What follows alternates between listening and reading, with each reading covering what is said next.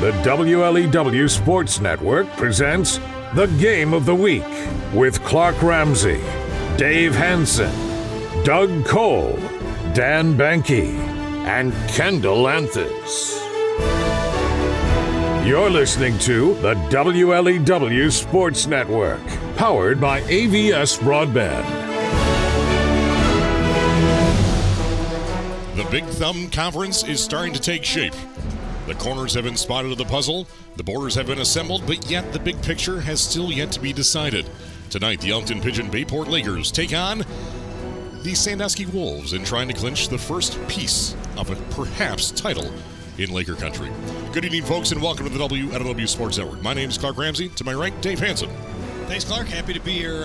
Happy to be here in Laker country. Get to see both of these teams for the second time this year, and look forward to see what they bring to us tonight. Well, the Big Thumb White Division has resembled a bit of a square dance this season so far. Lakers beat Cass City. Cass City beat Millington. Millington beat Sandusky, and now it's Sandusky against Lakers. Will Lakers win this round of the dance, or will the Wolves crash the homecoming party? It's certainly been an evenly matched division this year, so it's very interesting. But Lakers holds that edge. They have not lost yet, and if they can maintain a big win tonight, certainly the goal for them. Certainly, and the Sandusky Wolves game plan did not go to plan last week against Cass City, falling to the Red Hawks by 40 points on their home field. Now they take the show on the road, and with some key pieces back from injury, Coach Ryan Palmer is looking to get his team back on track with a huge win tonight. Yeah, no doubt about it. We saw the offense can be potent. We saw times the passing game is good. Jack Betts helped move the football on the ground, but defensively was where they needed help. They could not stop the running game, and up front they were just getting beat. So those additions will help big time. And then there are the Lakers, staying alone on top of the Big Thumb White Division. And with a win tonight, the Green Machine can clinch at least a share of their first divisional title since 2022. It's homecoming. It's a beautiful night for football, and the Lakers are undefeated entering week number 6. And you wouldn't have it any other way, especially as a Lakers fan. You control your own destiny. Get the win tonight, and you at least win that share. The divisional race is starting to take shape, and the playoffs are coming over top of the horizon. Coming up, we'll host our media roundtable, dive into our other area games, and break down the game of the week. Sandusky at Lakers on Sports Radio 102.1 FM with Clark Ramsey and Dave Hansen. Hi, I'm Clark Ramsey. When you're in need of health care, there's just one choice: Sure Health. And I'm not just saying that because it's my day job, but because I get to see the amazing things that our team of 620 medical professionals do on a daily basis. Sure Health proudly serves 7 communities in Thumb, Michigan. So whether you're here in Pigeon or Harbor Beach, Sebling or Port Hope, or Bad Axe, Elkton, and Caseville, we've got your back. Now with coast-to-coast coverage, it's time you ask yourself, are you sure? Here we go, Billy. Swing hard. As your local agent, I know you. I know every Saturday your son Billy plays Little League. We sponsor his team. And we know you love parking way too close to the field. That's why we tailor a unique policy for you and your car. Because sometimes something from out of left field can literally come from out of left field. That's simple human sense. Ask Whitney Insurance Agency in Lapeer if auto owners make sense for you.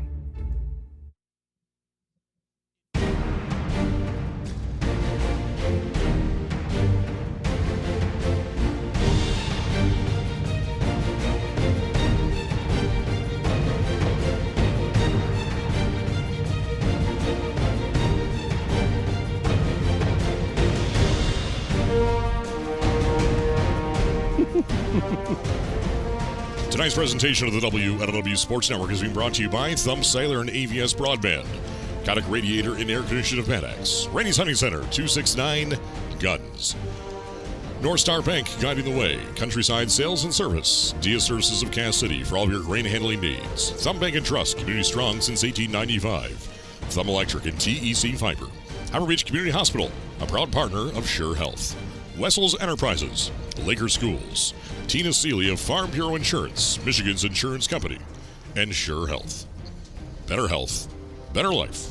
Are you sure? Internet services are provided by AVS Broadband and the blazing speed of their expensive fiber, wireless, and VDSL internet network.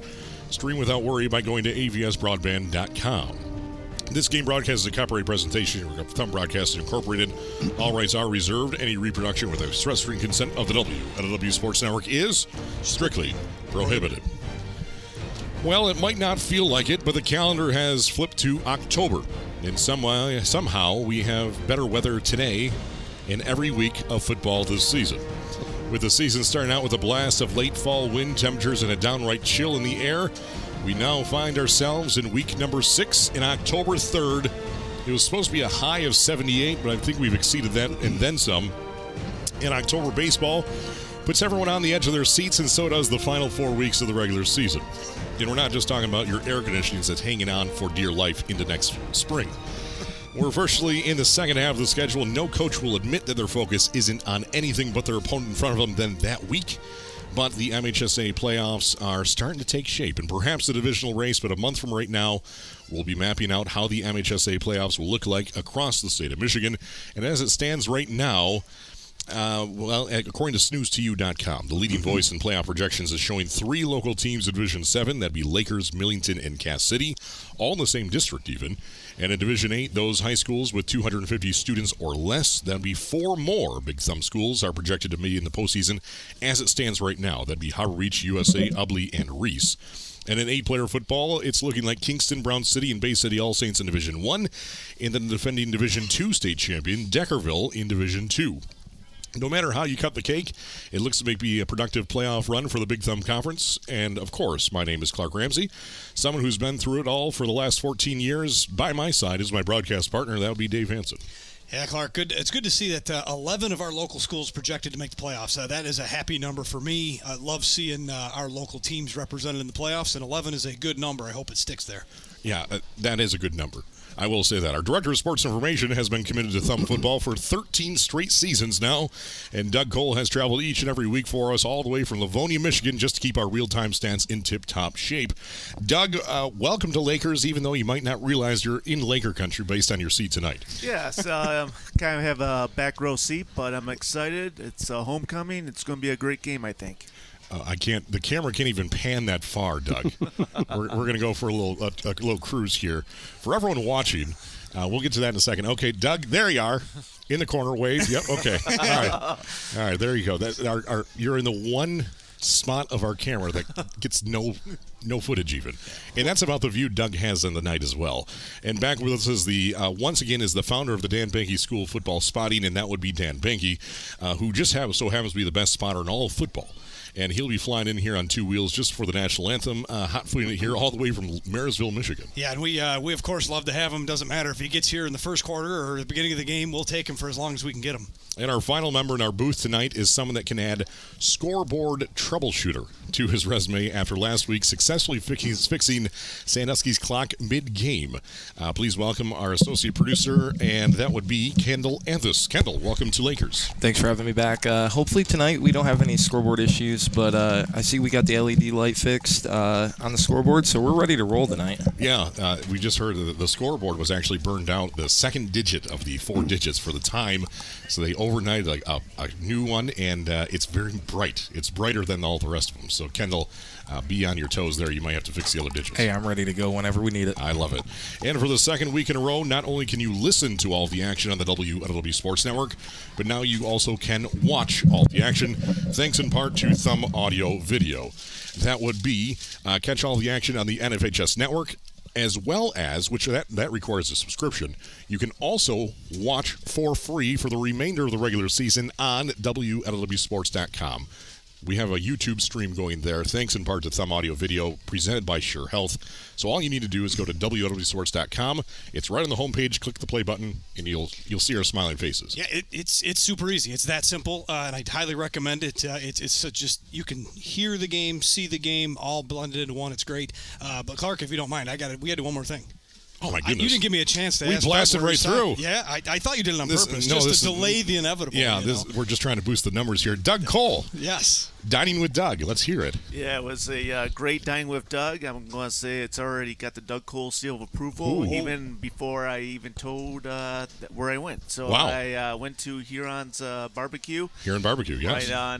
Right in downtown Pigeon. I had the brisket, pulled pork with waffle fries, and it was delicious.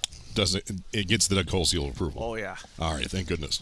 All right, well, that's a good joint. That is a very good joint. Yep. So thank you, Dave, for catching me there. Well, I wasn't going to go. There was a part of me that thought you did it on purpose. So I'll wait till the end and just see how long we can go with this. No, our internet started going spotty on us just before this segment. It's thrown me all off. But it's time for a short break. When we return, it's time for that famed Media Roundtable presented by Scheurer Health right here on Sports Radio 102.1 and live and worldwide at WLEWSports.com in audio and video for free. Just go to WLEWSports.com. Looking to score big in real estate? At Knockout Real Estate, we're your all-star team. Personal, fun, and ready to get the job done. From Frankenmuth to Millington and all across mid-Michigan, we know the field, the plays, and how to win for you. Knockout Real Estate. Let's make your next move a win. With 620 medical professionals at Scheurer Health, we focus on just one kind of care, yours. It doesn't matter what you might be facing, Scheurer Health is in your corner. So whether your journey to better health starts with just a checkup or finally figuring out what's been ailing you for all these years, it all begins at Scheurer.org. Scheurer Health is proud to be the premier choice for healthcare in the Thumb, Michigan. So see for yourself what it's all about. With coast-to-coast coverage in 7 local communities, it's time you ask yourself, are you sure?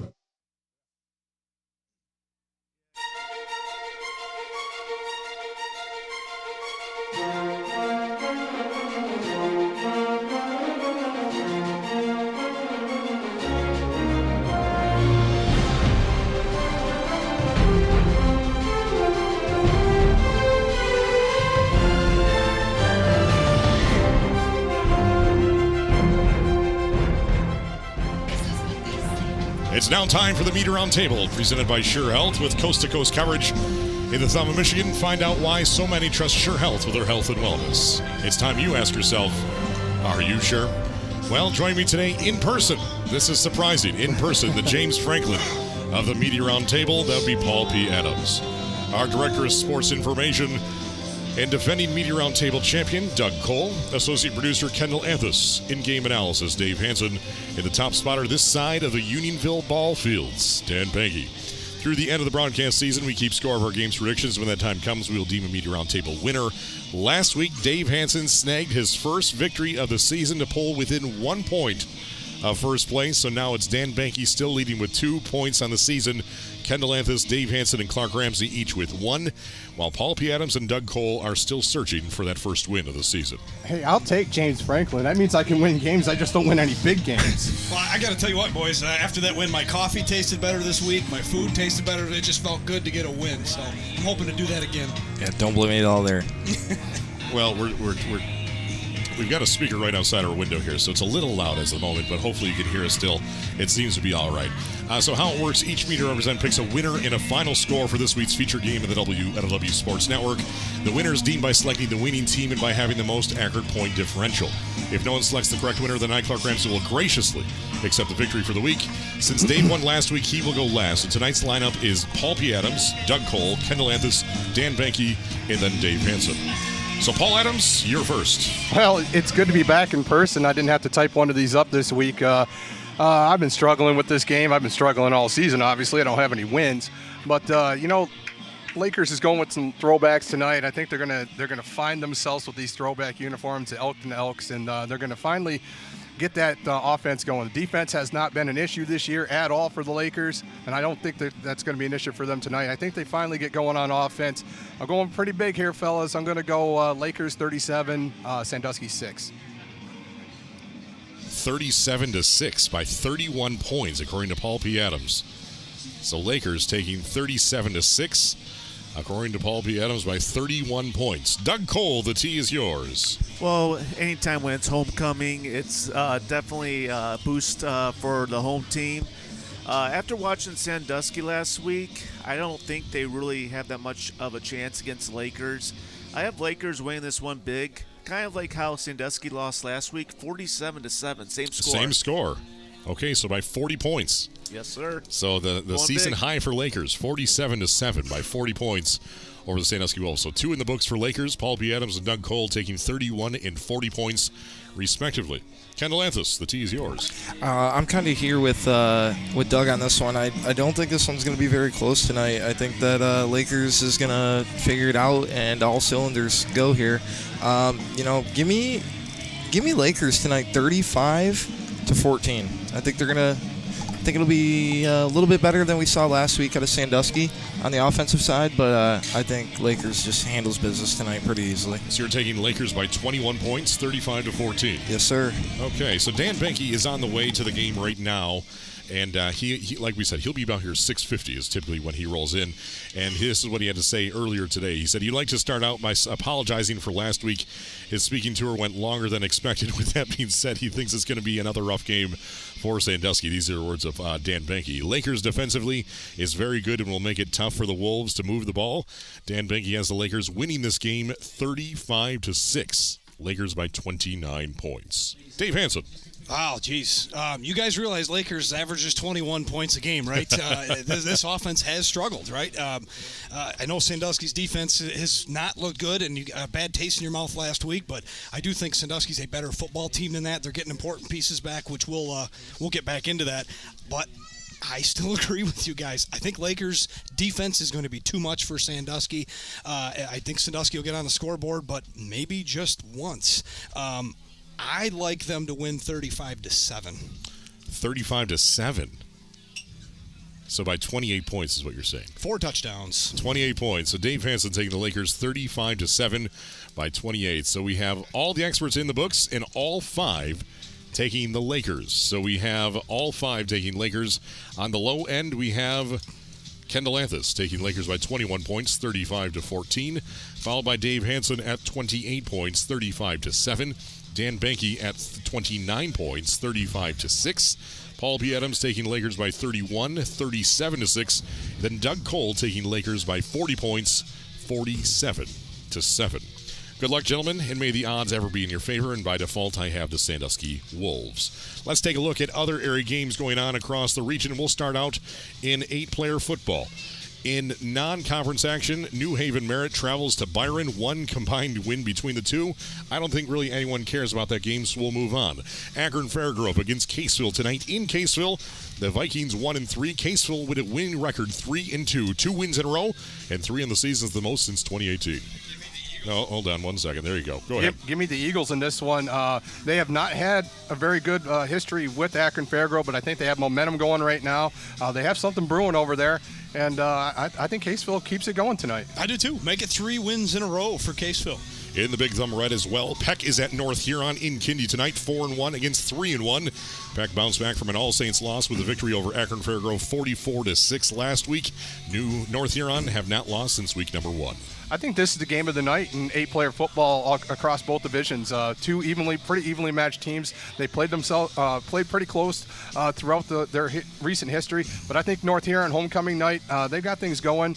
Really figured things out on the defensive end. The offense is still a little bit of a work in progress. I think North Huron wins this. I do too. I like the home team in this one. I just think Peck had that bad loss not too long ago, and I still think that's lingering effects. So give me North Huron. And then CPS is at 0-5, and All Saints at 3-2 in Bay City tonight. That one's going to be all Saints all night. Yep. In the Big Thumb Blue, Dryden is at Brown City. Both teams 3-2. Dryden lost to K-Pac 72-58 in a good old basketball game, and Brown City dropped their second straight loss with a loss to Kingston by 28 points.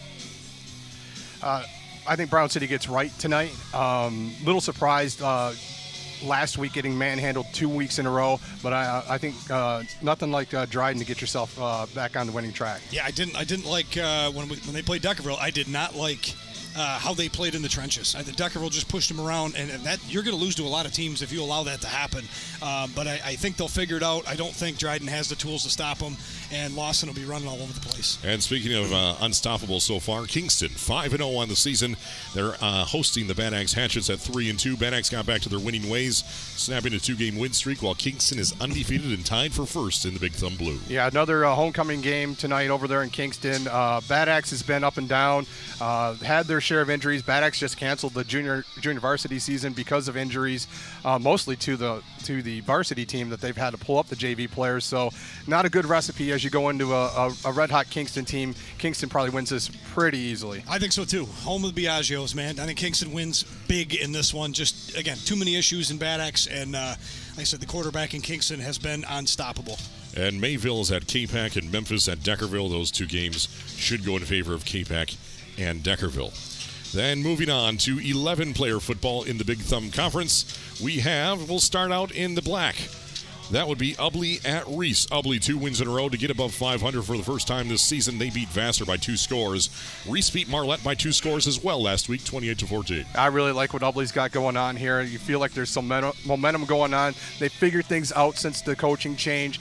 Things are going well. There's been a quarterback change as well from all accounts. But this Reese team is a pretty good team. I saw them up close. Deegan Carter's the real deal. As shifty as a back as there is. I had to be really careful with that word.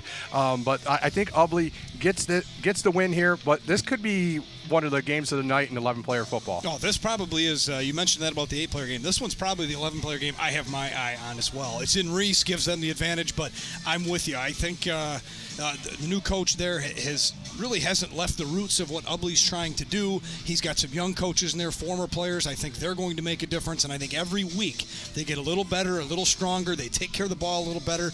I like the Bearcats on the road as well. Moving on, Harbor Beach is at Marlette, 5-0 against 1-4. That should be Harbor Beach's win. They've been steamrolling every opponent by an average of 36 points. They beat USA last week, 52-6. Vassar at USA, homecoming there as well. Vassar at 1-4, USA at 3-2. Then Millington at Buchanan tonight in the non-conference game. I just want to say in the Vassar USA game, a coach named Hahn will win the game. So I'm very confident that that's going to happen. But Millington, what a hot take by your Paul P. Adams. Yeah, that's all you get from me.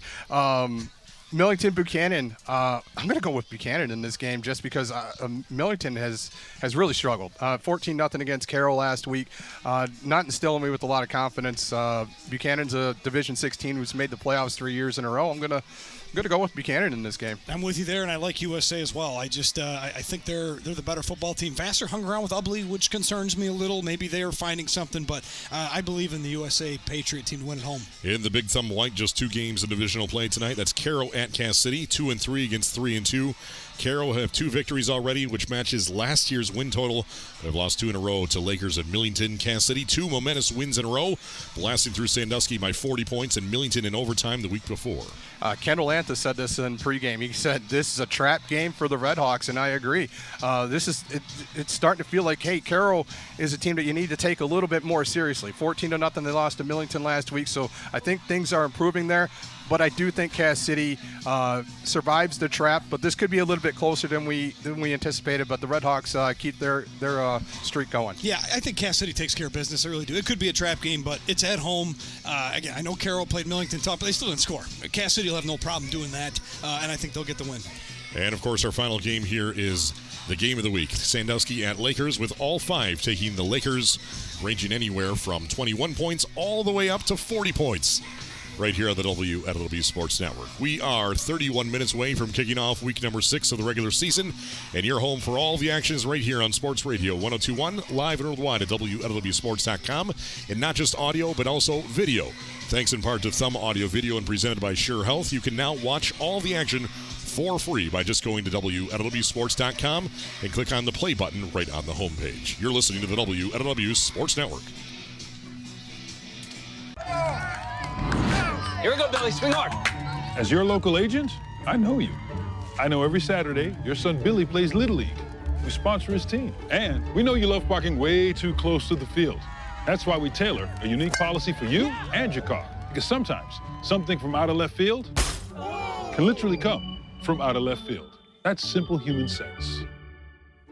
Ask Whitney Insurance Agency in Lapeer if auto owners make sense for you. Hi, I'm Clark Ramsey. When you're in need of health care, there's just one choice. Sure Health. And I'm not just saying that because it's my day job, but because I get to see the amazing things that our team of 620 medical professionals do on a daily basis. Sure Health proudly serves 7 communities in Thumb, Michigan. So whether you're here in Pigeon or Harbor Beach, Sebling or Port Hope, or Bad Axe, Elkton, and Caseville, we've got your back. Now with coast-to-coast coverage, it's time you ask yourself, are you sure?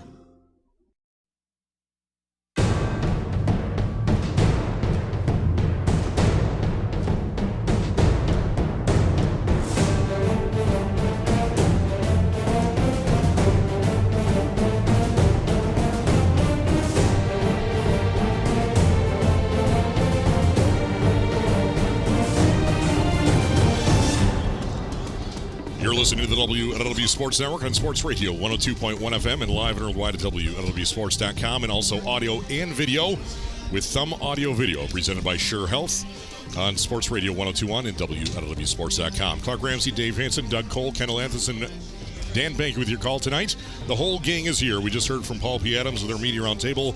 And now let's talk about the Sandusky Wolves. The Sandusky Wolves have made progress in many areas this season, but their overall record just might not show it. They stand at 2-3 so far this year with wins against Marlette and Burton Bendel, but losses to Saginaw Novell, Millington, and most recently Cass City last week. The good news for Coach Ryan Palmer, every loss this season has been followed up by a win the very following week. Yeah, interesting. Is that a hot take there, Clark, or just stats, huh? That's just stats. Ryan Palmer in his second year, he went 3-6 last season. He is currently 2-3 this season. Look, he's trying to continue to keep the thumb football, that physical defense. He wants to be big and tough up front, but offensively he wants to bring a more balanced attack than we've seen. Yes, a lot of teams around here would consider it an aerial assault, but they were really close to a 50-50 pass versus run team, and they want to keep it that way. They want to throw it enough to keep defenses off guard, sometimes use those quick passes as an extension of the running game, get to the sideline a little quicker, but they still have to develop a run game, in my opinion, if they're going to stay in some of these games, especially with a physical team like Lakers. Well, Jack Betts made the move from being the lead receiver last year to being one of the throwing the passes this year. But not only is Betts the leading passer for the Wolves this season, but also the leading rusher for Sandusky. In fact, of the Wolves' 1,300 yards of offense this season, Jack Betts has been involved in 1,000 of them, or roughly 77% of their entire offensive production. Yeah, if you're an opposing defense, you know who you got to stop, right? Yeah. It's like trying to stop Christian McCaffrey last night, which the Rams couldn't do. But Jack Betts is 6'3", 175-pound senior. He will play defensive back as well. He's 54 of 99 passing. He's attempted 99 passes already. He has thrown 3 picks, but 700 yards and 9 touchdowns to go with it. Last week against Cass City, he was 6 of 11 for 66 yards. And on the ground, he's carried it over 70 times. He's got 320 yards on the ground and just 1 touchdown, but he averages 4.5 yards a carry, and he is by far their leading rusher. Last week against Cass City, also, he carried the ball 13 times for 71 yards. He was their leading rusher in that game. Now, it is true, Sandusky is making up for lost time when it comes to the forward pass that was invented in 1903. But the Wolves have run the ball 25 more times than passes this season still. Together, Sandusky's run the ball 136 times for 573 yards as a team for 3 touchdowns. That's an average of just over 4 yards per carry, but their depth is limited to mostly just Jack Betts and their lead running back of Chase Green, a senior and leader on both sides of the ball. Yeah, Chase Green, another senior, plays some linebacker as well. He's got 51 carries on the season, just over 215 yards on the ground and a touchdown. Averages somewhere in that 4.3 yards per carry. His best game this season was against Marlette. He carried 22 times, 122 yards and a touchdown. Last week against Cass City, 4 carries, 8 yards. Yeah, not much. Right, but he's their lead tailback, right? So, but the next guy on the list is Gavin Phillips. He has 6 carries on the season, Clark. 6. It doesn't make sense for 28 total yards. Jack Betts is just a junior, but has started at quarterback all 5 games this season, with sophomore Jamal Milinarski seeing some action, and even Chase Green has thrown 2 passes in there as well. Bringing in those passes are mostly 3 different receivers, a sophomore and 2 juniors, Nathaniel Tovar, Aiden Navarro, and Gavin Phillips. Yeah, for us, it's Nathaniel Tovar is the X factor. He's the number 1. He is the go-to receiver. He's caught 25 passes for over 325 yards and 4 touchdowns. Clearly leads the team in receptions. Averages over 13 yards of completion. Aiden Navarro, though, and Gavin Phillips combine for 25 catches. 15 for Aiden Navarro, 10 for Gavin Phillips. They both have over 190 yards, 5 touchdowns between the two of them. So they are all potent wide receivers and very capable capable, but just remember the offense in the passing game begins with Nathaniel Tovar. The last 2 weeks, Sandusky has had some key injuries that has made them shift some bigger movers and shakers around to fill in the resulting gaps. Brennan Essmaker was out 2 weeks ago with a concussion versus Millington, and then Sandusky's lead tackler Bryce Kiley and left tackle missed last week's game against Cass City, is expected to return tonight. Yeah, Bryce Kiley is a big deal. He was a name we called a ton last year for this team. Having him back as the captain in the middle of that defense, he was their leading tackler through the first 4 weeks. And again, Chase Green is another guy that is in on a lot of tackles, overtook him as the leading tackler after last week, has forced a couple fumbles, but then Brendan Essmaker gets to slide back to his regular position. So you see these guys go back to their comfort zone, should help improve the defense, and they're going to have to be tough. This Laker front is big and strong, and if you're going to compete with them in the trenches, those guys are going to make a big difference. We are 20 minutes away from figuring out a big piece of the Big Thumb White puzzle, and Sandusky's on the road at Lakers. We'll talk about next. It's on your home for high school football, the WLEW Sports Network. With 620 medical professionals at Scheurer Health, we focus on just one kind of care, yours. It doesn't matter what you might be facing, Scheurer Health is in your corner. So whether your journey to better health starts with just a checkup or finally figuring out what's been ailing you for all these years, it all begins at Scheurer.org. Scheurer Health is proud to be the premier choice for healthcare in the Thumb, Michigan. So see for yourself what it's all about. With coast-to-coast coverage in 7 local communities, it's time you ask yourself, are you sure?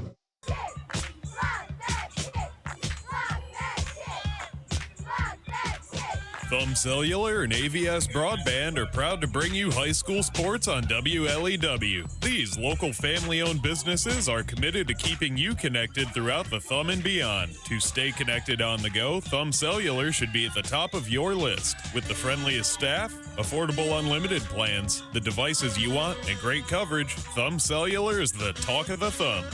And if you're looking to get better internet, be sure to check out AVS Broadband. With internet from AVS Broadband, you can do it all. Work, game, or stream with ease. Internet from AVS is ready for everything. Make the switch to see what better internet is all about. Pair both of these providers together and save more with the Partner Services discount. So enjoy the game. And remember that Thumb Cellular and AVS Broadband are here to keep you connected.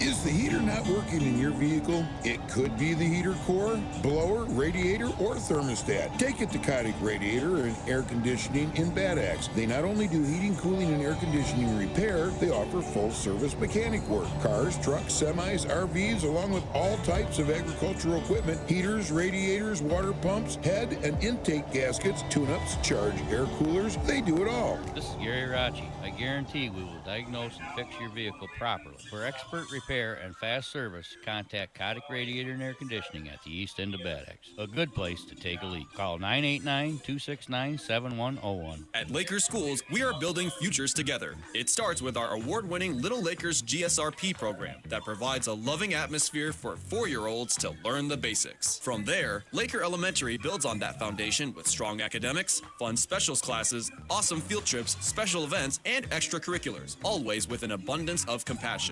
Laker Middle School offers unique classes such as robotics, mechatronics, media, and design. Middle school students enjoy some week-long field trips and many other fun activities, including action-packed assemblies planned by students. Laker High School also offers distinctive classes such as forensic science, anatomy, engineering and design, mechatronics, media, sociology, agriculture, and more. The list of extracurricular activities in athletics, arts, and sciences is impressive, along with many opportunities to build leadership skills. All of this is included within the Capturing Kids' Hearts environment, as Lakers is a national showcase district. Come join us at Lakers Schools. For a tour, call 989-453-4600. That's 989-453-4600. For more information, visit www.lakerschools.org.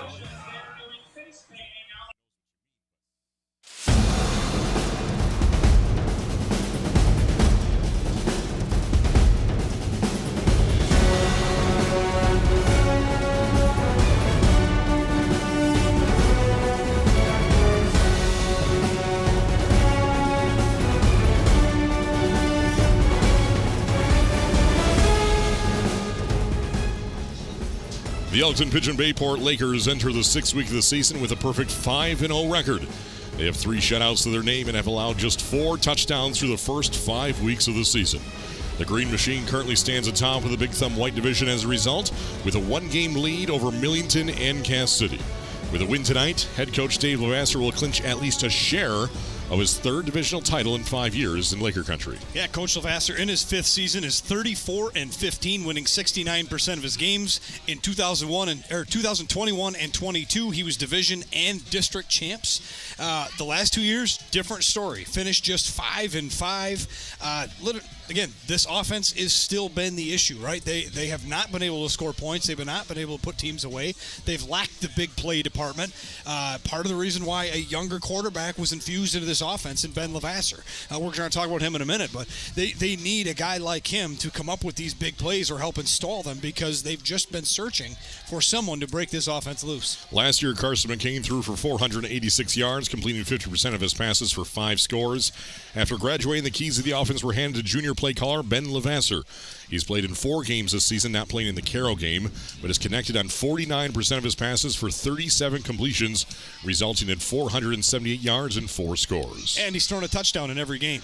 So he's done his job there. 37 of 75 passing. His best game was against Vassar. He completed 15 passes on 25 attempts. He completed 60% for 168 yards and a touchdown. He's also the 5th leading rusher on the team. He has carried the ball 28 times, but just 57 yards, averaging about 2 yards a carry. As a team, Lakers have rushed for 710 yards this season and 11 touchdowns. That comes out to an average just 142 yards per game on the ground. Just 2 Lakers have carried the ball for more than 100 yards this season, as Grant Buchholz and Luke Good. Yeah, and Grant Buchholz is the main running back, tailback. He's got 59 carries, 350 yards, 4 touchdowns. He has a rushing TD in the first 4 games of the season. One of his best games was against Vassar. We had 10 carries for 91 yards and a touchdown. The week Levasseur missed, actually Grant Buchholz actually played quarterback, was 9 of 14, passing for 115 to score. Not bad. And last week he actually did attempt a pass as well. Luke Good, more of that change of pace back. He got most of his work last week, as again the whole offense shifted. No Levasseur, so you have a new quarterback. Luke Good gets more carries in the running back position, so everything kind of shifted last week. But this offense is limited, just like Sandusky, to 1, 2, maybe 3 guys at the very most that get in on the action. On the ground, Lakers averaged 5.1 yards per carry. Through the air, they average 11.8, more than double per completion. 47 total receptions for 4 touchdowns, led by Cade Weisenbaugh, who did most of his damage against Cass City 2 weeks ago, which we saw. Lucas Weiner is the biggest target, physically and emotionally, while Luke Good is close behind. Yeah, all 3 of these guys have caught double-digit passes this year. Cade Weisenbaugh leads the team with 16 catches. Weiner's got 10, and Luke Good has 11. Luke Good is the only one of this group that hasn't scored a touchdown yet. Weiner's got a couple. Weisenbaugh caught a big one. So they have the weapons. You're starting to hear these are similar type teams, right, with what they want to do offensively. They want to throw the ball and run the ball fairly equally to keep teams off balance.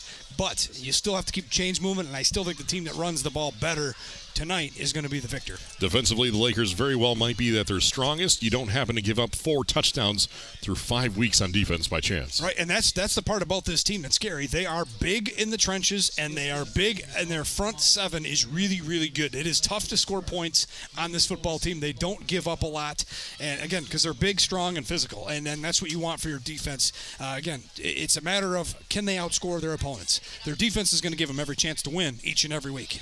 The Lakers would have won 8 games in a row against Sandusky dating back to 2007. They defeated the Wolves last year 44-16, and this year's bout is only 12 minutes away. And it's all in your home for high school football. The WLEW Sports Network being presented by Scheurer Health and powered by AVS Broadband. Looking for a real estate team that's personal, fun, and gets the job done? At Knockout Real Estate, we're all about making your buying or selling experience smooth, exciting, and maybe even a little unforgettable. From Frankenmuth to Millington and everywhere in between, our team knows Mid-Michigan inside and out. Knockout Real Estate, we're in your corner. Hi, I'm Clark Ramsey. When you're in need of healthcare, there's just one choice: Sure Health. And I'm not just saying that because it's my day job, but because I get to see the amazing things that our team of 620 medical professionals do on a daily basis. Scheurer Health proudly serves 7 communities in Thumb, Michigan. So whether you're here in Pigeon or Harbor Beach, Sebring or Port Hope, or Bad Axe, Elkton, and Caseville, we've got your back. Now with coast-to-coast coverage, it's time you ask yourself, are you sure?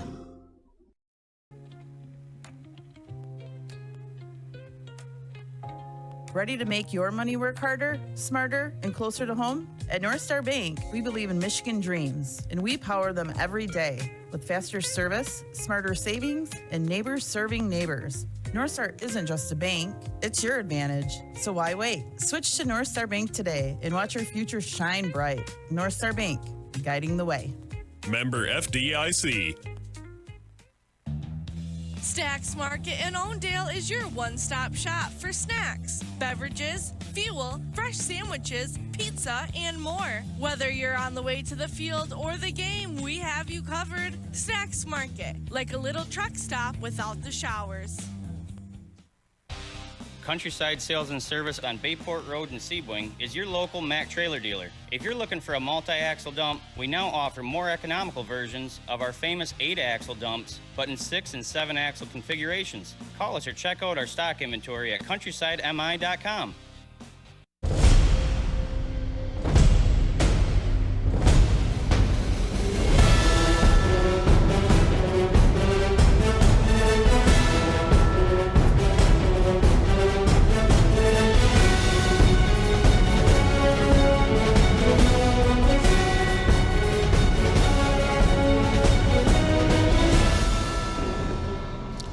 You're listening to the WLEW Sports Network, or perhaps you are watching the WLEW Sports Network on Sports Radio 102.1 FM, as also live on WLEWSports.com for free. No more paywall for the rest of the regular season we'll have the NFHS Network still going, but also for free on WLEWSports.com throughout the regular season. Come playoffs, that has to go away and strictly on the NFHS Network. So you can watch tonight's game for free on WLEWSports.com. Just click the play button right on the homepage for tonight's game, Sandusky at Lakers. As the crow flies, 35 miles separates Sandusky and Laker high schools. By road, if it was just that simple, 49 miles, taking about 55 minutes, and with a number of turns from M46 to 53, west on Sebring Road, north on Elkton Road, and then west on M142, until you're in the shadow of the Laker Legacy Center. Tonight is the 36th meeting between 1960 and now between Sandusky and Lakers. They've only played 12 times between 2002 and tonight, though, with Lakers taking 10 of those. But from 1960 to 1982, the two schools played every single year with 13 Laker wins, 8 Sandusky victories, and 2 ties. So overall, Lakers with 23 wins, Sandusky at 10, those 2 ties taking place in 1961 and 1962. In regards to school size, Lakers is the second largest school in the conference officially with 339 students according to MHSAA, behind only Caro in the Big Thumb Conference. Sandusky is the 4th largest with 292 students. So by going by student enrollment, it's Lakers by 47 students. Offensively, it's within arm's reach of each other. Lakers has the 6th most productive offense in the Big Thumb Conference, averaging 21.4 points per game. Sandusky is the second to last, putting together just 18.2 points per game. So on offense, it's Lakers by a field goal by 3.2 points. Defensively, it's not so close. Lakers boast the best defense in the conference for yet another week, allowing an impressive 5.4 points per game.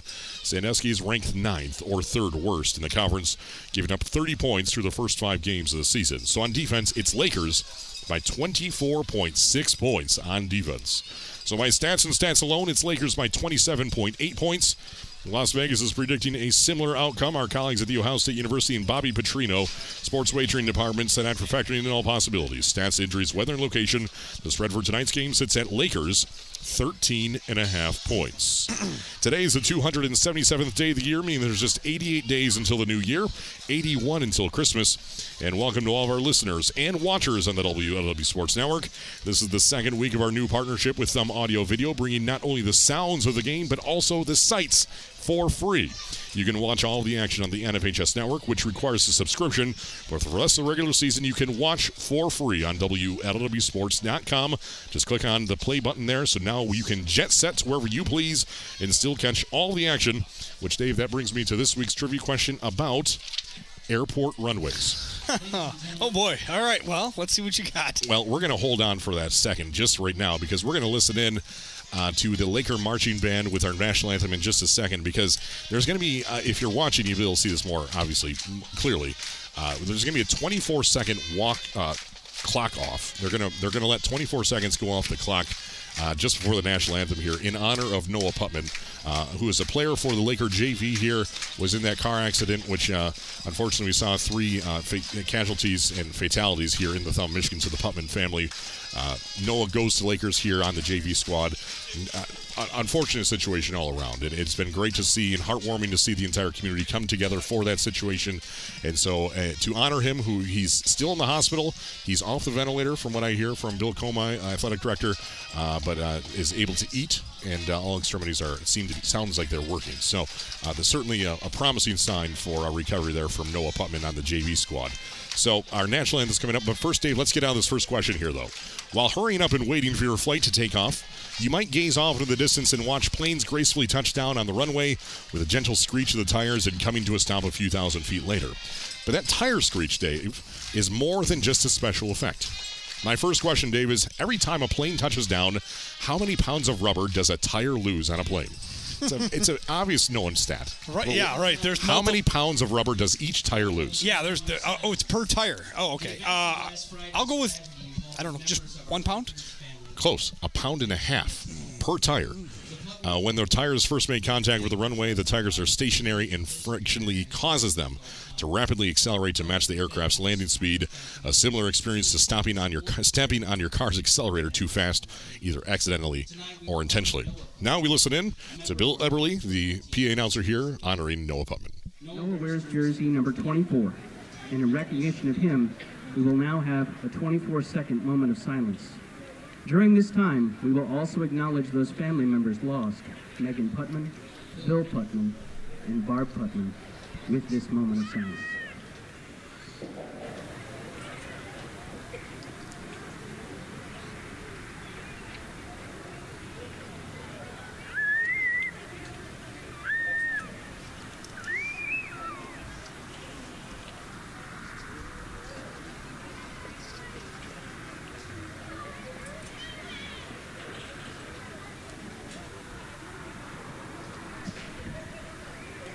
Good evening, ladies and gentlemen. Welcome to Elkton, Pigeon, Bayport for tonight's game. Featuring the Sandusky Wolves and your own Elkton, Pigeon, Bayport Lakers. Lakers schools and the Big Thumb Conference have joined in an effort to promote good sportsmanship. School athletics are an educational experience. The lessons of good sportsmanship are not confined to those that play the game, but for everyone in attendance. Cheer for your team, but do it with the utmost respect for your school, the opponents, and tonight's officials. Remember, good sports are winners. Ladies and gentlemen, the privilege of this event is made possible by those who have fought and continue to fight for the freedoms that we enjoy. Let us now honor and respect their efforts and our country. Civilian gentlemen, please remove your hats. All veterans, we encourage you to render the appropriate salutes. And everyone able, please stand at attention, placing your hand over your heart as we proudly listen to the band play our national anthem.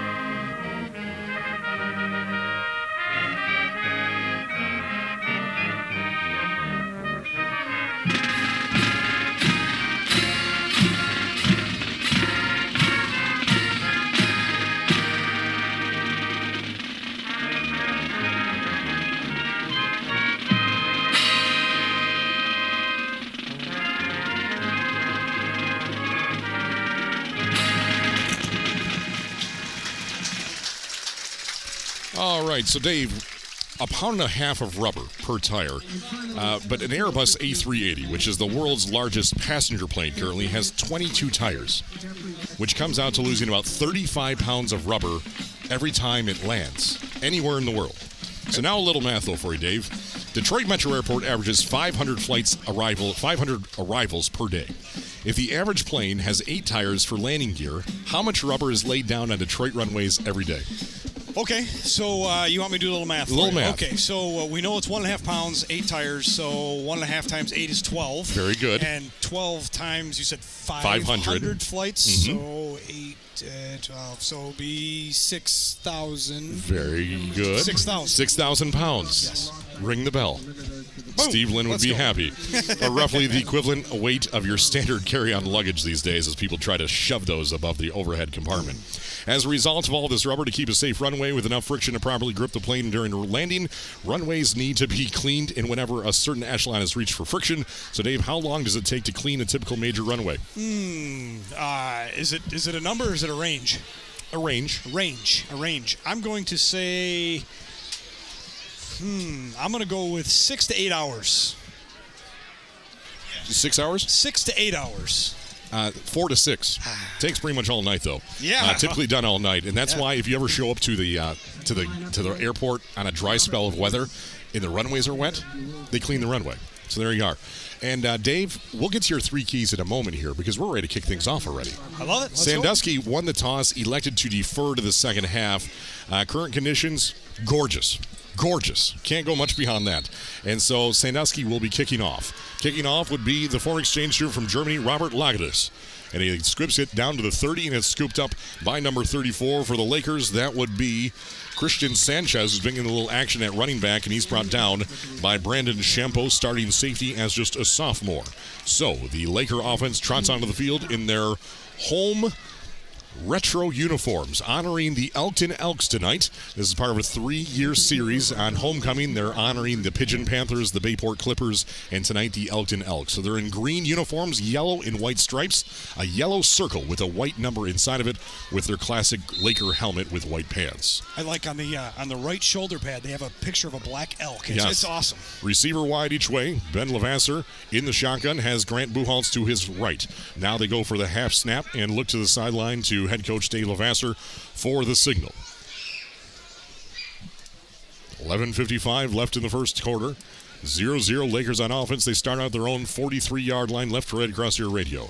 Man in motion to the near side. It's a high snap, but they're brought in by Grant Buchholz on the direct snap, and he goes out into the flats, and he gets out for 3 yards out to the 46-yard line before he's brought down by Gavin Phillips out of the secondary. So a gain of 3, second down and 7 for Lakers at their own 46. Yeah, so interesting start. Direct snap, they take it and use Levasseur as the lead blocker, and he kicks it to the outside, but good pursuit, I thought, by the Sandusky defense as Betts gets there early, kind of kicks him out to the side. Gavin Phillips is able to haul him down. Good start for the Sandusky defense. Again, when I thought Lakers had a lot of running room, Sandusky closed the gap quickly. Second down and 7 from the 46 in their own territory. Left, right across your radio. In the backfield would be handoff to number 11. That is Luke Good. Plays wing back and a little bit in the backfield as well before he's met immediately in the trenches by middle linebacker Bryce Kiley. Did not play last week, but before that was the leading tackler for the team. It's a gain of 3 on the play. Third down and 4 from the 49 of Lakers. Yeah, both backs in the backfield were behind the quarterback and to his left. Offset that way. Again, direct handoff right, straight ahead to Luke Good. Basically a fullback dive right into the teeth of that Sandusky defense. Second down, give them 3 more yards. Third down, and I would say a good 4 coming up. Third down and 4, just nearly at midfield, receiver wide each way.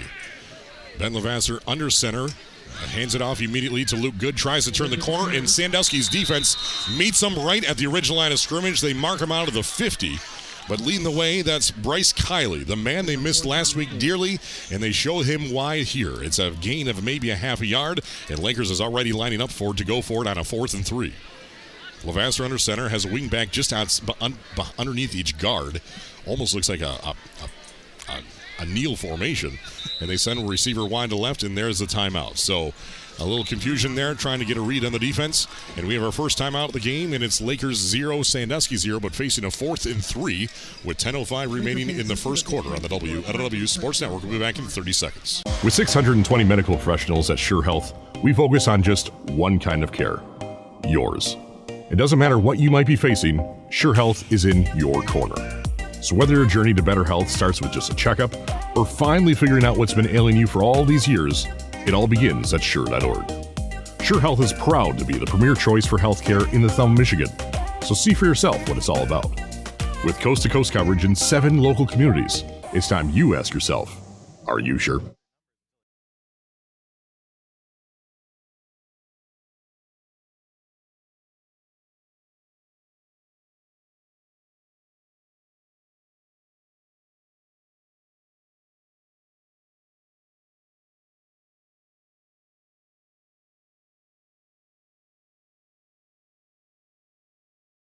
Lakers brings out the punt team. Ben Levasseur, who's also the punter for the squad, punts it, and it brings it all the way down at the 2-yard line for a 48-yard punt from Ben Levasseur. Pins back the Sandusky Wolves, but the Sandusky Wolves hold strong and force a 3-and-out to start the game.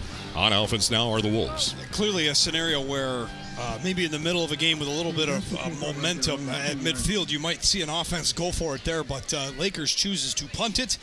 Sandusky doesn't believe it, so they put on a real defense, and that's going to hurt them here because a great punt by Ben Levasseur lands just outside the 10 and takes a Laker bounce, and they have special teamers there to make sure that ball is inside the 2-yard line, which is where Sandusky on the road will start their first series. Sandusky sends 3 wide left in the shotgun. Jack Betts, and it's intercepted. Touchdown, Lakers.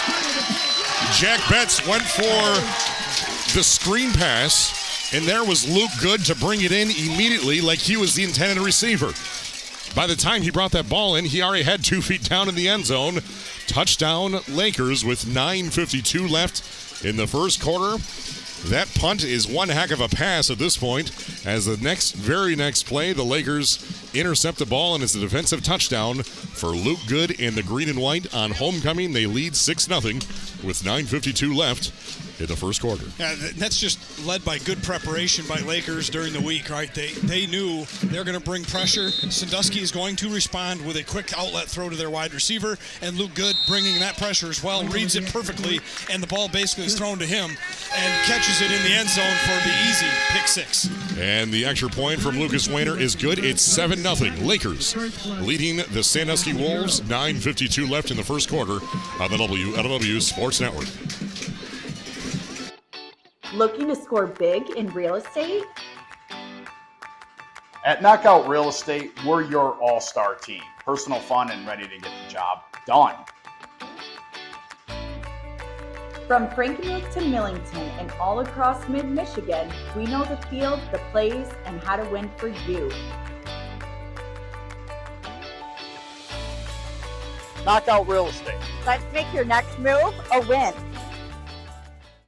Hi, I'm Clark Ramsey. When you're in need of healthcare, there's just one choice, Scheurer Health.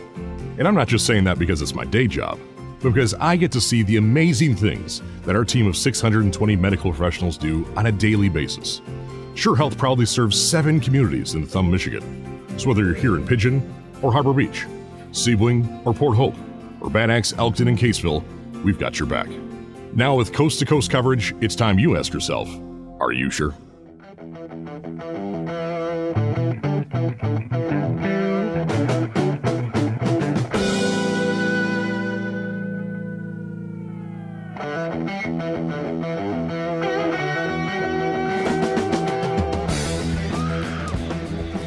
A big booming kick for the Lakers. Puts it through the back of the end zone for a touchback. So the Sandusky Wolves will start out leading, Lakers leading Sandusky 7-0. Sandusky has played 1 down of offense, and they threw it into the hands of Luke Good for the score. Yeah, from the 2-yard line in for the defensive touchdown for the Lakers after a Wayner extra point. It's 7-0 Lakers. Sandusky, far better field position now at their own 20-yard line. Right, and we saw Sandusky last week. We know that quick pass is part of their repertoire. So Lakers somewhat gambled, right? They're going to bring a lot of pressure, force Jack Betts to make a quick decision. It was designed screen pass, but they also brought Luke Good to cover the receiver quickly. He was unblocked, and again, one of the easiest interceptions and pick sixes you will see. Betts looking to pass. Now he's going to have to keep for himself. Breaks out his first tackle, breaks out his second tackle, is tripped up at about the 23 and falls forward out to the 24-yard line for a gain of 4. Tackle made by Matt Murdoch, middle linebacker. Central Montgomery had 3 tackles and a tackle for a loss. Second year as starting middle linebacker and just a junior. Second down and 6. Yeah, design pass play, right? But again, the defensive ends are collapsing in the pocket. They get around the tackles, and they force Jack Betts to step up in the pocket. And there's an arm tackler there for the sack, but he runs right through it. And again, nobody there, not enough time to scan the field. His number one option wasn't available. Did the right thing. Put his head down and get away from the pressure, and turn first down into a 4-yard positive gain. Second down, 6 to go for the Wolves. 2 wide each way from their own 24-yard line, trailing Lakers 7-0. Back to pass, down to the far side to that'd be Gavin Phillips. He brings it in, but he's immediately tripped up for no gain. Still on the 24-yard line, tripped up by Caden Weisenbaugh. 2 tackles last week against Central Montcalm and 2 tackles against Vassar. And now a 3rd down and 6 from the same spot of the 24. Yeah, and that wide receiver screen, right? So Betts catches it and then twists his feet, plants him, and fires to the sideline quickly. He gets it to his receiver in plenty of time, but there are 2 defenders in coverage over there. One is being blocked by the slot receiver. The other one is one-on-one with the wide receiver. And as soon as he catches the football, Weisenbaugh makes that tackle. No chance to do anything. It's a 0 play for Sandusky's offense. Sandusky sends 3 to the left, 1 to the right, working off the right hash. Pass is open, but it's tipped in the secondary. That was number 6, Lucas Lasoski, outside linebacker, who actually had a hand on that, as had an intended receiver downfield. That was Nathaniel Tovar. Instead, it falls incomplete, and Sandusky's going to punt this one away with 8:16 remaining in the first quarter, trailing Lakers 7-0. So on second down, Lakers is man-to-man, right? So it's one-on-one all the way across the field. That time, you see them drop into his zone. You don't see that a ton from defenses in our area, but they drop into his zone. Linebacker Lucas Lasoski is there, and it's the perfect call. Why? Because Sandusky wants the slant. You drop that linebacker backwards instead of him going after the quarterback, and he's sitting right in the throwing lane. Jack Betts had to throw it higher than he wanted to, and it sailed over the head of his intended receiver. Jack Betts has 9 punts on the season and averages 27 yards a punt, but there's a flag flying even before this one could get underway, and this is a false start against the Wolves. So they started this drive at the 20, and they're going to punt this one away from their own 19-yard line. Not even 4 minutes in the ball game, and their offensive series have resulted in an interception for a score and a 3-and-out punt. Not the way you want to start the game, especially in a loud environment at homecoming here on the road. These home fans are loving it. So Jack Betts here now back up 5 yards. And, again, setting up what should be a really short field for the Laker offense. So deep back would be the speedster, number 13, Kane Weisenbaugh. 5'10", 170-pound junior for the Lakers. High snap, but Betts brings it in, and it's a wounded duck coming out. May have been slightly blocked.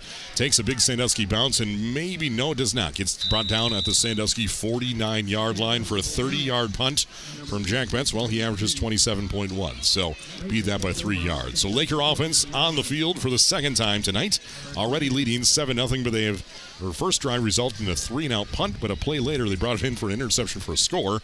Let's see if the Lake Green and White can get anything going tonight. Yeah, I'm not so sure that punt wasn't slightly deflected by Lakers, but it does knuckle its way forward, has some topspin on it, and turns out to be a decent punt, all things considered, because the snap wasn't good. It was very high, and Jack Betts had to go up and get it, bring it down, and still found a way to get that thing away. But you're right. It's an early 7-0 lead, and Lakers has 3 plays and 7 yards of offense to show for it, thanks to a defensive score. So we'll see if their offense now can establish a drive here with it starting 1 yard already in Sandusky territory. On the plus side of the field of the Sandusky 49, leading 7-0, left right across the radio. Direct snap to Grant Buchholz. Tries to find a seam on the left side of the line.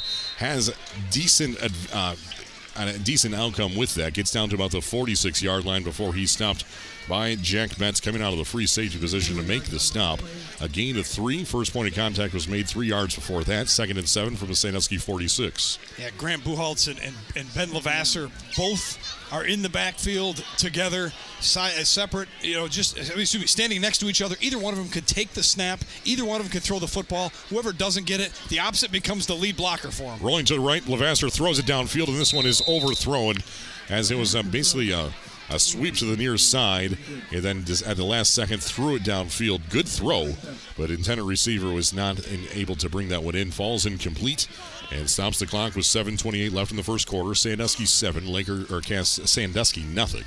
3rd down, 6 to go from the Sandusky 46. Yeah, and that play was well defended by Sandusky. They let Levasseur roll to the right. They get some pressure on the outside, so he's got to rush his throw a little bit, which is why it sailed a little bit too high. Luke Good was open for a minute, but it was overthrown. Sandusky does a good job of forcing that throw early and creating a medium / kind of long 3rd down for Lakers. Trips just outside of the left side of the line. Direct snap to Levasseur. Staying in the pocket, throw. Here come the white jerseys. He's brought down for a massive sack way back inside Laker territory. Leading the charge, number 3, Chase Green, outside linebacker, brings him down. And they're going to say he went down at the 43-yard line. Now they're marking him back at the 41-yard line. So a huge loss from the 46 of Sandusky. A 13-yard sack brought in by Chase Green on defense, and now, instead of going for it on 4th down, Lakers going to punt this one away. Another big stop from Sandusky's defense. Yeah, they have to punt it away. Just bring the blitz, right? You bring 2 linebackers, you overload the defense. Levasseur doesn't like his first option, and by the time he looked at the second one, he was under siege. He turns to try to reverse field and get out of it, chased down behind by Chase Green, and they'll spare the punting unit. And what I like this time, Sandusky has a guy back. You got to do that to make sure that ball doesn't roll that close to the end zone again. Bounces at the 30, bounces at the 20, and comes to rest at the 15-yard line where Caden Carrefour downs it for the Elkton Elks, a.k.a. the Elkton Pigeon Bayport Lakers. They're wearing their green and yellow and white jerseys, honoring the Elkton Elks here tonight as Ben Levasseur flips the field and the Sandusky offense comes back onto the field. They've ran 1 play, actually 4 plays, resulted in an interception and then a 3-and-out punt.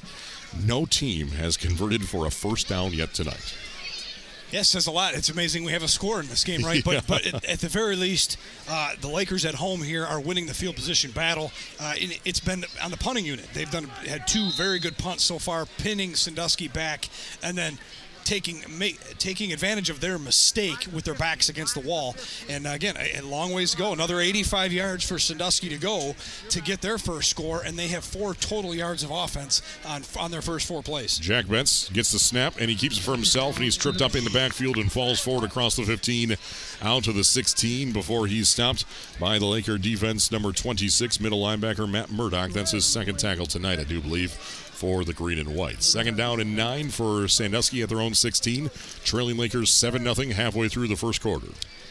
Sandusky brings one of them receivers in motion from right to left, and Jack Betts fakes the handoff to him and keeps it for himself. He thinks he has an opening, but it's quickly that door is shut down right at the line of scrimmage by Lakers up front. 2nd down, 9 from the 16. 5:52 and counting here in the first quarter. Lakers only score, an interception on the very first play of Sandusky's offense. Quarterback keeper Jack Betts breaks out his first tackle, breaks out his 2nd tackle, still on his feet and loses footing at the 25-yard line. And looks like he may have gone down awkwardly, but seems to be okay perhaps. He's talking to his coach on the sideline there. It's right down to the first down marker. It looks like we have our first down of the night, a Jack Betts trot.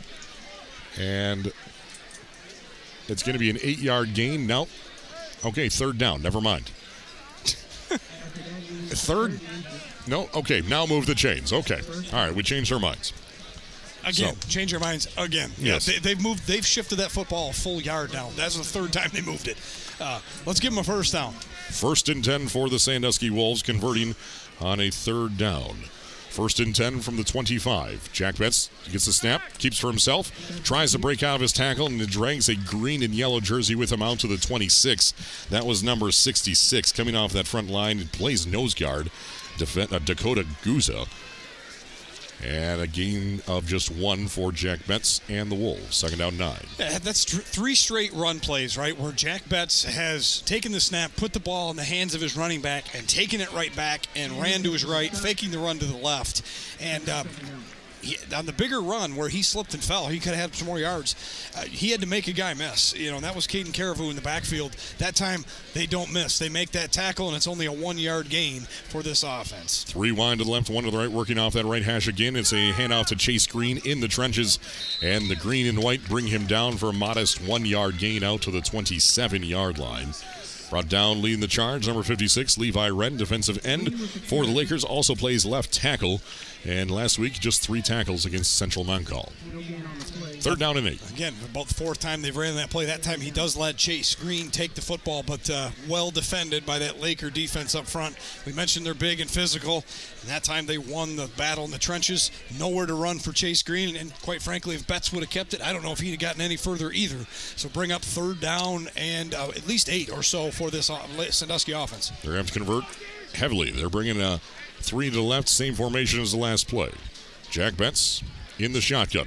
Staying in the pocket, throwing downfield, and it is brought in, but it's going to be about a yard, maybe 2 yards short. Brought in by Gavin Phillips out to the 33-yard line. They need to get out to the 35. And tackle made by Lakers number 17. That's Logan Hearn. Wide receiver, defensive back, a 6-foot senior on defense. 2 yards short of the first down stick. 4th down and 2 for Sandusky, throwing 33. Yeah, Lakers offensive line holds up well. Lakers, gets no pressure on Jack Betts. He's able to survey the property, and he ends up finding inside that soft zone. Gavin Phillips sits down, but that's, again, a young junior running a route. That curl route is supposed to get to the line of scrimmage, not 2 yards short, so it's a good throw and catch, but the play needed to be 2 yards further, and instead it'll have to bring up the punting unit. And there's some movement, and looks like Sandusky may have just gotten free 5 yards as a 4th down and 2 at the 33, and movement on both sides of the ball. So we'll see what the officials signal here. Offsides encroachment on the defense. So the drive can continue. That's a 4th down conversion, and the drive continues for the Wolves. That's their second first down tonight. And those are the penalties that'll kill you, will frustrate a coach. Those are the ones that are going to cost you extra push-ups on Monday at practice. You just can't do that. You've already won the field position battle. You're going to get off the field. Just do not get beat on a fake. And instead, there were multiple Laker defenders that jumped across the line of scrimmage on one of the oldest tricks in the book with that hard count. 3 wide to the left, or 2 wide each way, Jack Betts on the quick pass to the opposite sideline to Gavin Phillips across the 40 out to the 43, where he's brought down for a 5-yard gain. Stop made by Cade Weisenbaugh out of the secondary for the Lakers. And 2 tackles last week in Central Montcalm, like I said. Second down and 5 for the Wolves. Starting to get some rhythm here. Certainly are. You can feel it. But Jack Betts there again gets a little bit of extra time. The offensive line provides that for him. And when they've caught Lakers now dropping into that zone, it's a soft zone. And again, somebody on that Sandusky offense is running a curl, 5-6 yards, planting their feet, coming back to their quarterback.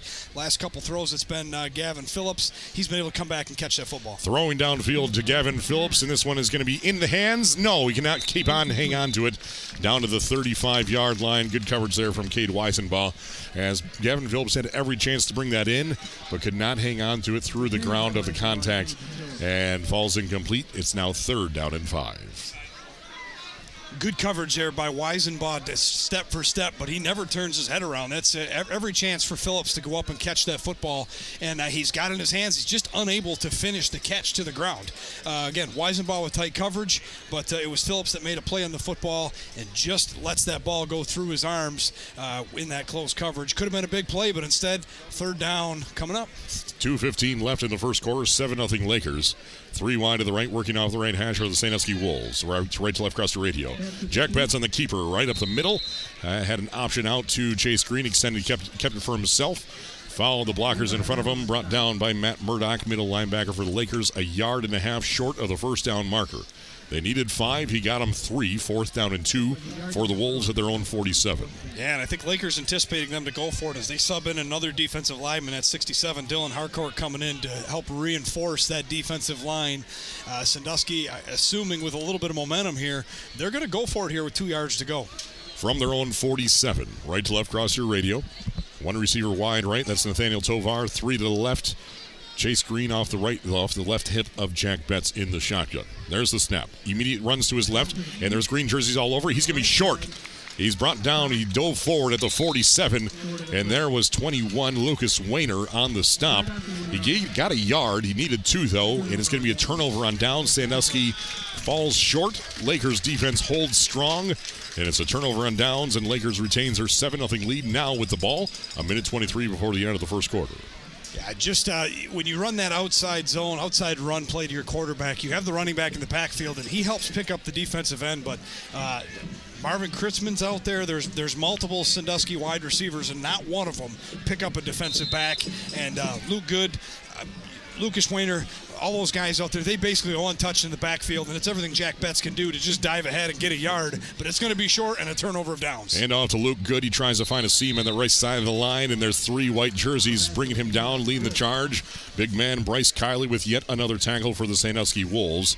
It's going to be a no gain on the play, still at the 47, marking around the 48. So a loss of a yard. Tackle for a loss for Bryce Kiley. 2nd down 11 for Lakers. Man, this is a different looking defense than Completely we saw different. just 7 days ago. We knew Bryce Kiley would make an impact for this defense, but he's getting credit for tackles. But you put guys like Brendan Essemaker back on that line where he belongs. You get these guys back in their own positions, and all those guys doing their job, helping Kiley with the opportunity to make these tackles. Hand off to Luke Good. His first point of contact was about a yard beyond the line of scrimmage, and he broke out of that tackle, and then all the way down very close to the first down marker, about a yard short of that. So a gain of 10 on the play when they needed 11. 3rd down and 1, and Lakers already at the line of scrimmage with 25 seconds left in the first quarter. Trying to go for the hard count, now to look to the sideline to Dave Levasseur for the signal. 3rd down 1. Ben Levasseur under center, has a wing back about a yard on each side of him. Tailback behind him, that's Buchholz. Quarterback keep for Levasseur, and he's going to be brought down at the original line of scrimmage. Sandusky blew up that front line, led by Brady Steve, defensive end, 5'7", 190-pound senior. No gain on the play. 4th down, a yard to go for Lakers. That's a good job there. Brady Steve just getting off of that guard, gets in there and trips up Levasseur in the backfield. End of the first quarter, 7-0. Lakers going to be facing a 4th and 1 on the WLEW Sports Network. With 620 medical professionals at Scheurer Health, we focus on just one kind of care, yours. It doesn't matter what you might be facing, Scheurer Health is in your corner. So whether your journey to better health starts with just a checkup or finally figuring out what's been ailing you for all these years, it all begins at Scheurer.org. Scheurer Health is proud to be the premier choice for healthcare in the thumb of Michigan. So see for yourself what it's all about. With coast-to-coast coverage in 7 local communities, it's time you ask yourself, are you sure? Here we go, Billy. Swing hard. As your local agent, I know you. I know every Saturday your son Billy plays Little League. We sponsor his team. And we know you love parking way too close to the field. That's why we tailor a unique policy for you and your car. Because sometimes something from out of left field can literally come from out of left field. That's simple human sense. Ask Whitney Insurance Agency in Lapeer if auto owners make sense for you.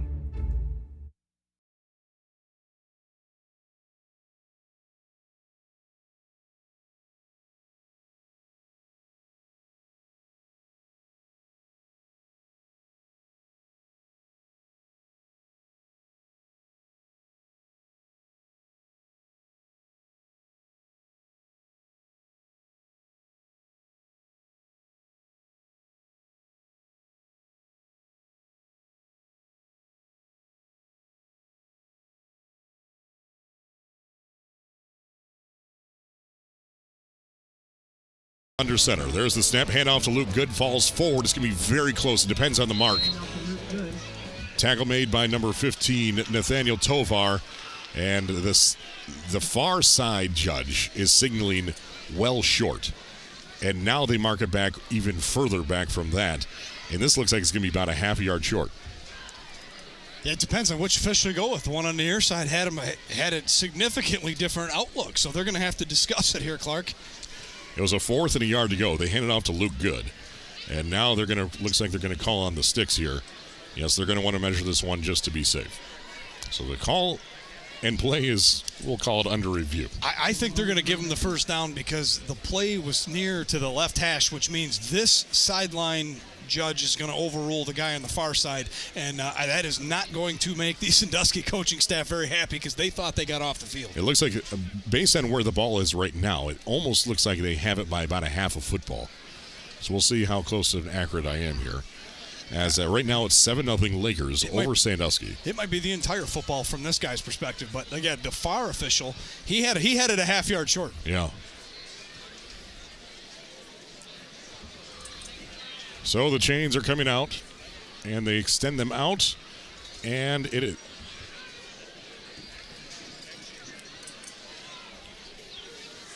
They're still getting the chain straightened out here, and it's going to be by a quarter of a football. First down, Lakers. So they convert on fourth down. And the Lakers continue their march down the field. They now stand at the Sandusky 37-yard line. The nose of the football. Sometimes that's the difference in a game, Clark. And in a game like this one, where both teams struggling to move the football on offense, that first down might be just what this Laker offense needed. I knew it'd be close, but they're going to give them a first down, and you'll see 3 receivers to the left, 1 to the right, and Buchalt's keeping Levasseur company in the backfield. 3 to the left, working just inside the left hash, right to left across your radio in their home green, yellow, and white Elkton Elk jerseys. 1 receiver wide right, that's Lucas Weiner by himself. The pass is to on the slant to Weiner, and he brings it in at the 31-yard line for a 6-yard gain. At the 31-yard line, 2nd down and 4 upcoming. 11.5 before the half is over. 7-0 Lakers. 2nd and 4 upcoming. That's a nice catch by Lucas Weiner, sliding to the ground, making that catch. Shampoo in coverage, one-on-one, comes over and delivers a hit. But I'd like to see that throw from Levasseur. Get that ball up in the air. Lucas Weiner is 6'4", 200 pounds. Throw that ball up in the air and give that guy a chance to catch it and shake off a defender and take one to the house. Instead, he's got to slide to the ground and barely makes that catch. 2nd down, 4. Man in motion, Weisenbaugh. And the little pitch shovel forward. Weisenbaugh with the pass catch and gets out for maybe 2 yards across the 30 down to the 29-yard line before he's stopped by number 9 for the Sandusky Wolves, Brandon Shampoo, safety. And a 3rd down and 2.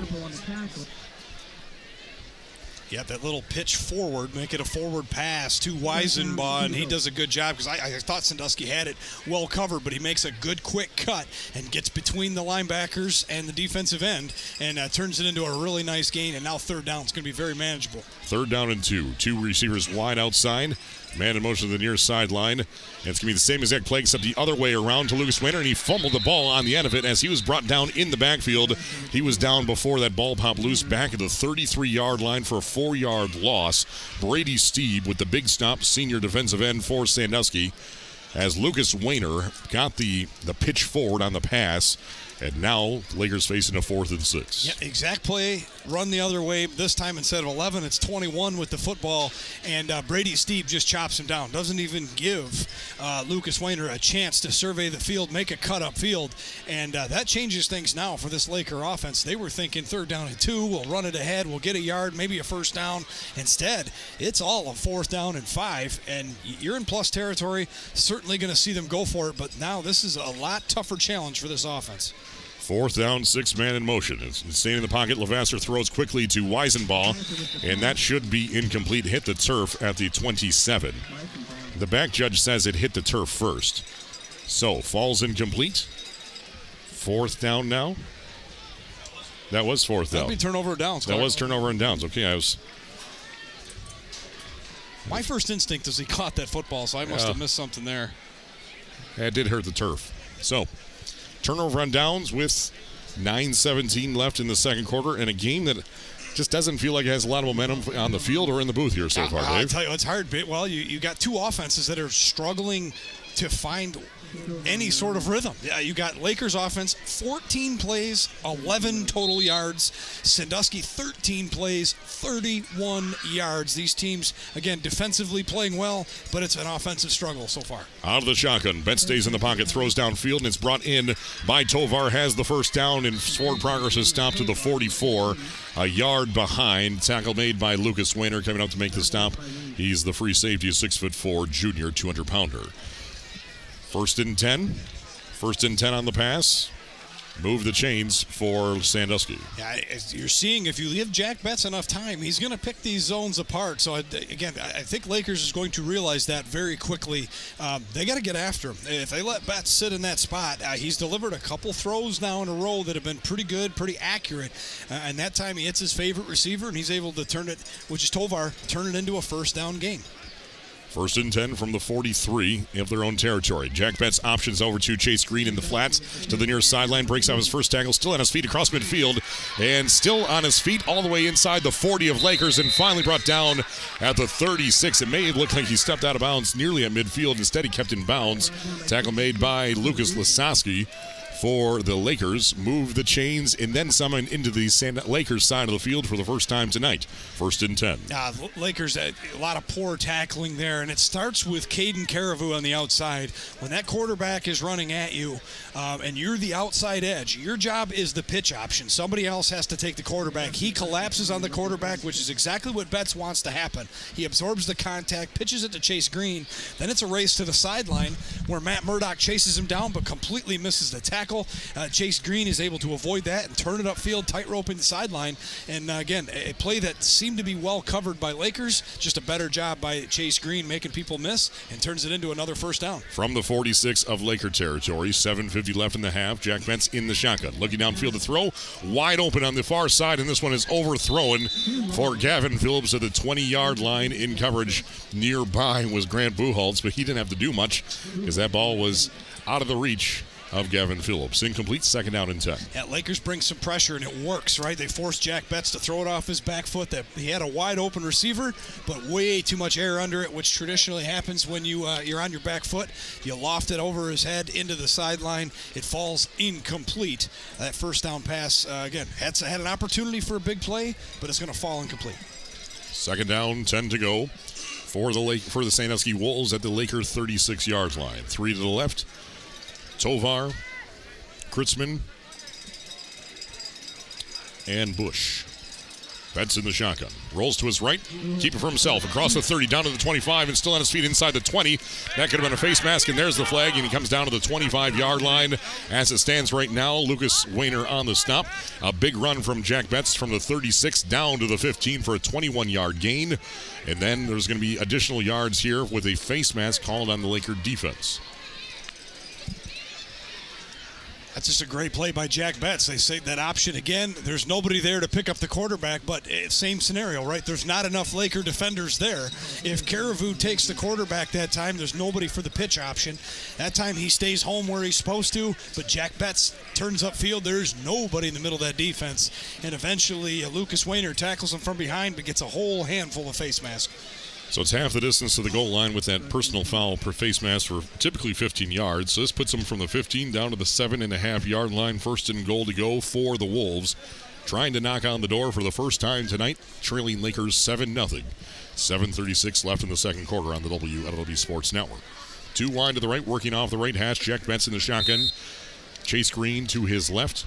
2 receivers wide left as well. Jack Betts looks in pass, and this one is nearly underthrown, intended for Nathaniel Tovar, and instead it was deflected by Grant Buchholz as it was lofted out there. He nearly brought it in as well for an interception. Incomplete, second and goal to go. Yeah, again, a quick curl route, right? Just 3 yards in turn, hoping to take advantage of the soft coverage, but Grant Buchholz doesn't backpedal. He comes right into their wide receiver and makes a really good play on the ball, and he'd probably like to have that one back. I think so. Same formation, same spot, second and goal to go, 7.5 to play in the half. Throwing into the end zone for Nathaniel Tovar. He got pushed in the back by Buchholz. No flag. Falls incomplete. Third and goal to go from the 7.5. Yeah, and that sideline official is going to catch a whole earful from Coach Palmer because that was a blatant, you could call it a cross-check if you were playing hockey in the back.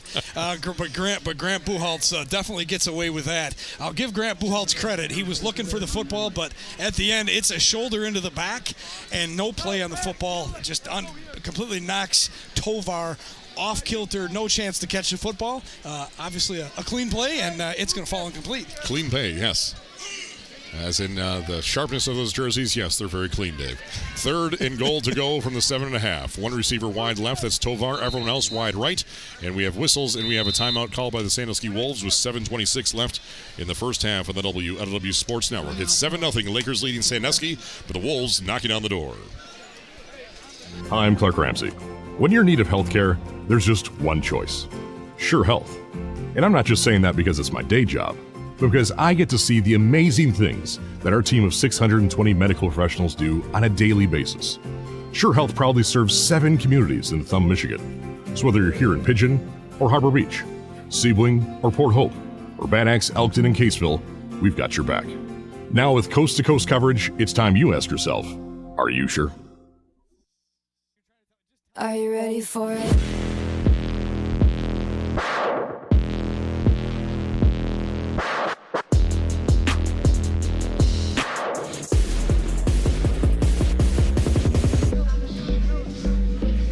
Nothing Lakers leading Sandusky on October 3rd. Most knownly for Mean Girls Day, but now it's Taylor Swift Day. 7:26 left in the second quarter, 7-0. Sandusky trying to get on the board through sending 3 wide to left, coming out of their first time out of this first half. 3rd and goal to go. Yeah, the play we just saw before the timeout, that was the play they scored on last week, where they let Tovar float to the back corner of the end zone. Betts threw a pretty good ball, but this one's a quarterback keeper right up the middle. Lowers the shoulder, falls forward, down very close to the goal line, inside the 1-yard line before forward progress is stopped. Lucas Lasowski saved the touchdown. And so now it's a 4th and goal to go from the half-yard line for Sandusky. 7:10 left in the second quarter. Oh, nice tackle there by Lasowski, but I like the play call on offense even more. You spread out that defense and attack right up the middle, even if you don't get it now.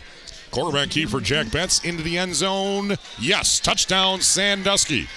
Jack Betts lowers the shoulder and finds himself into the end zone, and we are an extra point away from a tie ball game with 6:58 left in the second quarter. Jack Betts leads the charge down the field and punches it in for 6 points. And now the point after or the 2-point conversion. Sandusky's been known to do both. Yeah, it's a great play call on 3rd down because you get all the way down to the 1-yard line. And as much as you want to score, I was about to say on 4th down, even if you don't get it, now you put Lakers in that same territory of they have 99 yards to go and snapping that football in their own end zone. But Jack Betts is able to power his way in, and Coach Palmer must like what he sees with his offense on the field. He's going to bring him out for a 2-point conversion. Trying to take the lead here on Laker night in homecoming night here in Laker country. Jack Betts stays in the pocket looking to throw down to the corner of the end zone. This one's broken up by number 1, Grant Buchholz, and so Lakers clings to that 1-point lead, 7-6 over the Sandusky Wolves with 6:58 left in the second quarter on the WLEW Sports Network.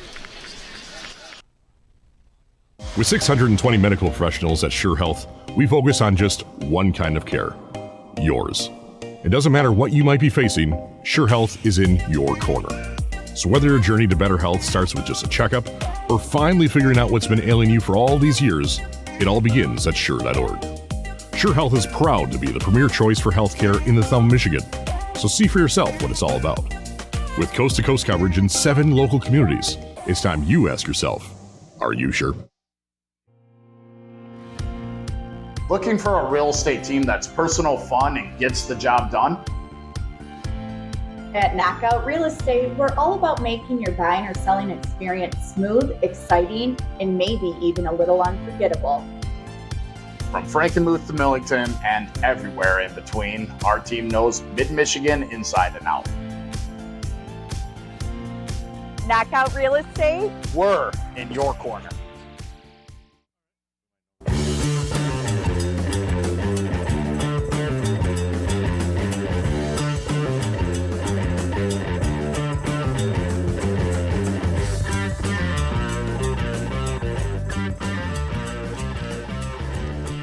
After 4 straight drives that resulted in 2 punts, 1 from each Sandusky Lakers, and a turnover on downs, 1 from each team.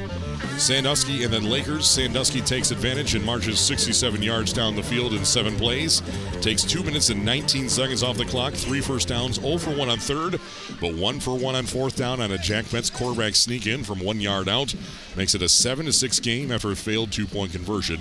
Lakers leading by 1, 7-6. Sandusky with the lone offensive touchdown tonight. Lakers coming on defense. Just going to say, fire up, Clark. We got an offensive touchdown in this game. Let's go. Let's go. I just took a 5-hour energy. Yeah, well, that'll Trying to get going. something going here in my broadcast. 2 wide each way, working off the right hash, and Lakers puts 2 receivers about a breath so step away from the sideline. Staying in the pocket to pass. This pass was intended from Levasseur to midfield to Cade Weisenbaugh, and this one was severely underthrown, falls incomplete. 2nd down and 10 from the 39 of Laker country. Sandusky has everybody on the line of scrimmage except for whoever's playing wide receiver. There is no safety, no help over the top. It is man-to-man, one-on-one.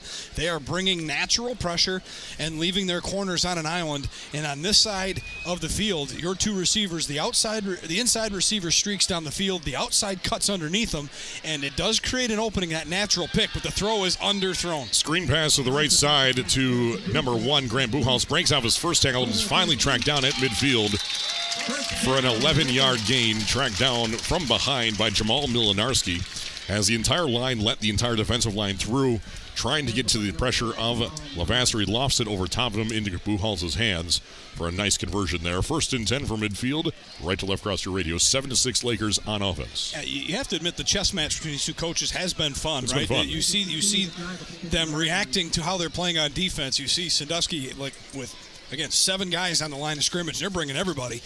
So what does Lakers do? They counter with, okay, bring everybody. We'll just dump a screen pass off right over the top. And these young Sandusky players not recognizing it, and it's an easy completion and nice job after the catch to get a first down for this Laker offense. Man in motion, 1st and 10 from midfield, and it's going to be a quarterback keep for Levasseur. Tries to find a seam, gets out for about 4 yards. His first point in contact was at the original line of scrimmage, and instead gets all the way down to the 46-yard line for a 4-yard gain. Tackle made by Sandusky's Chase Green, outside linebacker and a senior. 2nd down, 6 to go after a 4-yard gain. Lucas Wayner doing his best acting job, right? Just reaching up in the air like that ball went over his head just to draw some attention away from Ben Levasseur, taking it in the opposite direction where Wayner left and turns it upfield, gets maybe 4 yards on first down. From the Sandusky 46, 2nd and 6, sending Weisenbaugh wide left, everyone else wide right. In the backfield, Levasseur and Buchholz. That is Good and Buchholz. Levasseur's under center. A pitch to the left side to Luke Good. Tries to find the edge. He does have the edge, but he instead breaks out of that tackle to the 42. And 3 more white jerseys bring him down, led by Gavin Phillips at the 42-yard line. So when all said and done, after about a 35-yard scamper to the near sideline, forward progress shows him for 3 yards. 3rd down, 2 yards to go from the 42. Yeah, and it started with Jamal Milnarski on defense. He's able to track down the running back and, again, slow down his momentum, force him to reverse fields. We're right into the arms of Gavin Phillips and company. So, like you said, Clark, it was a run play from the far side of the field all the way to our side. He manages 3 yards out of it, but a better job by Sandusky on defense, just not allowing anything easy for this Laker offense. 3rd and 2 from the Sandusky 42, 7-6, Lakers leading Sandusky. Levasseur in the shotgun. Buchholz to his right. Rolling to his right, looking downfield to pass. Now lets it fly. It is brought in by Caden Caribou at the 38 and streaks down to the 37 before he's finally brought down. They mark him down to the 38 for a nice gain there.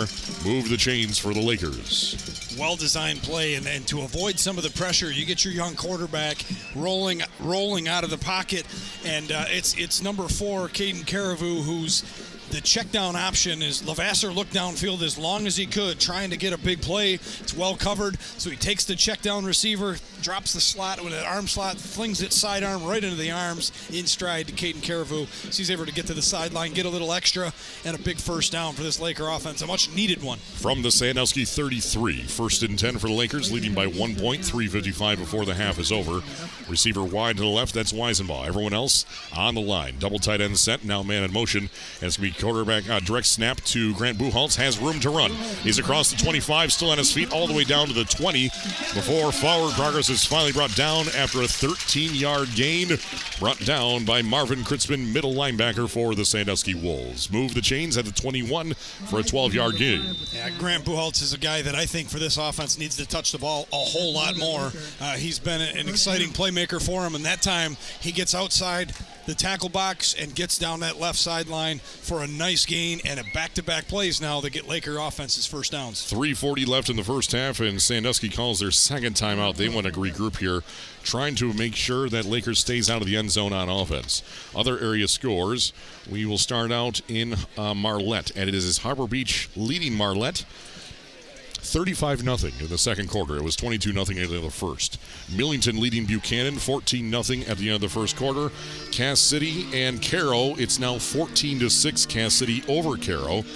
6-0 Ubley over Reese at the end of the first quarter. And thank goodness Schoolcraft is on our updated list tonight here. Schoolcraft 6, Lawton 0. In 8-player football, Peck 16, North Huron 8 in Kindy tonight. Brown City 16, Dryden 12. Kingston leading Bad Axe 30-0 in the first quarter. So thank you to the Thumb Sports Writers Association for updating us throughout the entire night. As that's a highly dysfunctional but highly productive group of individuals in the Thumb Sports Association. We always enjoy the camaraderie between everyone. In our game in front of us, though, it's Lakers 7, Sandusky 6, 3 minutes and 40 seconds left in the first half. Lakers marching down the field. They stand at the Sandusky 21-yard line. And they've said 2 receivers wide left, 2 receivers wide right, working off the left hash. Levasseur has Buchholz on his left hip, now shifts to his right hip. Levasseur surveying the defense. Sandusky bringing everyone up within 5 yards of the front line. Back to pass downfield, beyond the coverage, into the end zone. Touchdown, Lakers. Beats the coverage in man-to-man coverage. And there is Grant Buchholz streaking out of the backfield, down the field, into the end zone for the score. Ben Levasseur connects to Grant Buchholz, 21 yards down for the pass and score. And the Lakers extend the lead back out to 7 points with 3:34 left in the second quarter. Lakers 13, Sandusky 6, as Lakers offense looking a little more productive there on that drive. Yeah, well-designed play. That those two are in the backfield together, and the snap goes to Levasseur, and you see the running back just drip out to the right and then right down the middle of the field, and he just runs right by the linebackers, and a great throw by Levasseur right on the number. And Wayner is 2 for 2 on extra points. It's now 14-6. Lakers leads by 8 points with 3:34 left in the second quarter on the WLEW Sports Network. I'm Clark Ramsey. When you're in need of health care, there's just one choice. Sure Health. And I'm not just saying that because it's my day job, but because I get to see the amazing things that our team of 620 medical professionals do on a daily basis. Sure Health proudly serves 7 communities in Thumb, Michigan. So whether you're here in Pigeon or Harbor Beach, Sebling or Port Hope, or Bad Axe, Elkton, and Caseville, we've got your back. Now with coast-to-coast coverage, it's time you ask yourself, are you sure? 872-3318 or visit dsservicesinc.com.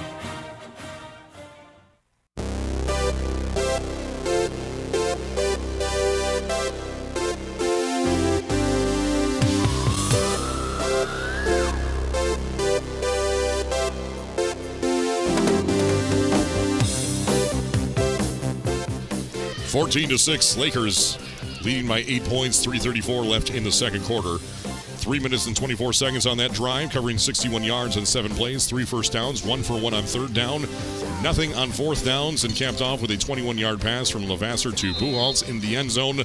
The PAT from Wayner is good. It's 14-6. Lakers over the Wolves by 8 points on homecoming night here in Pigeon, Michigan. Yeah, a really good drive by Lakers. I needed one. They just struggle to find consistency in their offense, and that time they find that rhythm with a mix of run and pass. But again, I think it starts with Grant Buchholz. I think he's the little engine that makes this offense go. And I think if they find him the football a little more, whether it's running the ball or in this case through the air, good things have happened for this offense. I just want this point. I just had someone text me. They care about the Schoolcraft game because they are 20 minutes away from Schoolcraft where they're watching this game. So I apologize, Kendall Anthus. Good to hear from Jeff Snyder, our former employee of Sure Health there, reaching out. Long-time friend and long away from way here, but of course his son, assistant coach for the varsity squad here. 1st and 10 for the Wolves. They trail Lakers 14-6, 3:34 left in the first half. Receiver wide right, 3 wide left. Jack Betts in the shotgun, Chase Green to his right. Surveying the defense. There's the snap, and a quick handoff to Chase Green. Has room to run, and he's across the 25 before the first point of contact is made at the 27-yard line, where he's brought down by Luke Good, outside linebacker and a senior. Sandusky on a little bit of a rhythm here because you look at their last drive and they moved the ball really well. And so far in the first play of this series, more like that. Again, another run play. They're finding that if they stretch out this Laker defense, spread everybody out, the running game has opened up. They found some nice chunk runs, and they got a good one there on first down. Second down, 3 yards to go. Jack Betts option, keeps it for himself, spins out his first tackle, has the first down, and falls forward across the 30 all the way out to the 32-yard line for a 4-yard gain. Tackle made will be credited to Lucas Lasowski as he was falling down at that point. First down and 10 for Sandusky, moving the ball. 2:54 before the half is over. 6 points for Sandusky, 14 for Lakers. And with that option, they run that option right at Caden Carriveau yet again. It's the third time.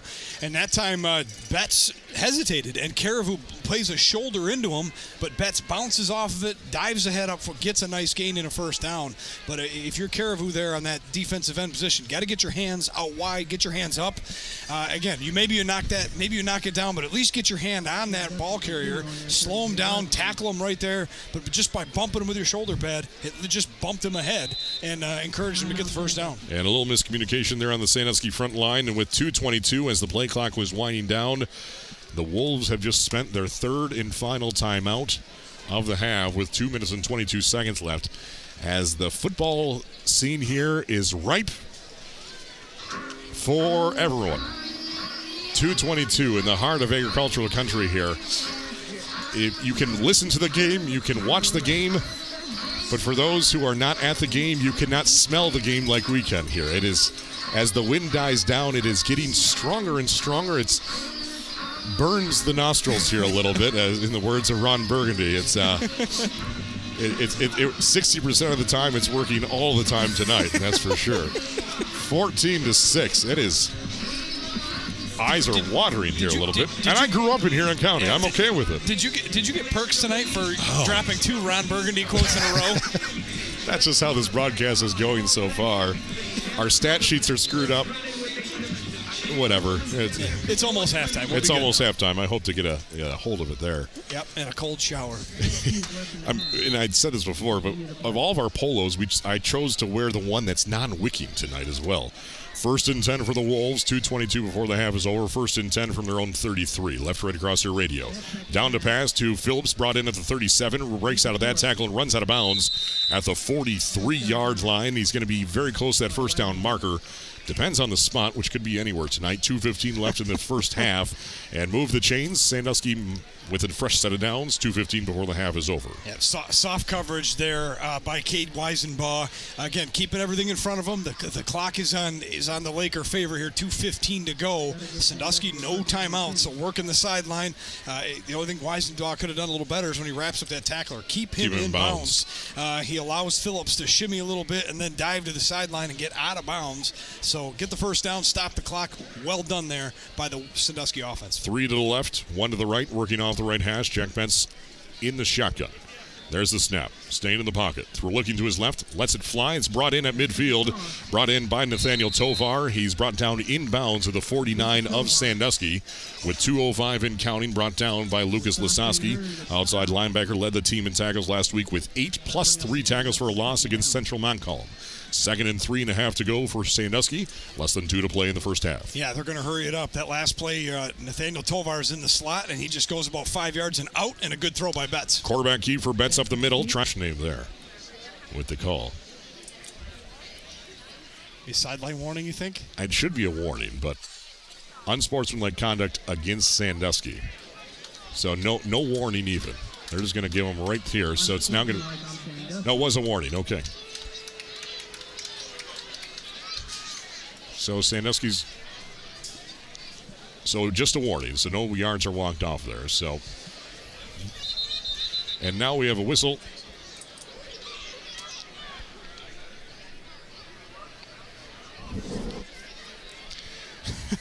As this is, now they're walking off the yards. Now they're on double secret probation. Minute 19 left, and now they walk off 15 yards. Now he just encouraged the Sandusky sideline to give it to him again. At this point, I would get another 15 yards. Why not? Well, you're going to get your money's worth, that's for sure. So now the ball stands at the 33-yard line of Sandusky. It went from a 3rd and 1 to a 3rd and 4 to a 3rd and 21 to now the first down marker is just on the other side of the Clark gas station in downtown Elkton. You didn't have any other plans tonight, did you? I'm going to have to take maybe a shower or two when I get home. I know that. We may be here a while because there is definitely some words being exchanged between the Whitecap and the coaching staff of Sandusky.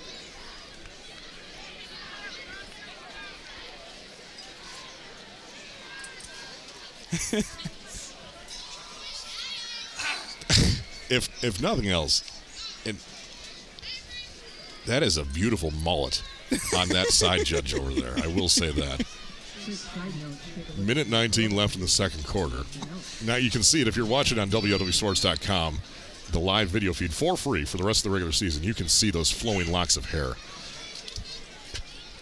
And so there's a heated discussion going on between Ryan Palmer and the Whitecap and the side judge. With a minute 19 left here in the first half. It's been a game of confusion, a game of missteps. It's been a game of defensive touchdowns, and it's a 8-point ball game right now, 14-6 Lakers over Sandusky. The Wolves are in a black hole and quicksand of going from a 3rd and 1 to a 3rd and 4 to a 3rd and 21. I think this is as they're stretching out in their huddle now. This is I think the weirdest part about this game so far is Sandusky has doubled the yardage production of Lakers, and they trail by 8 points. That's how weird this game has been. Harbor Beach now leads Marlette 42-0 in the second quarter. Millington over Buchanan 28-0. Cass City over Caro 20-6. Schoolcraft at halftime leads Lawton 6-0. North Huron over Pecknow 16-8. Brown City over Dryden 16-12. Kingston over Bad Eggs at halftime 52-0. And now these Whitecap comes down to the Lakers sideline. So it looks like the bill passed the House. Now they come over to the Senate to see if it will pass here. And all we'll need to do is just send it to D.C. and we'll get a signature on this one. And this one will be rubber stamped. And we might get to halftime in one piece. If this official timeout goes longer than 15 minutes, everyone goes home with a free curly fry from Arby's. Oh, this is unbelievable. I wish we'd go back in time and go to commercial here, Clark. Because we are in the thick of this one. As it's starting to feel like a lightning delay here, actually. So now Dave Levasseur is talking to the side judge on this side. And so, as of right now, the ball's still at the 33-yard line of Sandusky. Sandusky at one point in their huddle was stretching to stay loose. As we are going to see plenty of cramps later in this game. And there's the whistle, and we are back underway, a minute 15 and counting. 3rd and 21 for the Wolves at their own 33. Sending one wide to the left off the left hash. Quads to the right. Lakers adjust accordingly. Sends the fourth man out in coverage. Jack Benson an empty set. There's the snap. Staying in the pocket, throwing downfield, and lets it fly inside, and it's tipped, and it's nearly brought in by the middle linebacker for Lakers at the 40-yard line. Tipped that one 3 times. Christian Sanchez, middle linebacker and just a sophomore. Knocked 3 times if the answer is yes, and the answer was no. So 4th and 21 now, stops the clock with 58 seconds left. Yeah, even though he didn't intercept, that was a really good play. Get your hands up in the air. He was turned around a little bit, deflected it up in the air, and as he's trying to find it, it comes down and bumps off his arm again. But nonetheless, Sandusky tried to slip a wide receiver right behind him, try to catch a quick slant and go route. But again, good job by Sanchez, knocked that down, and Sandusky will punt. So Jack Betts punts it. There was a green jersey right in front of him, and this is a bad-looking punt. It takes an even worse bounce, and it's brought in at the 27-yard line. So it's a negative 7-yard punt for Jack Betts and the Wolves, almost in the exact same position as last week's bad punt. And now with 49 seconds before the half is over, very similar to the last week's as well, the opposing team has a chance to punch it in for the third time before half is over. Yeah, and Lakers has, I think, two timeouts left here, yes. so the middle of the field is in play for them. But, yeah, it's not very often I've seen a negative punt with no return. That's maybe a first for me, Clark. It's been a while since he golfed with me, too. Ooh, well, the only one that can spin a ball back that far is Dan Banky. I know that's you true. can. And he can do it with a 4-iron. Yeah. I've seen it. 1st and 10 from the 26. On the plus side of the field are the Lakers. 49 seconds left in the half. Trying to punch one in. Levasseur staying in the pocket, throwing downfield to pass into the end zone. Does he have it? He does! Touchdown, Lakers! Lucas Wayner in a beautiful double move at the goal line. Breaks free of his coverage and into the end zone just one play later and 6 seconds later. And just like that, Lakers have blown this one wide open, now leading by 2 possessions with 43 seconds before the half is over. Lucas Wayner, beautiful pass. In coverage there was number 9, Brandon Shampo. And Lucas Wayner brings in the catch for the score. And now it's 20-6 with an extra point team coming out for Lakers. Got to believe Coach Vassar's going to go back to that. He's got to trust his quarterback. It's one-on-one. These Sandusky defenders are undersized. They're doing everything they can to be in good position, which Shampo was, and that extra point is blocked. Why not? Off the helmet of the front line there. And so the extra point is no good, but Wayner gets him 6 points instead. How about that? So with 43 seconds before the half is over, it is Lakers 20, Sandusky 6 on the WLEW Sports Network.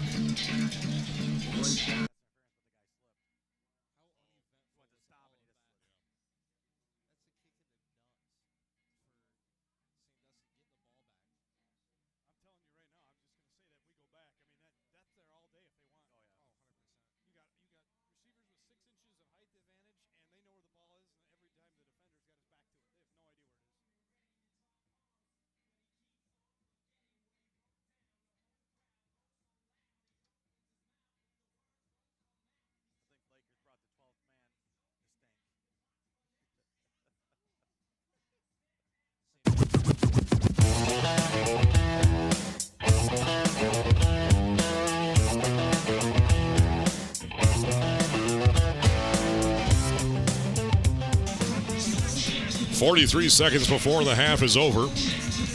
And Lakers punches in their 3rd score of the night, 2nd on offense. Just took them 1 play, covering 26 yards. Wayner brings in the beautiful pass from Ben Levasseur for the 26-yard strike.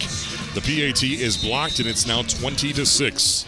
Lakers over Sandusky, and that's going to result as Lakers comes out and goes for the quick huddle, going for the kick, and one of the special teams unit for Lakers went beyond the 40-yard line, so this is going to be 5 yards walked off, and so Lakers will have to kick this off from the 35.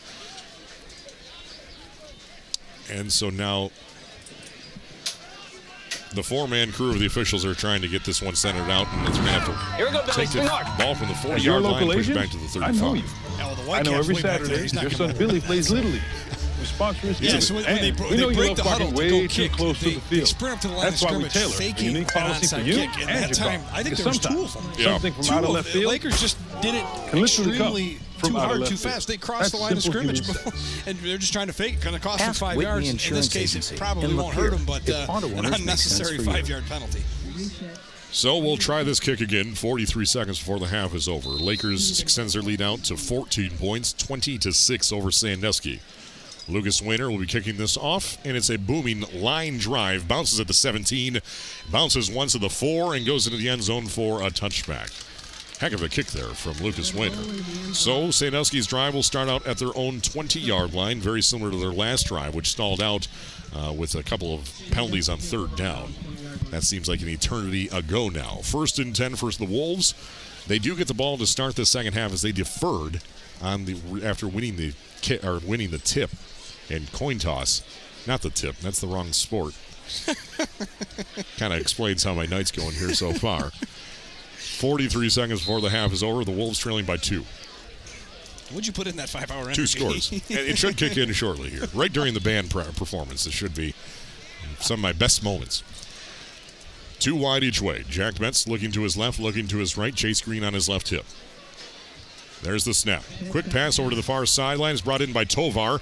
Breaks out his first tackle and runs out of bounds. Do they say in out of bounds? Yes, it is. So it stops the clock as he runs out of bounds to the 32-yard line with 36 seconds left. So there's a first down for Sandusky. They've moved the ball better tonight here so far, and they're getting a little push on the front line. We didn't see that, but Bryce Kiley back in the lineup as well. He's made a ton of difference for this Sandusky team. But again, this is the second week in a row. They had a weird scenario, a hiccup for 5 minutes of time that's cost them 2 touchdowns. Bats back to pass again. This one is going to be overthrown, and it was dangerously in the area of Grant Buchholz as there's an intended receiver about 5 yards away. That's Nathaniel Tovar. I think he may have run the wrong route there, as Dan Benke in our ears saying that, and indeed it was. So stops the clock with 29 seconds left. Second down, 10 to go from the 32 in their own area. Lakers 20, Sandusky on offense with 6 points. Yeah, don't forget Caden Carrefour was on a mission. He was getting around the right tackle into the backfield, created some havoc there on Jack Betts. The running back come over and helps out, but he's going to get a little credit for forcing that throw to be a little bit off as well. 2 wide each way. Jack Betts in the shotgun as he has been all night. There's the snap. Immediately rolling to his right. Play action, looking to pass downfield. Nothing open. Now airs it out, and this is going to go into double coverage, and this is going to be picked off by Lucas Weiner at the 35. He's at the 45 of Lakers across midfield to the Sandusky 40. Still on his feet, the 35. Flag flies, and he's out of bounds at the 30-yard line for Lucas Weiner. And he brings that one in for a heck of a return of 45 yards as it stands 35 yards as it stands right now. But more than likely this one's going to be negated and pushed back because there was a heck of a hold there by the Lakers on the receiving team. It was a heck of a tackle, too. And so this is going to be still with 13 seconds left. Lucas Weiner brings in an interception. That's the second interception for the green and white tonight. The first one came on the very first play of this game, which resulted in a touchdown for Luke Good. This one, Lucas Weiner went up for the jump ball into double coverage. This one had a little bit too much air underneath it. Yeah, and it came very late as well. He may have had him early, but by the time he saw it and heaved that ball up in the air, it was way too late. And there were multiple Lakers there to go for that jump ball. And they're a little bigger, a little taller, and we're able to get that ball at its highest point, pick it off, and turn it into instant offense. But a hold on the return is going to back that ball up almost to midfield with 13 seconds left on the game clock. So this marches him back 10 yards from the spot of the foul. So the Lakers will take over on the plus side of the field at the 48-yard line. 13 seconds left in the half. Already leading by 2 scores, 20-6. And they send 3 wide to the right, 1 to the left. And it's a snap to Ben Levasseur. Looking to pass, and he's going to be sacked back in the backfield by Chase Green yet again. And that's his second sack of the evening. And a timeout called by the Lakers. They want to get one more shot at the end zone here before the half is over with 7 seconds remaining. I think that's Chase Green's second sack tonight, yes, of the evening. Good job there as they were trying to get something downfield. Levasseur rolled to his right to try and buy a little more time, but Chase Green is able to jump the gap there, tackle him in the backfield, and get that sack. So Sandusky has thrown 2 interceptions tonight. 2 turnovers in favor of the Laker defense, and they lead by 2 possessions.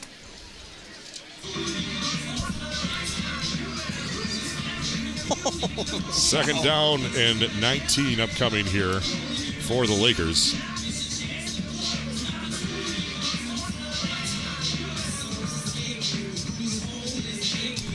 I don't even know.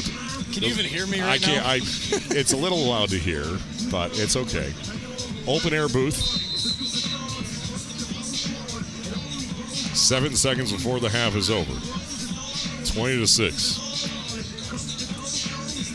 I think this is a good opportunity to say if you can't hear this music, come check out Thumb Audiology in downtown Bad Axe. Stephanie Benke, audiologist, will take care of you. Second down, 19 to go. 2 wide each way. Levasseur in the shotgun. Buchholz on his right. Back to pass, screen pass to Buchholz, brings it in.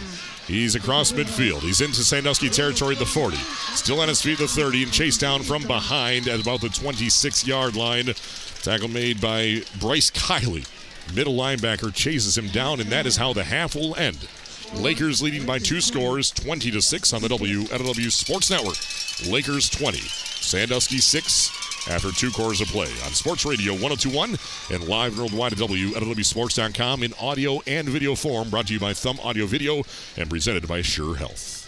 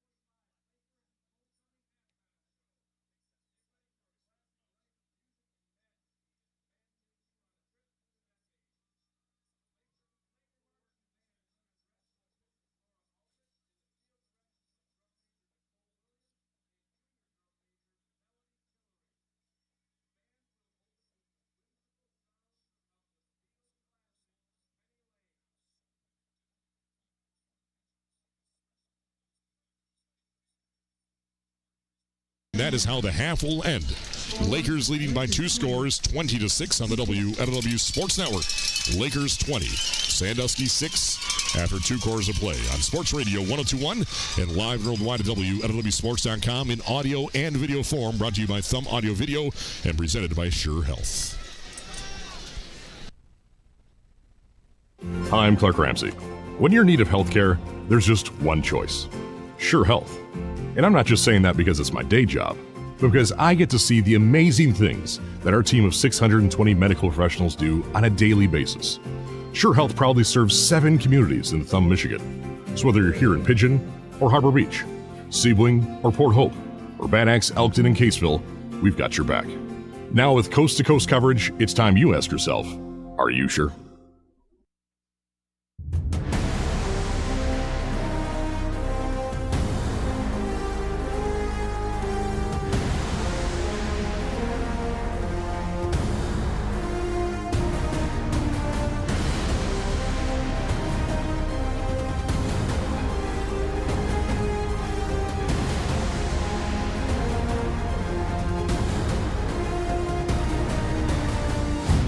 You're listening to the WLEW Sports Network. Sandusky trails the Lakers 20-6 at halftime. And now we listen in to the Laker marching band on the field right now with a 14-point lead on toe on homecoming.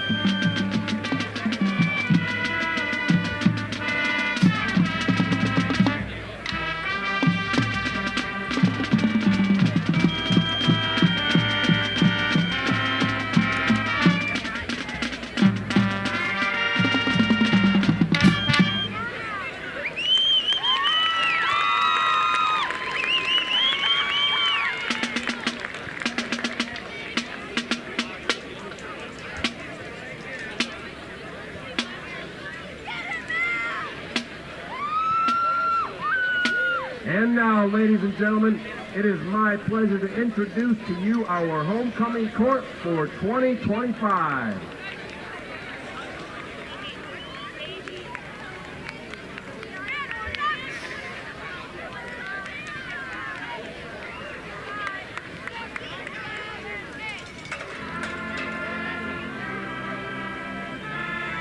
Representing the freshman class are Savannah Sherrard and Walter Hagg.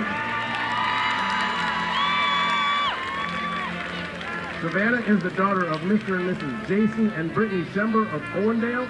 Walter is the son of Mr. and Mrs. Robert and Amy Hagg of Seaway.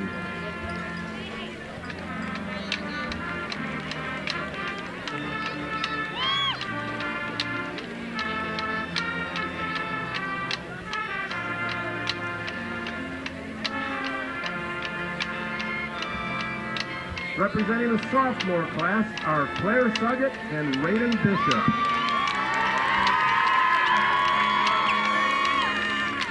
Claire is the daughter of Mr. and Mrs. Chris and Kristen Suggett of Pigeon. Raiden is the son of Mr. and Mrs. Leonard and Michelle Haleski of Bad Axe.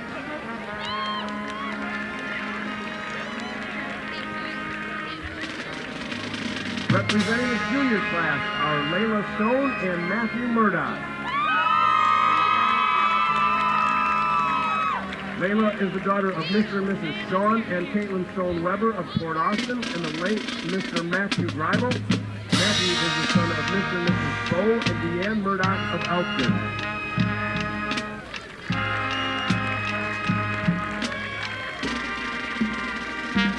And now, ladies and gentlemen, the senior king and queen candidates.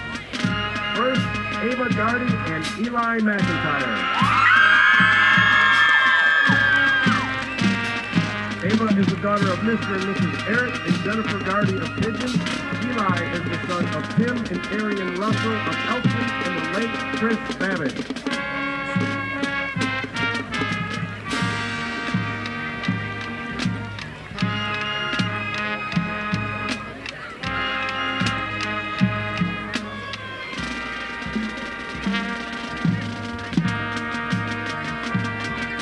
Next is Lakin Crone and Michael Bruce. Lakin is the daughter of Mr. and Mrs. Stephen and Mandy Crone of Elkton. Michael is the son of Mr. Stephen Bruce of Caseville.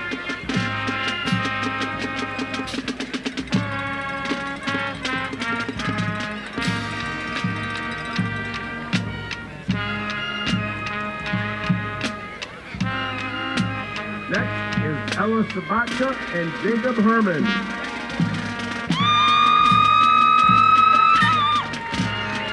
Ella is the daughter of Mr. and Miss Kenneth and Lisa Sabatka of Kindy. Jacob is the son of Mr. and Mrs. Joshua and Melissa Herman of Elkton.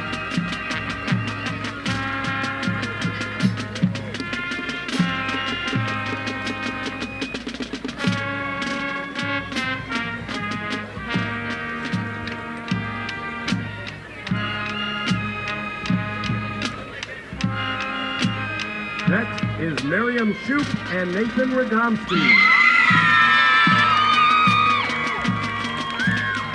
Miriam is the daughter of Mr. and Mrs. David and Nicole Shoup of Elkton. Nathan is the son of Mr. and Mrs. Daniel and Amy Radomski of Bad Axe.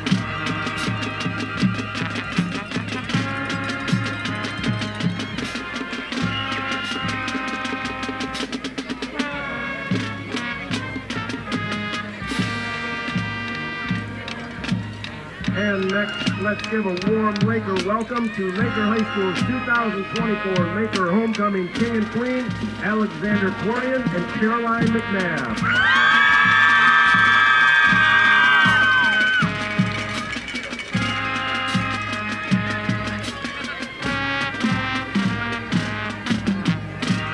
At the pep assembly this afternoon, the boys representing their classes were honored, and our 2025 King was proud. Congratulations to Eli McIntyre.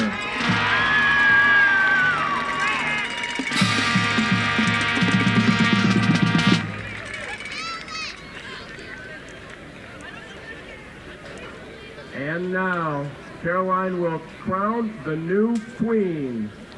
Drum roll, please. For our new 2025 homecoming queen, Ava Gardy.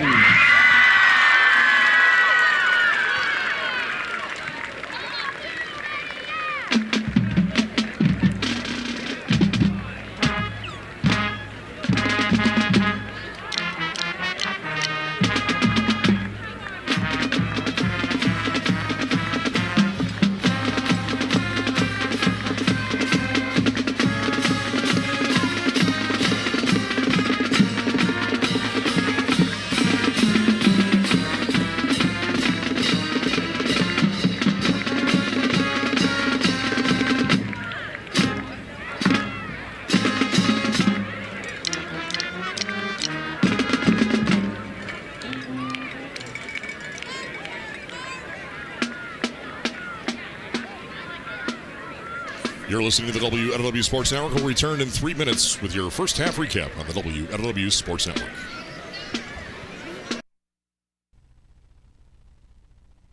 With 620 medical professionals at Scheurer Health, we focus on just one kind of care, yours. It doesn't matter what you might be facing, Scheurer Health is in your corner.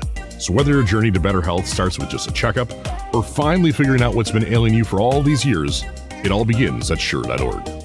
Scheurer Health is proud to be the premier choice for healthcare in the Thumb, Michigan. So see for yourself what it's all about.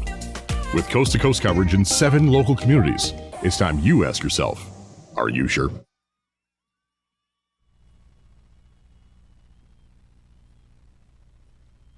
AVS is ready for everything. Make the switch to see what better internet is all about. Pair both of these providers together and save more with the Partner Services discount. So enjoy the game. And remember that Thumb Cellular and AVS Broadband are here to keep you connected.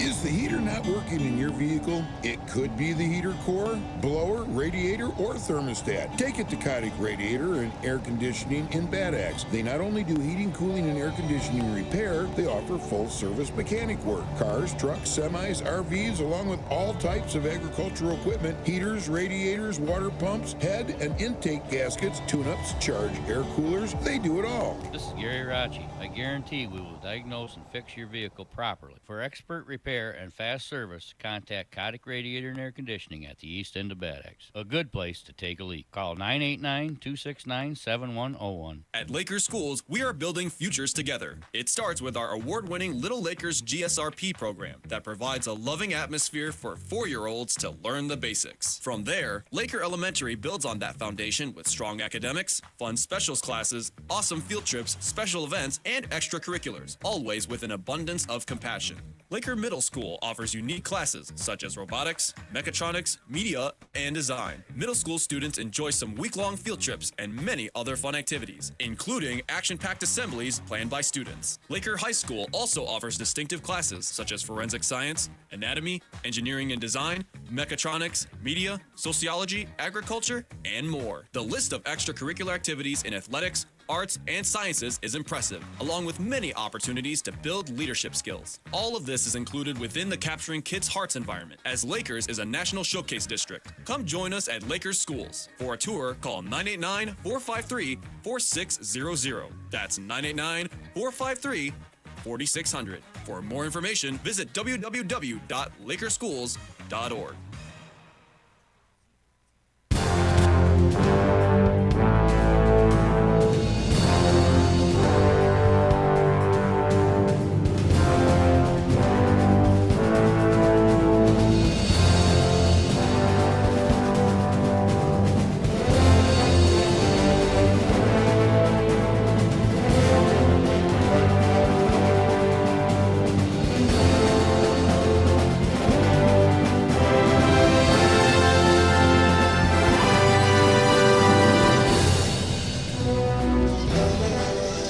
Listening to the WLEW Sports Network at the half when we find the Elkton Pigeon Bayport Lakers on top of the Sandusky Wolves 20-6. It's been a back-and-forth game. It's been close. It's been distant. It's been blown open. It's been closed back shut.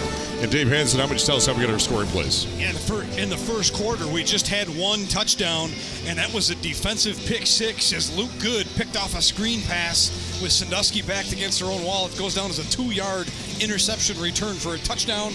Wayner would kick the PAT, and at the end of the first quarter, it was 7 Lakers, Sandusky nothing. In the second quarter, though, Sandusky would respond. On a Betts 4th and goal from the 1-yard line, he punches it in for the touchdown.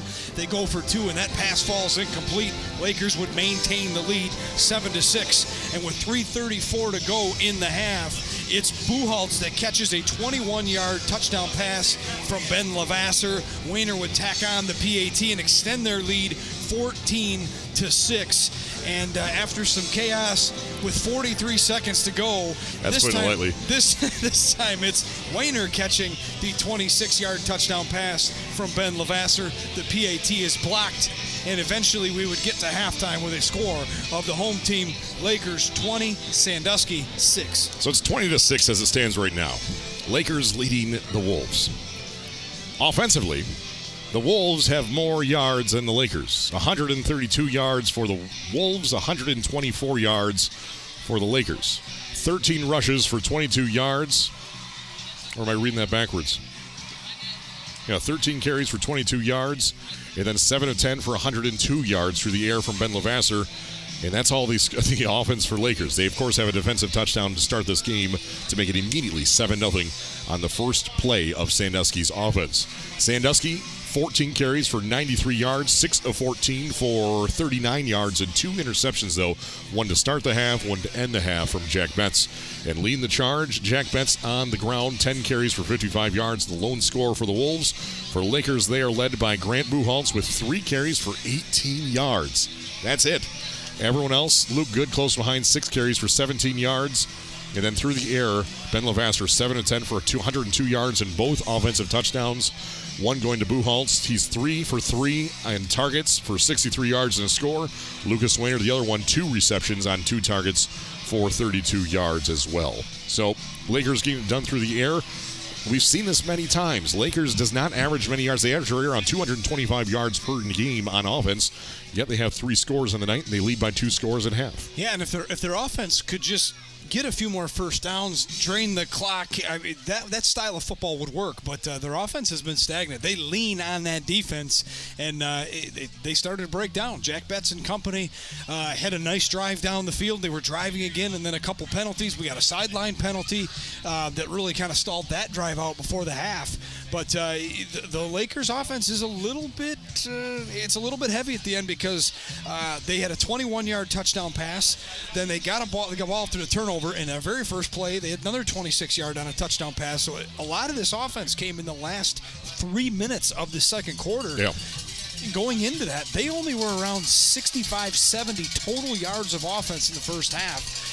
Like I said, they had the back-to-back touchdown passes, and then they threw the screen pass as time expired, which got them another 25 or 30, which was completely there was no real chance of them scoring. They were just running extra plays, and that's going to boost their yardage, but it's been a struggle on offense for both teams.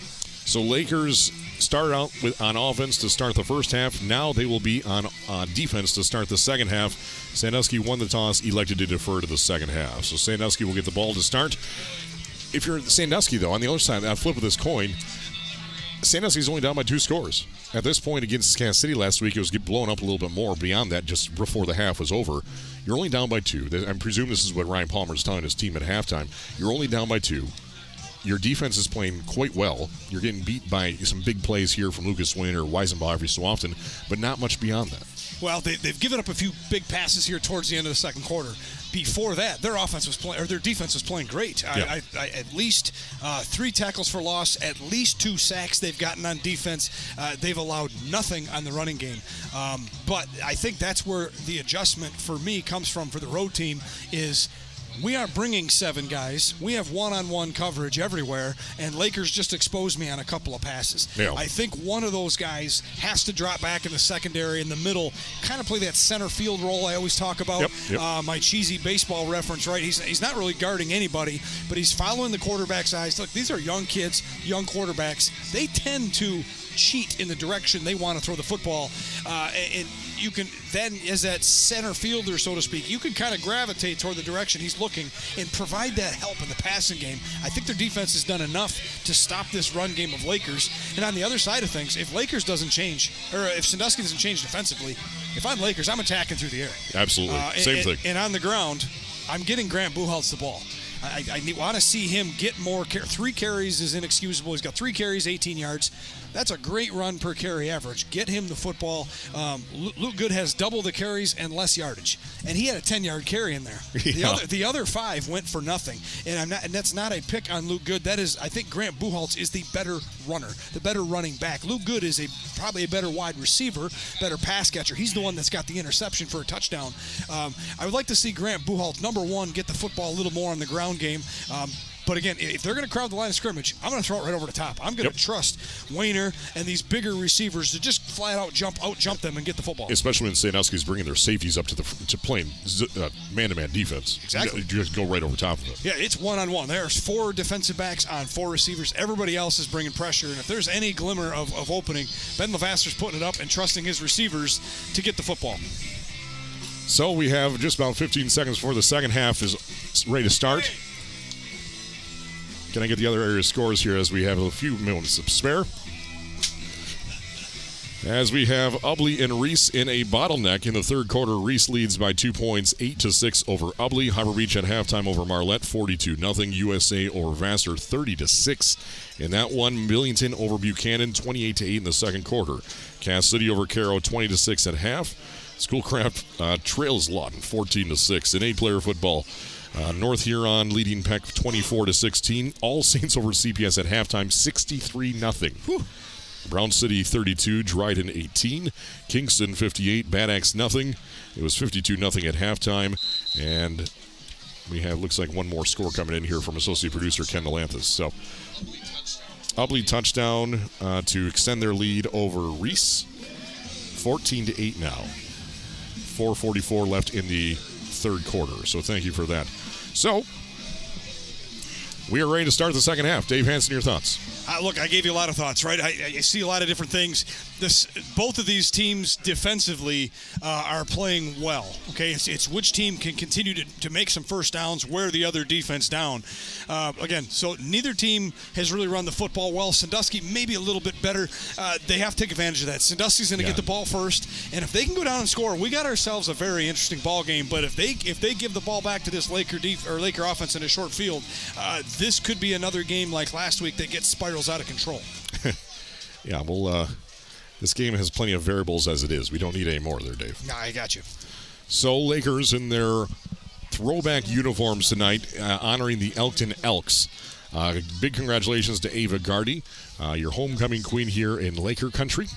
I'm sure that's some relation, perhaps, to George Gardy, a longtime coach here in Laker country. As Lakers going with I'd call it a muddle huddle kickoff here, and now they line back up to normal. So Lucas Winter will be kicking this off for the Lakers as they lead by 14 points, 20-6 over the Sandusky Wolves. We're at the halfway point. 12 minutes are on the board to start this third quarter. Lucas Winter's kick, right to left across your radio, comes down inside the 20. Actually, no, out of bounds at the 23. So this will be an illegal procedure, and Sandusky will have the option if they want to kick this off again or take it at the 35-yard line.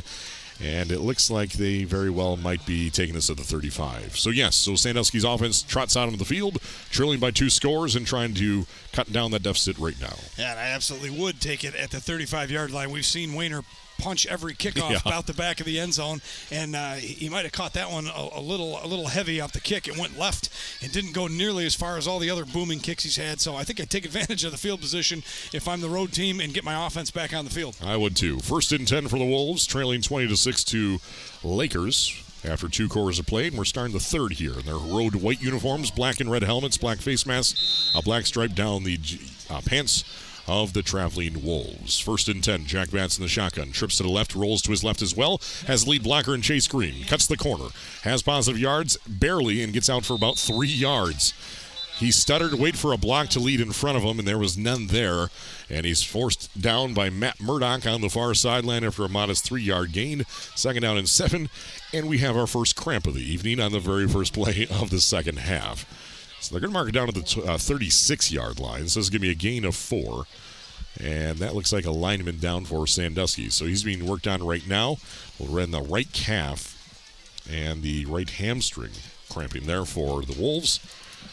And just when we got this momentum going again in the second half, Dave Hansen, let's just bring it to a screeching halt. Yeah, well, I'm actually surprised it's taken this long to have our first cramp. It is warm out there. It's starting to cool off. It's a beautiful evening. No complaints, obviously, but a little warm for those guys down there.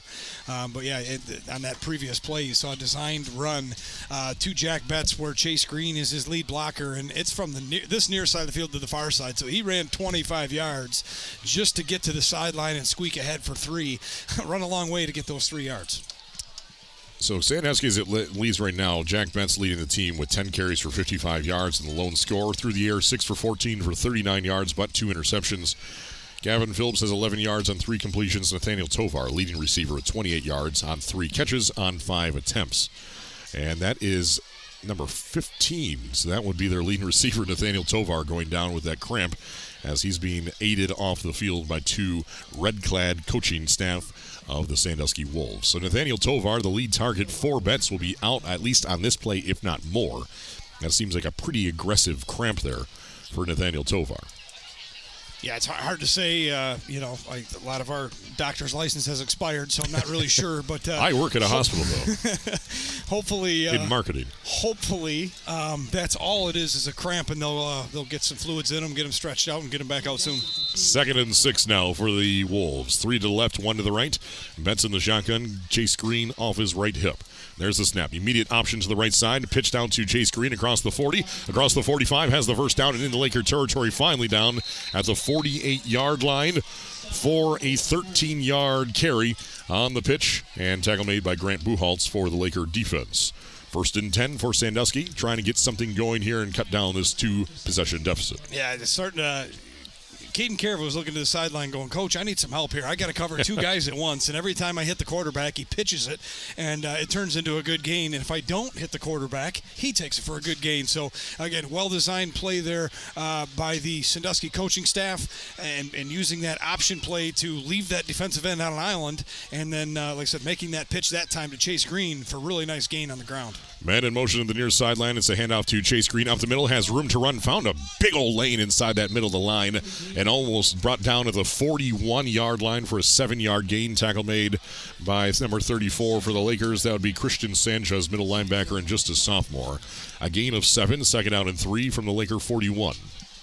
Yeah, Marvin Kritzman gets a high five there for his blocking. He's the man that comes in motion, and then when the ball is snapped, he conveniently is right there to then turn upfield. The offensive line creates the hole. Kritzman leads the way, picks up the linebacker, and seals that funnel for Chase Green to run through, and they get another nice gain, that one for about 8 yards on 1st down. 2nd down, 3 from the Laker 41, 20-6. Lakers on top of Sandusky. The Wolves looking to the sideline for perhaps an audible here. Play clock at 2 seconds. There's the snap. No snap, and it's going to be a delay of game. They're going to, instead of a 2nd down and modest, it's going to be a 2nd down and 8 as they completely lost idea of when the play clock was hitting 0, so they're not even going to burn a timeout and instead walk off 5 yards in the negative. Yeah, good thing they got a good gain on 1st down. They just give most of it back, but it's still 2nd down. And 8. Yeah, an 8, 7.5 or so to go. So they're back at the Laker 46-yard line as Jack Betts gets the call from Ryan Palmer. Trots back into the huddle to tell his other 10-clad Wolf jerseys. 20-6, Lakers by 14 points on homecoming night here. As Sandusky comes back to the line, sending wide to the left. That would be number 13, Carter Bush, as well as Marvin Kritzman, wide right. 2 more receivers, Jack Betts in the shotgun. Man in motion to the near sideline. It's going to be handoff to Chase Green up the middle. Breaks out of 1 tackle and it was not going to get out of the claws of the 2nd tackle, which is brought down at the 44-yard line for a 2-yard gain. Sanchez on the stop, and as well as Lucas Wayner for the Laker defense. And now, because of that penalty, goes from a 2nd and 3 to a 2nd and 8 to now a 3rd and 7. Yeah, just they went right back to that first down play where Kritzman comes in motion and becomes the lead blocker, but definitely a different story as the front of the Lakers doesn't allow that hole to open, and they get Chase Green after a 1-yard gain. 3rd down 7 from the Laker 44.5-yard line. Left to right across the radio, sending 3 to the left, 1 to the right, 3 yards inside the right hash. Left to right across your radio. Jack Betts calling and barking orders. Taking his time, settles under in the shotgun.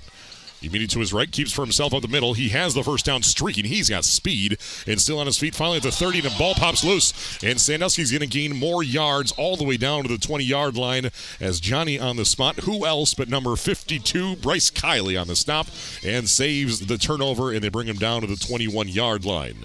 So, when all said and done, Bryce Kiley saves the possession, and Jack Betts is going to be credited for a 23-yard carry. No, excuse me, that's 62. 62, okay. Ryan McKinney. I really like Bryce Kiley. And he's 52, right, yeah. You're he's not 52. far off, okay.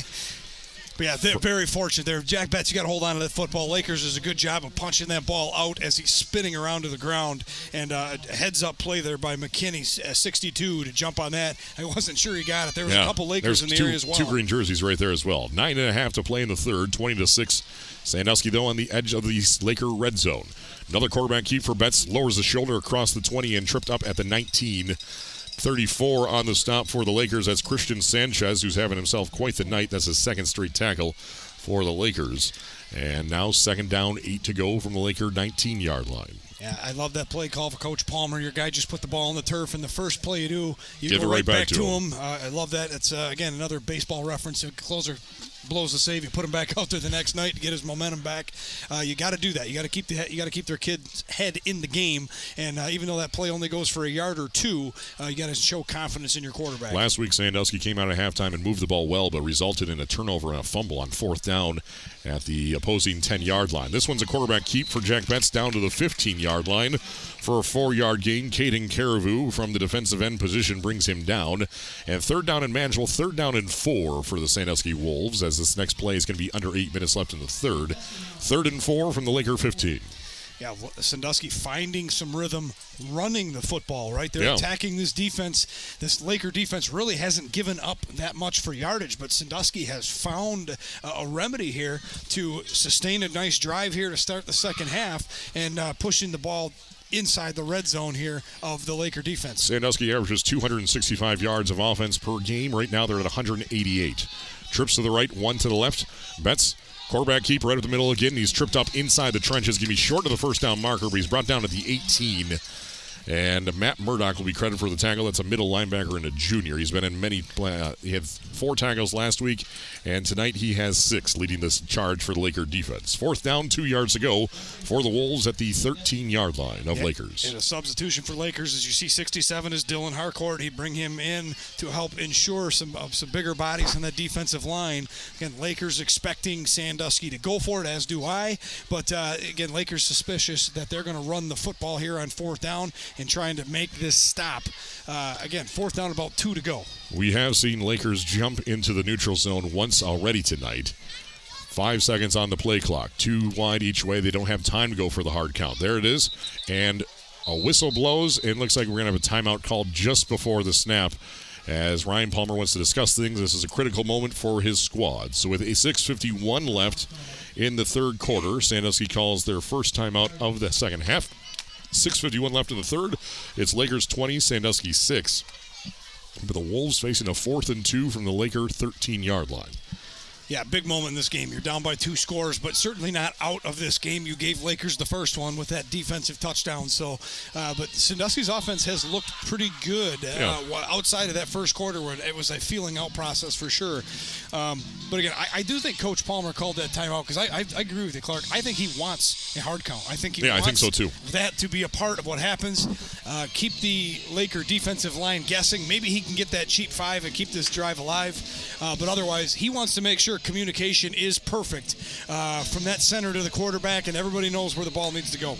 So it's a 4th and 2 from the 13. Like I said last week, Sandusky came out of the halftime locker rooms, marched the ball from the 18-yard line, their own territory, marched 72 yards down the field in 12 plays. But then on the 4th down, They dropped the snap. As it was a good snap, but then Betts just dropped it. And then it was fumbled and recovered by Cass City on 4th down. It didn't matter anyway. And so now Sandusky trying to avoid that on a 4th and 2 from the Lakers 13-yard line. They trailed by 2 scores, 20-6. 3 wide to left, 1 to the right. That would be Gavin Phillips. Betts in the shotgun, Chase Green on his left hip. There's the snap, and it's going to be a quarterback keep, and he's brought down in the backfield for a loss of 3. Lakers read that one well. Luke Good brings in the tackle and the sack. That's the first negative yard play for the Laker defense. And then Jack Betts threw the ball in frustration. And this is going to be a 15-yard walk-off on unsportsmanlike conduct on the Sandusky Wolves. Yeah, I'm not sure what was said or what was at the bottom of that pile, but Jack Betts was not happy when he stood up and he fired that football pretty hard at the back of a Laker player. So Sandusky marches down the field from their own 20 down to the 13-yard line, stops at the 16-yard line is where the drive will end.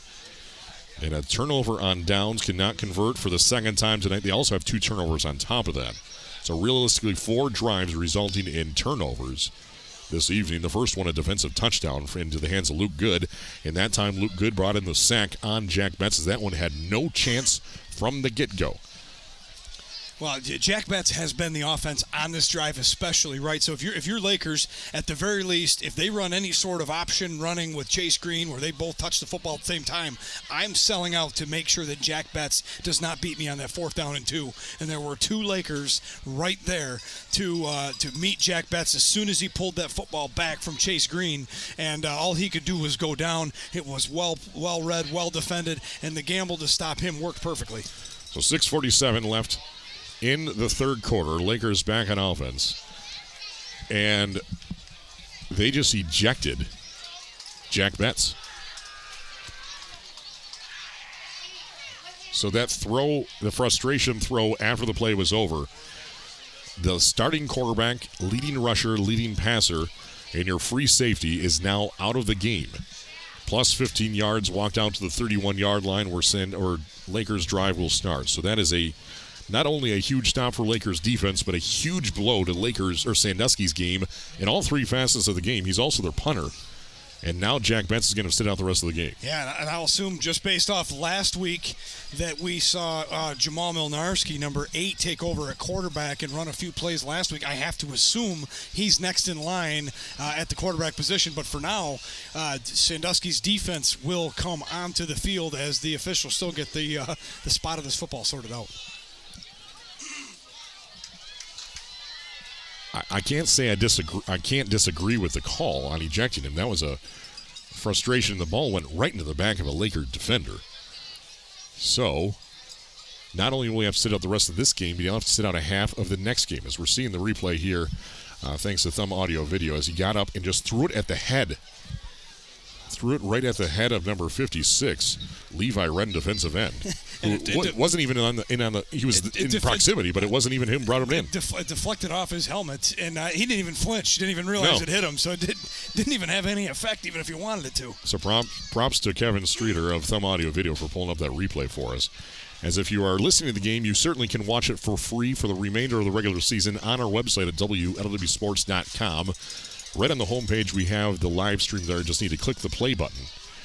As that was a bit of a bizarre play. This whole night's been bizarre. As it's a survive and advance night here for the Lakers. With a win tonight, they can clinch at least a share. They can win it outright next week as they take on Millington. Yeah, which the way it's setting up should be a fantastic game with the way Millington's played this year. They kind of been playing a similar game to Lakers, right? They haven't really blown the doors off anybody, found ways to win, lost in overtime to Cass City. That should be an evenly matched game next week. So I'm not quite sure what the delay is here at this point.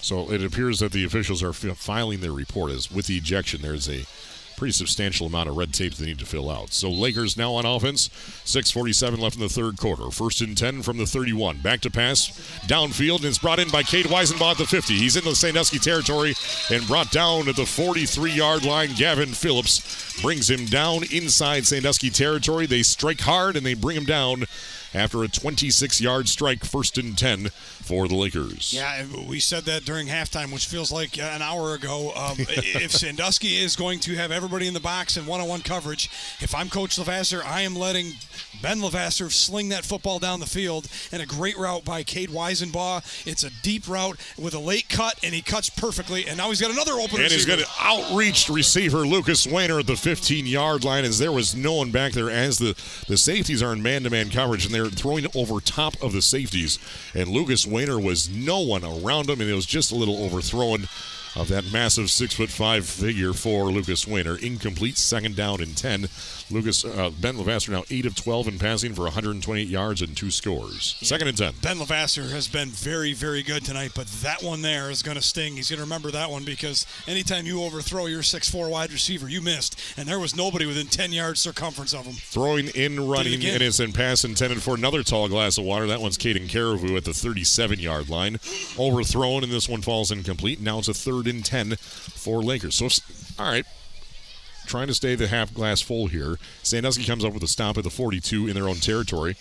Does Lakers go for it? Do they punt it away, or what do they do here? I think they have to go for it regardless. It's 3rd down and 10. If I'm going to go for it, I want to at least get 4 or 5 yards to have a chance. 4th down and 10, I think I just trust my defense. But you've just called 2 great plays, and your quarterback has overthrown both of them. He had 2 open receivers down the field and 1 to the sideline. Overthrow it. You got to settle him down and just keep calling your plays. In the shotgun, staying in the pocket, going for a screen. It's intercepted by Sandusky at the 47. The middle number 50, Garrett Badgerow, number 60, Brady Steeb, defensive end, 5'7", 190-pound senior, brought in the pass as they're going for the screen. Ben Levasseur had to elevate to throw that one, threw it right into the hands of Brady Steeb, and Sandusky's defense grabs the ball back, keeps Lakers out of the end zone when suddenly it looked like Lakers had all the momentum on their side, and now with 6:24 left in the third quarter, Sandusky is back on offense with Jamal Milnarski at quarterback, and they have the ball at their own 47-yard line with 6:24 left in the third. Lakers 20, Sandusky 6. Well, nice halftime adjustment because Aiden, number 0, I believe is Gavin Phillips, was all over the quarterback and forced, again, that jump throw. But the rest of the defensive line didn't over-pursue like we've seen a couple other times. They stayed back. That's where Buchholz was, and they threw it right into the arms of Brady Steeb. And that's one of the big mistakes that Lakers has made on offense. The handoff to Chase Green up the middle, and there are green jerseys all over him after a 2-yard gain out to the 49-yard line. Tackle made by the Lakers' Matt Murdoch, Levi Wren, defensive end, 6'2", 200-pound senior. And there's going to flag fly, and this one more than likely is going to be on. It appears that it's on Lakers. It's going to be a personal foul. Look, they're trying to get Chase Green. Some sort of yank. Yeah, they're trying to get Chase Green to the ground, and he's battling, and they blow the whistle to kill the play. And, again, face mask. They're actually getting for a face mask. It's going to be Luke Lasowski, number 6, was in on that play for sure. So more free yards for Sandusky, now into Laker territory. As just a moment ago, it looked like nothing was going to stop the Lakers. Now Sandusky has the ball inside Laker territory, trailing just by 2 scores, and we still have 18 minutes and change in this ball game. Like I said, I hope you didn't have any other plans tonight. So 15 yards are walked off, and now there's going to be 1st and 10 for Sandusky at the Laker 38-yard line. Look, that's a big penalty. Face masks are tough. I mean, you're just trying to get that running back to the ground. Lakers did an excellent job of stuffing him at the line of scrimmage. Credit Chase Green for battling like he was, fighting for that extra yard or 2, but was able to draw that penalty. You can't grab the face mask. Going to cost the Laker defense 15 yards. And so far, Sandusky now gets good field position. And we have a whistle, and this is going to be a false start, it appears, as Jamal Milnarski was going for the quarterback keep on an option to the right side. And as Milnarski just threw the ball to the umpire, and he didn't see it coming. So false start on Sandusky. 5 yards are walked off, and this snap will be now at the 43-yard line of Lakers. 1st and 15. 5:59 left in the third quarter, and we have just reached 9 p.m. on your clock. 5 other games in the area are finals. That's not a stat I wanted to hear. 1st and 10. 1st and 15 for Sandusky. Trips to the left, 1 to the right. Milinarski going to the screen to the far sideline. Brought in by Phillips, gets to the line of scrimmage, and maybe a yard beyond that as Luke Good grabbed him immediately upon reception and gets a one hard-fought gained yard on the reception. 2nd and 14 now for Sandusky. Stops the clock, thank goodness, with 5:33 left in the third. Yeah, it's a very good job by Lakers, right? Again, Sandusky utilizing that screen game to try to get the ball to the sideline quickly, but linebackers and defensive backs were able to get over there quickly, not allow anything after the catch for the receiver for Sandusky. 2 wide each way. In the shotgun, Milinarski. Filling in for Jack Betts, who was ejected from this game. Milinarski in the option, keeps for himself, runs into a pile at the 41, and it's going to be a 2-yard gain. Matt Murdoch will be credited for the tackle for the Laker defense. That's his 7th tackle this evening. 3rd down and 13 for Sandusky at the Laker 41, trailing by 14 points, 20-6. Yeah, and we know as a sophomore, we've seen enough last week that we know Jamal Milinarski can throw the football down the field, but he's not Jack Betts, right? Jack Betts is your starting quarterback, gets all the reps. We've seen him make those throws down the field, and on 3rd down and 13 to go, this is a scenario where you'd like Jack Betts to drop back and throw one into the teeth of this defense. It sure appears like Lakers is going to drop back into that zone and force Milinarski to find somebody open. And throws to the near sidelines, brought in by number 5. That would be Marvin Kritzman. He's across the 35 and brought down to the 33, well short of the first down marker. But sets him a 4th down and manageable, brought down by Grant Buchholz out of the secondary. So it's going to set up a 4th and 5 to go for the Wolves. Clock rolls under 4.5 in the third quarter. Lakers 20, Sandusky 6. Yeah, but that's a big throw by Milinarski. He put some air under the ball, got it over the out-jumped Luke Good's arms, and drops it right into his receiver, Marvin Kritzman's arms. So at least now the 4th down and 4.5, 5 yards into the Laker territory gives you a lot more confidence that you can make a first down from that yardage. 4th and 5 for Sandusky at the Lakers 33-yard line. 4 minutes left in the third. Pass over into a wide-open receiver, and it's tipped, but it's brought in by Gavin Phillips, and he's going to be very close to the first down marker. Looks like he's short by maybe a half a yard as he tried to outstretch his hand before coming down.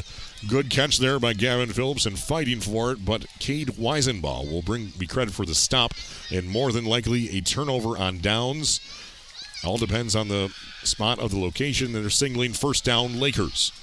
So crisis averted for the Lakers after throwing a first interception of the night, and now the Laker offense back on the field. Yeah, that ball was deflected over there by a defensive back and still somehow bounced in the area for Gavin Phillips to catch it. And as he battled for extra yards, good job by Cade Weisenbaugh to not allow any extra yards after that completion. And they're going to mark him about a yard short of that first down marker. So the Laker defense stands tall with 3:54 to go in the third quarter. Their offense come back on the field. And staying in the pocket, throwing downfield, and it's brought in by Caden Caribou with the 35. He's still on his feet into Sandusky territory at the 40. Down to the 30, the 20, the 15, the 10, 5. Touchdown, Lakers! Caden Caribou brings in the pass, and 71 yards later into the end zone for a score. And the Lakers blow this game wide open once again. 3:42 left in the third, and now Lakers leads by 3 scores. 3:42 left in the third quarter. Levasseur connects with Caribou, and the rest is history. Yeah, and I love it again because your young quarterback just threw an interception the last time he had the ball. So what do? You dial up play action. You let him throw it again on first down. And, again, it's not a complicated thing for Caden Caribou. He's in the slot on the right-hand side. He just drags across the screen, just across the field right towards us. It's only about a 6-yard route, but comes all the way across. He wins the foot race, and Levasseur dumps it in his arms. When he turns upfield, again, everybody's a man-to-man coverage. There's nobody there. And he's able to just outrun everybody down the left sideline for a touchdown. And the extra point from Wayner is good. It is now 27-6 by 21 points. The Lakers lead the Sandusky Wolves with 3:42 left in the third quarter on the WLEW Sports Network. With 620 medical professionals at Scheurer Health, we focus on just one kind of care, yours. It doesn't matter what you might be facing, Sure Health is in your corner. So whether your journey to better health starts with just a checkup or finally figuring out what's been ailing you for all these years, it all begins at Sure.org. Sure Health is proud to be the premier choice for healthcare in the Thumb, Michigan. So see for yourself what it's all about. With coast-to-coast coverage in 7 local communities, it's time you ask yourself, are you sure?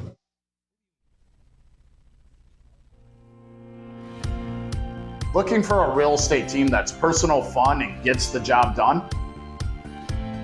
At Knockout Real Estate, we're all about making your buying or selling experience smooth, exciting, and maybe even a little unforgettable.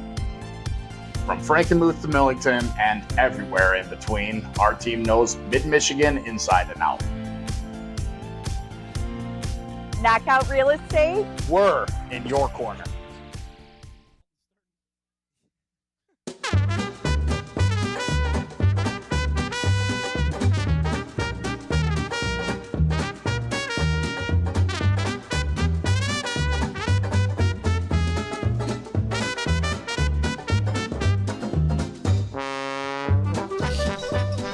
This sounds like a better soundtrack for tonight's game. 27-6, Lakers lead by 21. Very fitting. That's no slight to either team. It's just a comedy of mismanagement. I don't know what facet. As the kick comes down to the 9-yard line, it's picked up by number 13, Carter Bush, and he's in trouble, and he gets out. He breaks free of his second tackle and gets across the 15 and out to about the 18-yard line before he's stopped by Lucas Lasowski on special teams, also starting outside linebacker. So, the Sandusky Wolves back in offense. They now trail by 21 points, 3.5 to play. Still in the third quarter. We got plenty of football left here as they trot the offense back out with their second-string quarterback, Jamal Milnarski, as Jack Betts was ejected on the first drive of the second half when he threw the ball at the back of a helmet of a Laker defender and was ejected promptly after a turnover on downs. And so now Jamal Milnarski he's 3 for 3 through the air for 14 yards, so that's the good news. Yep, and just his last pass just come up a yard short of that first down marker on that completion. So, 3 of 3, good start for him, just 14 yards, but got to take care of the football, which he has. And now we have an official timeout as the officials are trying to square something away here at the 18-yard line. 3:34 left in the third quarter. As it looks like we have some sort of clock issue as they're trying to wire the message through the Union Pacific here up to the tower.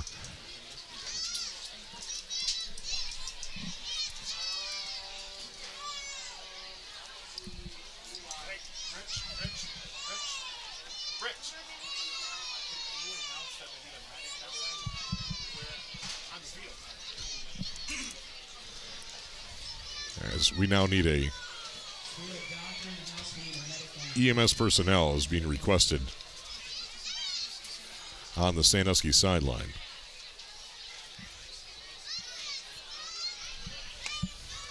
So,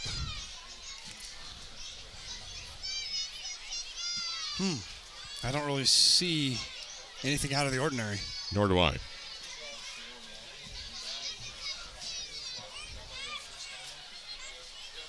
There's a player walking off the field now, Clark from Sandusky.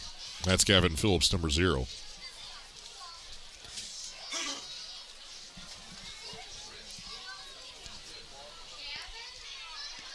He's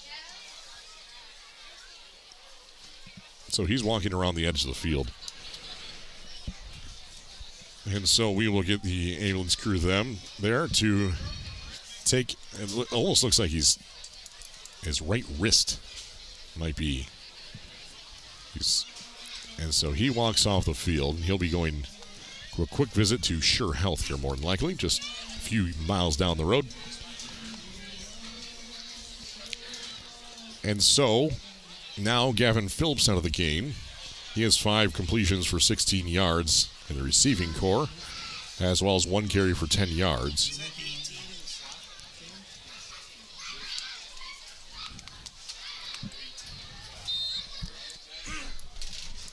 So 1st and 10 for the Sandusky Wolves. 2 wide each way. Milinarski passing to the far sideline. This one's brought in, breaks out that tackle. That's Carter Bush on the reception and gets out across the 20, out to the 23-yard line and brought down by Cade Weisenbaugh out of the secondary, the junior cornerback for the Laker defense. It's a gain of 5, 2nd down and 5 upcoming for the Wolves. 3 minutes and 15 seconds left in the third. Broken arm for Gavin Phillips. Yeah, that's never good. That explains why he could walk all the way over there, I guess. So Sure Health EMS tending to him there in the far side, far end zone. So this game's starting to look like a mash unit as well. Less than 3 to play, still in the third quarter. Bonus coverage on the WLEW Sports Network. And there's a flag.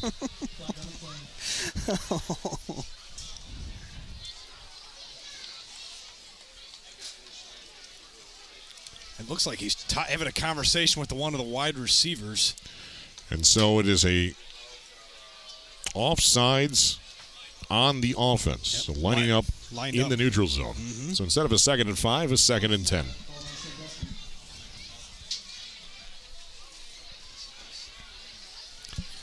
Two minutes and 50 seconds left in the third. Did you just say that 5 minutes ago? 27-6, Lakers by 3 scores. Sandusky trying to get home in one piece. It's a handoff up the middle to Chase Green. He has room to run. He's across the 20 and fouled to about the 24-yard line, which was the original line of scrimmage of just a play ago. Stop made by Lucas Weiner out of the secondary. So it's going to be a gain of 6. 3rd down and 4 for Jamal Milinarski and the Sandusky Wolves.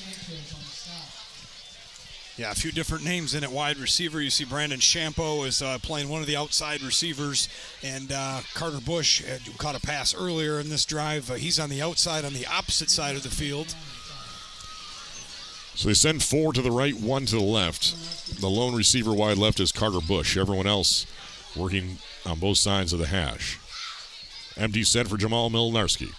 Quick screen pass to the near sideline. It's brought in at the 20 by Chase Green, and he's trying to fend off defenders, and there's the green jerseys in platoon pushing him out of bounds at the 25, and it's going to be a gain of 1. Grant Buchholz leading the charge for the Lakers, and they're saying he was tackled in bounds. Thank you. Minute 40 left now in the third. 27-6, and now it's going to be a 4th and 3 for Sandusky at their own 24. Yeah, I know you're down by 3 scores, but deep in your own end zone, or deep in your own side of territory, I almost think you got to punt this ball away and ask your defense to make a stop. So that is substitution is Robert Lodicus, as he is the German foreign exchange student, normally the kicker, because the punter is normally Jack Betts. The other punter is Gavin Phillips. So now they're on their 3rd string punter here. So this is more likely going to look like a rugby kick. And it's a good kick. It's a punt from Lagatus, and it bounces at the 40 and rolls at the 41 and fouled to the 42-yard line inside Sandusky territory still with 1 minute remaining in the third quarter. Sandusky's drive ends in a punt. So 1 minute remains in the third. The Lakers back in offense, leading by 21 points, 27-6. Yeah, tough. Sandusky missing so many pieces on that offensive side, and let's not even talk about the defensive side because obviously all these guys play both ways. Yeah. We'll see if anything changes in the strategy for the Sandusky defense because without all these defensive backs that they are asking to play one-on-one coverage. Again, I've been saying it this whole half. I think you got to give them some help over the top and hope that your front six can maybe slow down the running game. 1st and 10 for the Lakers at the 42 on the plus side of the field.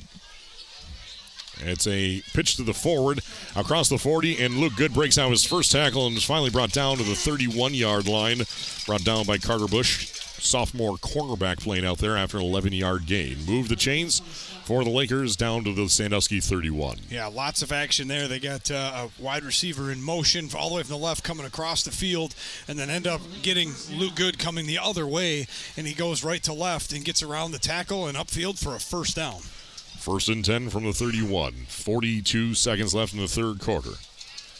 Receiver wide to the right. That's number 21, Lucas Weiner. Receiver wide to the left. Can't read the number on that white and yellow jersey. I think it's Noah May. Yes, it is. And it's a handoff right at the gut, across the 30 down to about the 26-yard line for a modest 4-yard gain. Tackle made by Ryan McKinney, middle linebacker and a junior. On the bottom of the pile is a green jersey somewhere down there. Number 1, Grant Buchholz. Gain of 5 according to the spot, 2nd and 5. And that will be the end of the third quarter, we do believe. 5 seconds left. And we have officially, miraculously, made it to the fourth quarter in week number 6. Lakers 27, Sandusky 6 on the WLEW Sports Network. Looking to score big in real estate? At Knockout Real Estate, we're your all-star team. Personal, fun, and ready to get the job done. From Frankenmuth to Millington and all across mid-Michigan, we know the field, the plays, and how to win for you. Knockout Real Estate. Let's make your next move a win. Here we go, Billy. Swing hard. As your local agent, I know you. I know every Saturday your son Billy plays Little League. We sponsor his team. And we know you love parking way too close to the field. That's why we tailor a unique policy for you and your car. Because sometimes something from out of left field can literally come from out of left field. That's simple human sense. Ask Whitney Insurance Agency in Lapeer if auto owners make sense for you.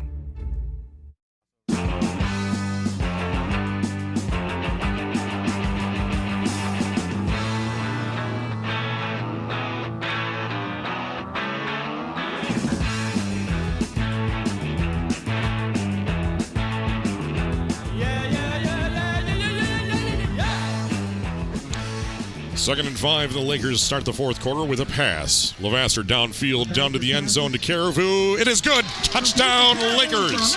Caden Caribou with his second straight touchdown reception puts the green and white into the end zone for the 5th time tonight. 11:54 left in the fourth quarter, and it's now Lakers 33, Sandusky 6, and they're going for 2. Really nice play there, but again, not enough defenders back there. There's one defensive back to cover 2 receivers. He had Caribou open one way. I think it was Weisenbaugh going the other way. Both of them are wide open, but he finds Caribou in the end zone, goes up and gets it over top the defender. Good throw and even better catch by Caden Caribou as Lakers trying to tack on a few more. A 26-yard reception from Ben Levasseur to Caden Caribou. Levasseur now 9 of 15 for 199 yards, 3 scores, and just 1 interception. Going for 2, and it's a pitch, and it's a bad pitch, and they have to jump on it back at the 11-yard line. The 2-point conversion fails. 11:54 left in the fourth quarter. Lakers 33, Sandusky 6 on the WLEW Sports Network. I'm Clark Ramsey. When you're in need of health care, there's just one choice. Sure Health. And I'm not just saying that because it's my day job, but because I get to see the amazing things that our team of 620 medical professionals do on a daily basis. Sure Health proudly serves 7 communities in Thumb, Michigan. So whether you're here in Pigeon or Harbor Beach, Sebring or Port Hope, or Bad Axe, Elkton, and Caseville, we've got your back. Now with coast-to-coast coverage, it's time you ask yourself, are you sure?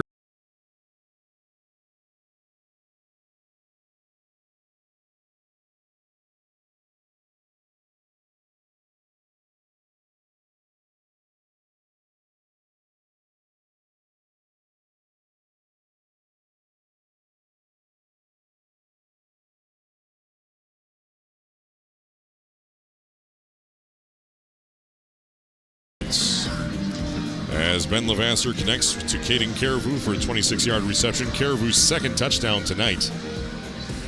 Now leads by 27 points. 11:54 still left in the fourth quarter.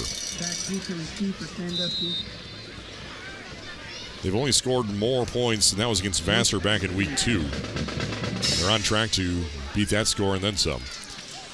Kick comes in at the 16, it's muffed, and it's still on it, and it's have to jump on it at the 19-yard line. That is number Nathaniel Tovar, number 15. The only healthy body out there right now for the Wolves. 11:50 left in the fourth quarter. Lakers 33, Sandusky 6. Yeah, he dropped that ball twice and did everything he can after that just to cover it up to save this possession. So at least Sandusky can get some offensive reps in. Jamal Minarski, like I said, a sophomore, been getting some work just in case. And when it comes to having backups in this league, he's probably as good as any of them out there. He's got plenty of work in already as a sophomore. Already 3 for 3 in this game. But, again, this has gotten out of hand quickly as Lakers has found this passing offense, taking advantage of that beat-up secondary of Sandusky. That escalated quickly.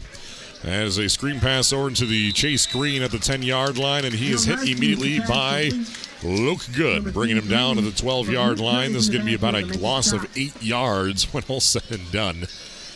And Sandusky pushed back even further. Noah May, and then the stop as well, as that was not a good block on the Sandusky front line there.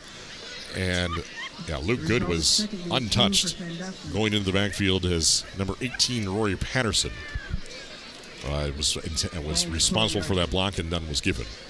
Second down and 18 now for the Wolves. 11 minutes left to play. Those wide receiver screens, they're fine if you're blocked and creating leverage, right? But if you're just going to let the cornerbacks or defensive backs come in freely, those are going to go for some big losses like that one there. Milinarski with the option out to Chase Green, bounces off the hands, brings it in. He's across the 10. He's getting ripped down at the 13-yard line. Number 6. Lucas Lasowski, outside linebacker and a junior, celebrates that tackle. It was a clean, hard hit by Lucas Lasowski, and that is his 6th tackle this evening. That one for a loss. Oh, absolutely. Just for a good hit. And like you said, they're feeling it. This is a team that has been looking for this outburst on offense to finally put away a team instead of letting them hang around. They're doing it tonight in front of this homecoming crowd. Again, putting up 33 points. We still have 10 minutes to go in this game. They may not be done yet. At least it's not raining tonight. That's about the only thing that hasn't happened. 10:05 and counting here in the 4th. Lakers 33, Sandusky 6. The Wolves on offense. Molinarski looking to pass to Tovar. The 22 is brought in, and he runs out of bounds at about the 22-yard line. Yep, right there. Tried to cut up field. He couldn't stay in bounds, though. So third down conversion not happening, but 8 yards short of the first down marker. Now 4th down and 8. With less than 10 to play, trailing by 27 points. 33-6 to the Lakers. Yeah, good throw and catch there. But like I said, just this drive was hurt right away when it comes to two things, right? You couldn't even return the kickoff because they couldn't handle it, and it was one of your better hands players. And then the screen pass that starts this drive with minus 8 yards. Again, a long ways to go, and they're going to bring out the third-string punter again, Clark. So Robert Lodigus with the punt. Good punt. A lot of hang time. Brought into the 50-yard line in a fair catch. A fair catch brought in by Weisenbaugh. And that's about the only thing we haven't had tonight, Dave, was a fair catch. Well, check that off your bingo card, Clark. We got that one. We got the coverall. So it is, they're going to mark him at the 49-yard line. Yes. So on the plus side of the field by a yard. 9:49 left in regulation. The Lakers offense on the field with a 27-point buffer between them and the Sandusky Wolves defense. I like that by Weisenbaugh. Too many times we've seen it a lot this season where those punt returners let that ball hit the ground and then it bounces behind them and makes the field position a lot worse. I like this here for Lakers. Again, save some distance here. Now you take over already in Sandusky territory. Already up 27 points and looking to, again, score one more time. 1st and 10 from the Sandusky 49. Direct snap to Buchholz. Has positive yards. Tries to cut ahead and dive forward at the 47. And that's where he's stopped by that front line of Sandusky for a 2-yard gain. Bottom of the pile will be number 62. Ryan McKinney for the Sandusky defense. That is his 2nd tackle tonight. 9.5 to play in regulation. 2nd down and 8 for the Lakers, leading 33-6. 9.5 to play in regulation. That direct snap to Buchholz, not much going there. The Sandusky defensive line doesn't allow much more than a yard or 2 on that play. Welcome from our viewers all the way from Anchorage, Alaska. Mark Weidman, an old Laker name there. Former dean of students, I do believe. and a couple of stops at Lakers. Now living in Alaska. Thank you for watching on WLEWsports.com. Thanks in part to Thumb Audio Video and presented by Scheurer Health. Pass to Levasseur. This one's underthrown just a tad. It may have been tipped maybe at the line of scrimmage. Pass was intended for number 20, Noah May. He's a junior wide receiver. Falls incomplete, 3rd down and 8. Stops the clock with 8:51 left in the 4th. Oh, that's good. Yeah. That's exactly what we wanted to hear. If my wife is listening, I'll be home eventually. From the 46, they're looking to the sideline here for the play call. Third down and 8. A couple throws by Ben Levasseur have come up short on open opportunities on those slants. I'm sure that's something they'll work on this week because they have definitely been an option for this team to hit some big plays and help stay ahead of the chains. But this time it'll be 3rd down and 8, and they'll see 3 receivers to the left, and that's Wayner over here by himself to the right. In the shotgun, Levasseur, as he has been all night, looking to pass, staying in the pocket, throwing downfield. This was thrown behind his receiver, which was intended for Noah May at about the 38-yard line. Falls incomplete. And so, with 8:47 left in the 4th, Lakers going to have to decide whether to go for this or punt it away. It's going to be a 4th and 8 from the Sandusky 47. I see a lot of substituting, which makes me assume that they're bringing on the punting unit. They're going to practice the punting team here, if nothing else, with maybe some second stringers. So they're wasting no time already at the line of scrimmage. And on the long snap there, can't quite see the number for Lakers. Is that Ben Levasseur? Yes, it is. Ben Levasseur, the punter all night here, as well as the quarterback. Stands at his own 43-yard line. Deep back for Sandusky would be Carter Bush. High punt. Bounces at the 20-yard line and goes to the far sideline and rolls out of bounds at the 11. Nice punt there from Ben Levasseur. Rolls out right at the 10-yard line. For 36-yard punt from Levasseur. 8:38 left in regulation. Lakers by 27 points. Yeah, it's a good punt because you can't really hit it a whole lot further. He knocked that thing out, just almost knocked over the 10-yard marker there. That's again pretty good angled kick great out. Punt. Great punt. So 8:38 left in regulation. I'm running out of space on my paper here. And they are at their own 12-yard line. The Sandusky Wolves trailing by 27 points. 8.5 to play in regulation. 2 wide each way. Milinarski, acting point guard as well as quarterback on this squad. Keeps it for himself on the option. He runs out of his first 2 tackles. He has the first down across the 30, still on his feet at the 40. He's got 2 green jerseys in front of him inside Laker territory, and finally forced out of bounds by Lucas Wayner into Laker territory. And it looks like there's no official in the area, and so they're going to put him down to the 48-yard line. At the 49-yard line. So 1st and 10, a big run there for Sandusky from Jamal Milinarski for 39 yards. Just hold on, the football's moving again here, Clark. Just hang on. 39, and then if you're playing the Keno kicker, that's another 9 yards down to the 40-yard line. So a 47-yard run, is that what we're going with, Doug Cole? Let's do it. Yeah, 47.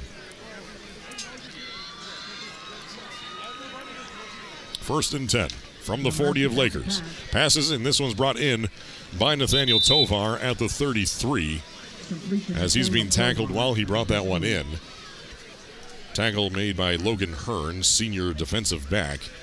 A gain of 7 on the play, 2nd down and 3. 8 minutes left in regulation, 33-6 Lakers.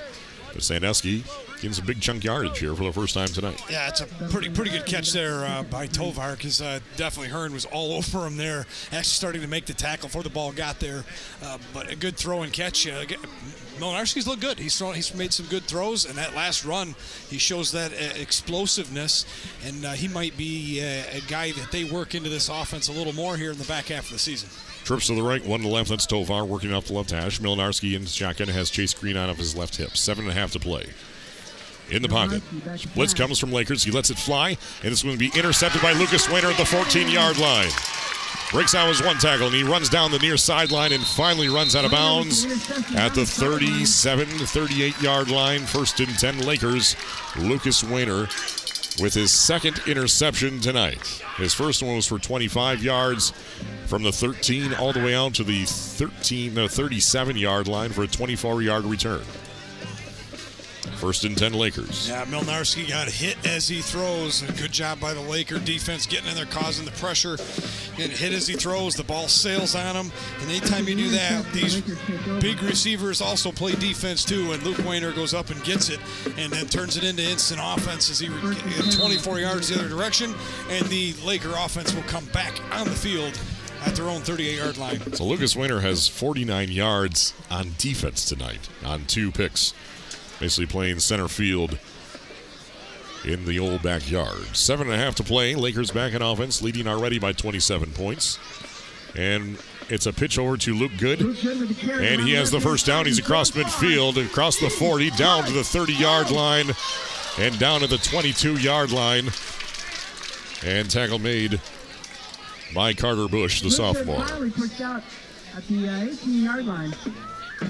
A huge run there for Luke Good as he gets through the line of scrimmage. There's no Sandusky defenders anywhere to be found. Tovar had his back following the receiver and turned around and noticed the running back go right by him. And I think Carter Bush saved a potential touchdown for now.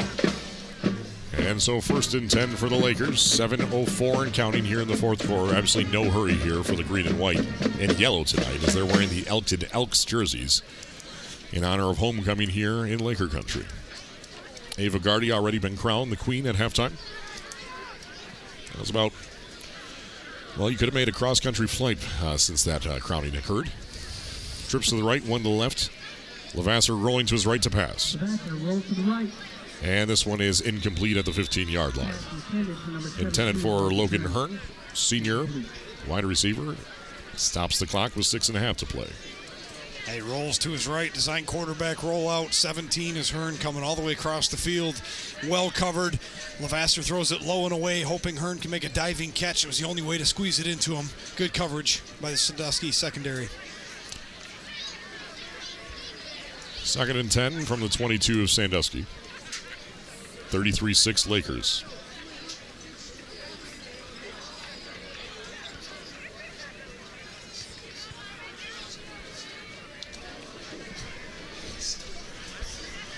Two wide to the right, one to the left. Levasseur in the shotgun. And rolls to his right, same exact play. Throwing down, and this one's batted down. It nearly was brought in by Levasseur. Chase Green absolutely slammed that down. And no chance in that one.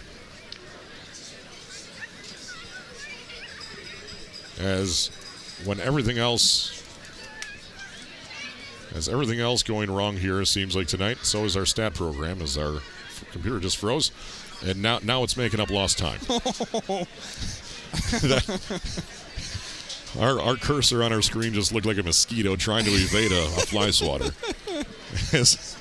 That was a pass from Ben Levasseur, incomplete, as it was batted down at the line of scrimmage by number 3, Chase Green, outside linebacker. Third and 10 at the 22, play clock at 5. Receiver wide each way, 2 to the right, actually. Caribou in the slot. Levasseur lets it fly downfield, and this one is overthrown, intended for Grant Buchholz at the 5-yard line, falls incomplete. And now Lakers will have a 4th and 10 from the 22-yard line. It stops the clock with 6:27 left in regulation. Yeah, three straight incomplete passes. Now it's 4th down and 10.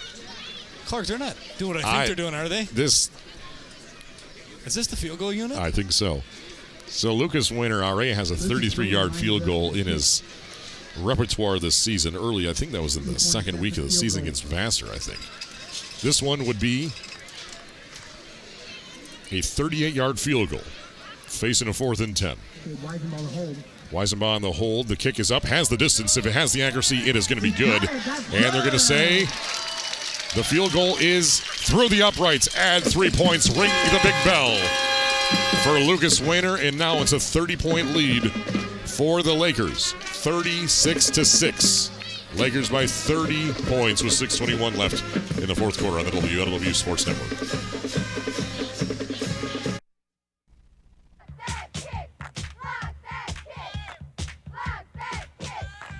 AVS Broadband and Thumb Cellular are proud to bring you high school sports on WLEW. These local family-owned businesses are committed to keeping you connected throughout the Thumb and beyond.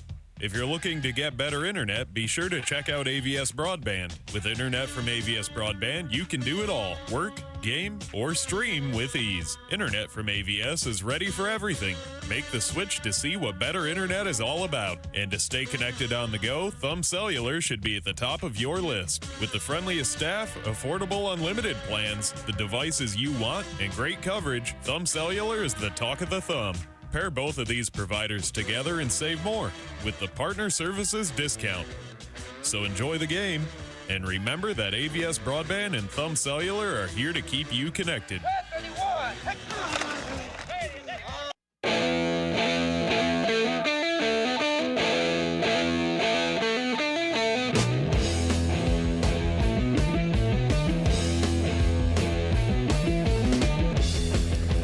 6:21 left in regulation, 36-6 as Lucas Wainer just booted a 38-yard field goal to make it a 30-point ball game. Kick comes in at the 5-yard line, brought in by number 60, Brady Steeb.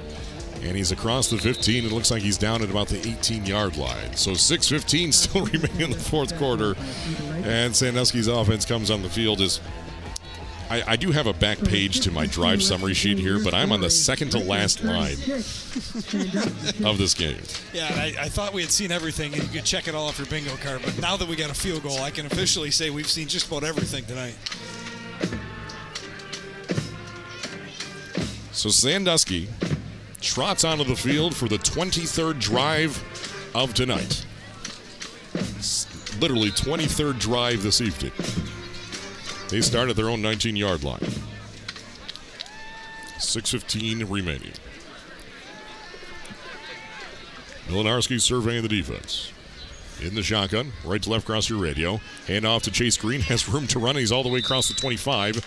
And looks like they might mark him down to the 26.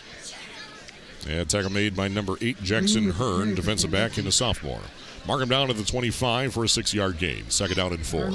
Yeah, nice run there by Green. Milinarski had the option to keep it, decided to let Green take it with big opening, and a nice run on first down.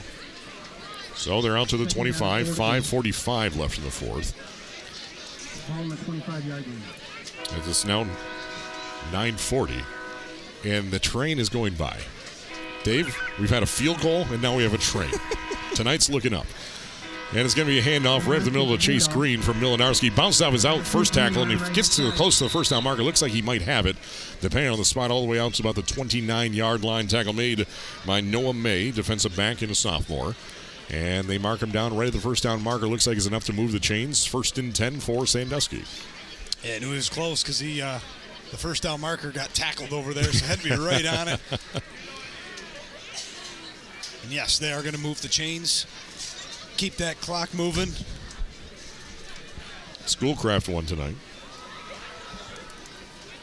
They were facing off with, I believe, Lawton. Yeah. In Lawton on the road. As the train travels in the distance ever so silently until it comes to a crossing. Right to left across your radio. So are the Sandusky Wolves, trailing by 30 points, 4 minutes, 45 seconds left. Milinarski throwing downfield, and he's got, no one had a clue where it was. Pass was intended for Carter Bush. He was cutting in at the 40-yard line of Lakers, and the ball sailed out right at the out-of-bounds marker at the 40, about 5 yards behind him and his defender. Neither of them saw where it was going. Yeah, that's not on Milinarski. That's a good ball. He read it correctly. He led the receiver, only get it. Carter Bush just had no idea where it was. He did not locate it at all. He was running with his hands up. I assume the football is coming to me, but I don't see it. And it fell down about 5 yards next to him. It could have been a big completion, but instead it will fall incomplete. 3 to the right, 1 to the left. Milinarski in the shotgun. Carter Bush to his left. Lakers showing blitz. Option over to the left side to Chase Green. Breaks out. Now he cannot be brought down. He's finally getting out of that tackle. And he's brought down to the 27-yard line by Jackson Hearn for a 2-yard loss back at the 27-yard line. So 4.5 to play and counting. And Sandusky's going to be facing a 3rd down and 11 after a 1-yard loss. Just nowhere to go, but this defense of Lakers is covering that option play a lot better than they did in the last couple quarters, making the right adjustments, and now Sandusky just trying to do anything here to get a couple first downs and just call this one a night. Looking forward to it. 3rd down 11. Has nothing to do with the play on the field. I just want that clarified. High snap, and it's going to be a handoff to Chase Green. He's out for the run, and he has the first down, still on his feet at the 45 and tackled forward out to the 48-yard line for a 21-yard gain before Logan Hearn chases him down. So Chase Green holding true to his name, and now he has 90 yards on the night on 14 carries. 3:52 stops the clock momentarily. Now the clock is rolling again. 36-6, Lakers leading Sandusky as it stands right now. They caught Lakers a little bit on their heels. I think they were expecting a pass again, and they were hit with a Chase Green run. And when he got a little momentum, he exploded up the middle of the field and gets Sandusky a first down. Trips to the right, one to the left. Milinarski in the shotgun from the 48. Handoff to Chase Green across midfield into Laker territory and dragging his defender all the way across the 40, and finally brought down at the 39 by Anthony Kabaki, the sophomore linebacker. Move the chains from the 48 in their own territory for 13 yards. And Chase Green now across the century mark, 15 carries for 103 yards. Yeah, another nice run, but it's the exact same play. It's a design handoff right up the middle, and there's no Lakers anywhere until he finds that first down marker, and he's tackled from behind. But, again, not until he gets 12 or 13 yards and back-to-back carries, get Chase Green and Sandusky first downs.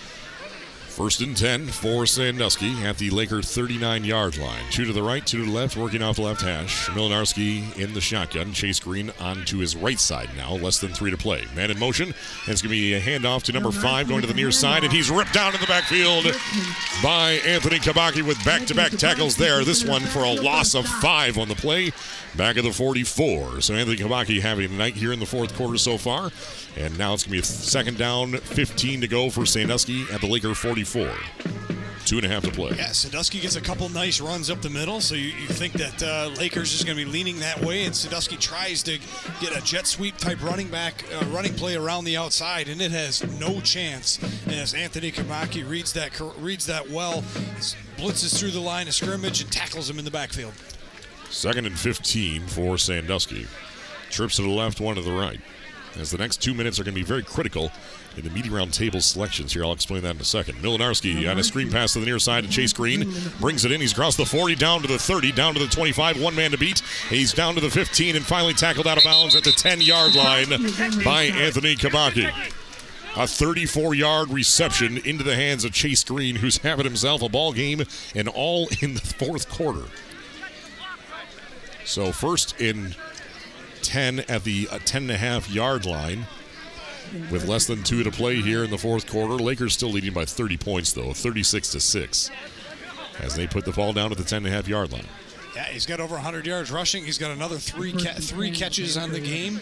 He's definitely had a good night. That was a 34-yard reception. Yes. He has 28 yards receiving of the night. Yes. He had a -8 a moment ago before that. Yeah, he was on the wrong end of one of those screen passes. Milinarski on the keeper. Up the gut, across the 5, down to the end zone. Touchdown, Sandusky.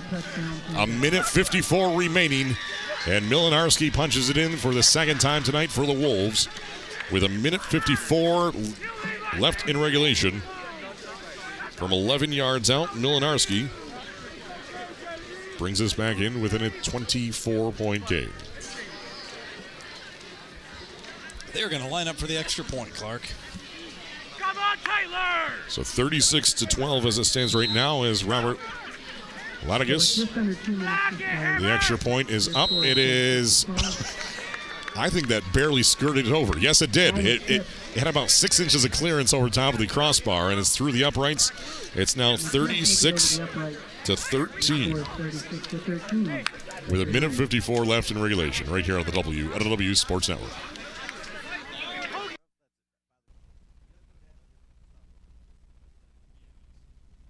Power washing equipment and supplies. Stop in and talk to Cody about our specials on bulk fluids or to stock your shop shelves with spare filters, lights, and oil.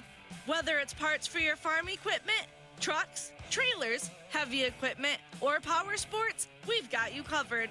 And if you're stranded in the field with a breakdown, we'll even deliver parts or a stacked sandwich so you can save time and keep rolling. We're more than just an auto parts store. We're part of your community. We're Countryside Sales and Service on M25 in Sebring.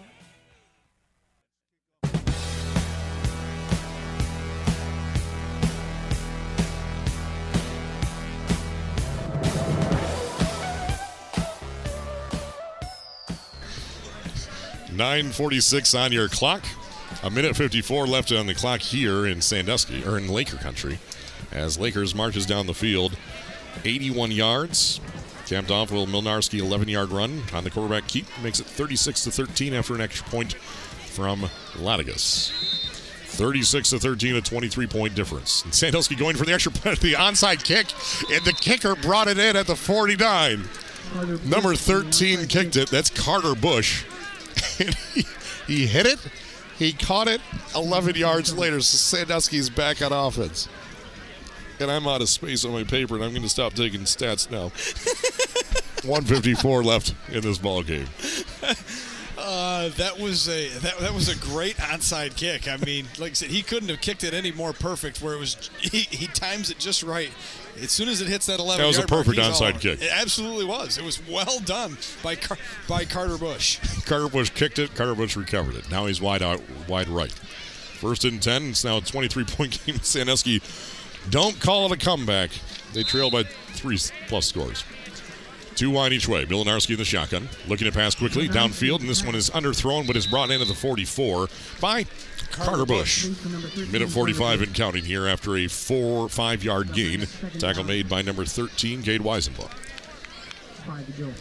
Yeah, Milinarski just a little bit off target. That ball was thrown behind him and a little short, but nice job by Carter Bush to come back to the football, dive and get it, and it's a completion for 5. Second down and 5 from the 44 of Lakers. 80 seconds left in regulation. Thought we'd never see the day, frankly. 2 wide each way. Milinarski downfield to throw. And this one's going to be out of bounds at the 20-yard line. Intended for Carter Bush. And off the mark and out of bounds. So Lakers going to get out of here with a victory, first and foremost. And second most, clinches at least a share of the Big Thumb White title. And they can clinch it next week. They'll have their hands full as they're hosting the Millington Cardinals, rolling into town.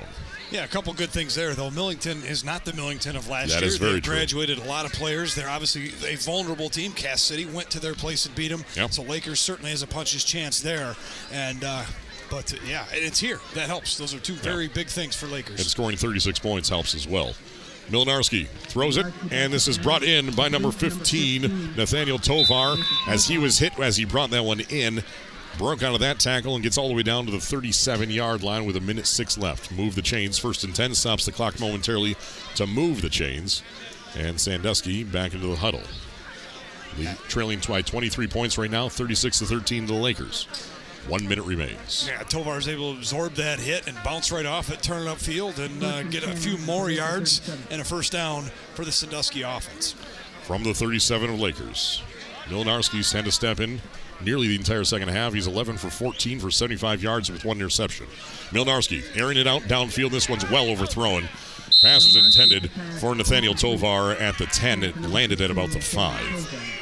So falls incomplete. Stops the clock with 43 seconds left.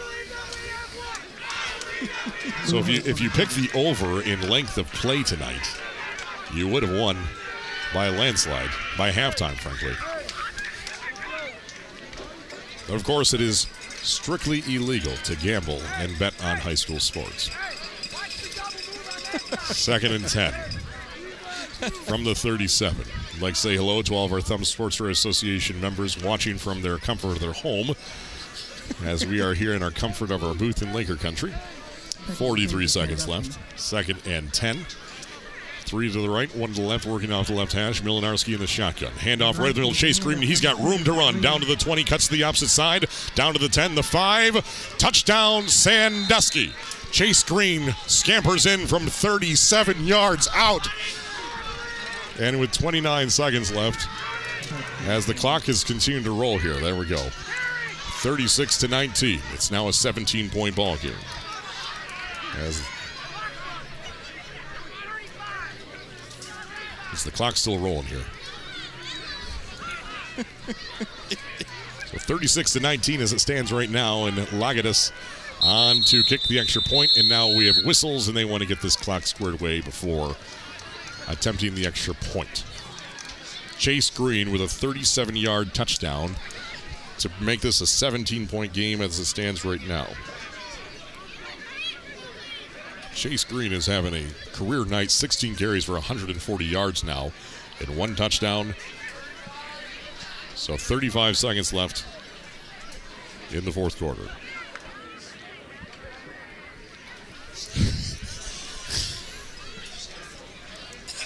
$36-19. Extra point on the way for Sandusky. 35 seconds left in regulation. That's back-to-back touchdowns for the Wolves. The kick from the German foreign exchange student is good. 36-20. Sandusky cuts the lead to 16 points. Just a moment ago, it was nearly Paul Adams' victory in the media roundtable. Then it was Dan Banky's. Then it was Kendall Anthus's. And now it is still Kendall Anthus as he had the lowest score differential at 21. It's right now a 16-point game.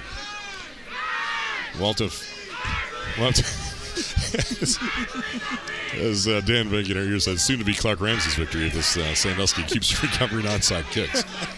But 35 seconds left. Two-possession game in favor of the Lakers. This one is squarely in the hands of the green and white. And yellow tonight. Yeah, gotta love those throwback uniforms, retro uniforms. They're pretty great tonight. Well, when this game started, those were the actual current uniforms for Lakers. It's 9:52 and a half on your clock. As Lagadas, he's going to kick it. Lagadas, foreign exchange student from Germany. Had a brief chat with him last week on the field at Sandusky. Very easygoing. I said, how do you say your last name? Said, it doesn't matter. All right, I like it. Like your style. And, booming kick off the shins of a green jersey, and it's still bouncing around. It's picked up by Caden Caribou. That was nearly another onside recovery for Sandusky. Caden Caribou saves it, though, for the Lakers. That was a line drive. 1 yard. That was to quote Ed Klump, a frozen rope. A frozen rope. That was exactly a frozen rope on a kickoff. Bounces, and right off the ankle of a Laker special teams, and he's hobbling off the field. That is number 17, Logan Hearn. He's holding his hands up and said, there's nothing I can do. He went straight back at Sandusky. His left ankle, his left hamstring, everything. Oh, glad he's okay, but man, there's nothing. Oh, that thing bounced 20 yards in the opposite direction. I mean, wow. I think we're getting a little slap after you, Dave. I think the 5-hour energy's kicking in. 5-hour energy finally kicked in. Down to pass for Lakers. It's brought in. It's a hook and ladder, the 43. And it's a pitch out to number 1, Grant Buchholz. He's still on his feet. Brought down number 9 on the tackle, Brandon Champeau, and Bryce Kiley had enough of it. He slammed him down. And Dave Levaster's called a timeout with 16 seconds left. Timeout Lakers. So they lead by 16 points, 36-20. And looks like Lakers going in for one final dagger into the heart of the Sandusky Wolves. Homecoming night here in Lakers. Thank you to all of our listeners and watchers on Sports Radio 1021 and live worldwide at WLEWsports.com. Audio and video on our website. For the remainder of the regular season, you'll be able to watch all the action thanks in part to Thumb Audio Video. Kevin Streeter with us now. And a new partnership we started last week presented by Scheurer Health. We're very excited for this, as not only can you listen to the game of the week, but now you also can watch the game of the week on the NFHS network. If you have a subscription, you can watch it there. Of course, a subscription is required. But for the remainder of the regular season, you'll be able to watch it on our website at WLEWsports.com. Come playoff time, you can only watch on the NFHS network since it is a sanctioned MHSAA event. I don't know if you keep finding games that take this long, he's going to want to renegotiate his contract. Yeah. But appreciate you, Kevin, for sticking around, bud. We're going to need more film. Don't even know we're recording on film, but we're out of memory space. So trips to the right, one to the left. Levasseur in the shotgun. Looking down to throw downfield, and he's wide open. And this was overthrown, intended for Lucas Weiner at the 5-yard line. Falls incomplete with 12 seconds left. He was wide open. And I mean wide open. Like shopping in Meijer at 11:30 at night. Wide open. That's the best time to shop in Meijer, for the record. Yeah, absolutely. I love shopping late at night in Meijer. It's me and all the restockers. That's it. You would find that very entertaining. It's very soothing. In case anyone was wondering out there, my opinions on grocery shopping. Yeah, well, I'll tell you how mine works. I live close enough for Walmart Plus to deliver them right well, to we my can house. do that too, but I enjoy grocery shopping, I will say that. Trips to the left, one to the right. Levasseur calling an audible with 12 seconds left, leading by 16. And they're going to be... That's going to be a delay game by about 4 seconds.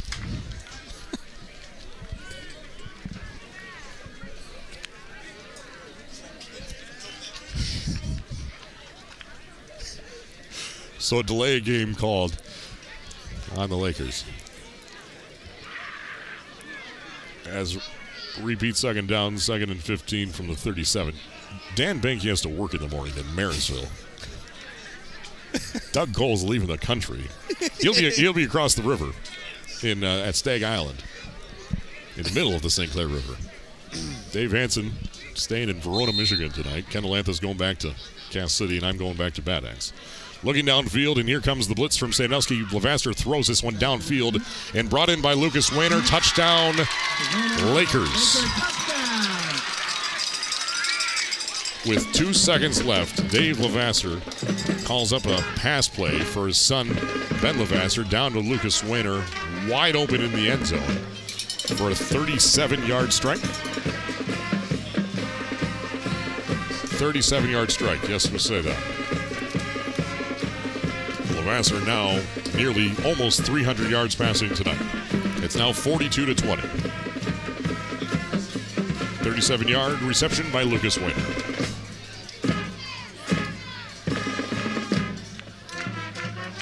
It looks like they are going to line up for 2, Clark, I believe. Trying to make this a 24-point game. Yeah, Buchalt's keeping Levasseur company. Man in motion. It's going to be a pitch. Shovel pass forward to number 20, Noah May, and he's in for the 2-point conversion. 44-20 with 2 seconds left. On a homecoming night, Lakers securing their victory and clinching at least a share of the Big Thumb White title, their first since 2022.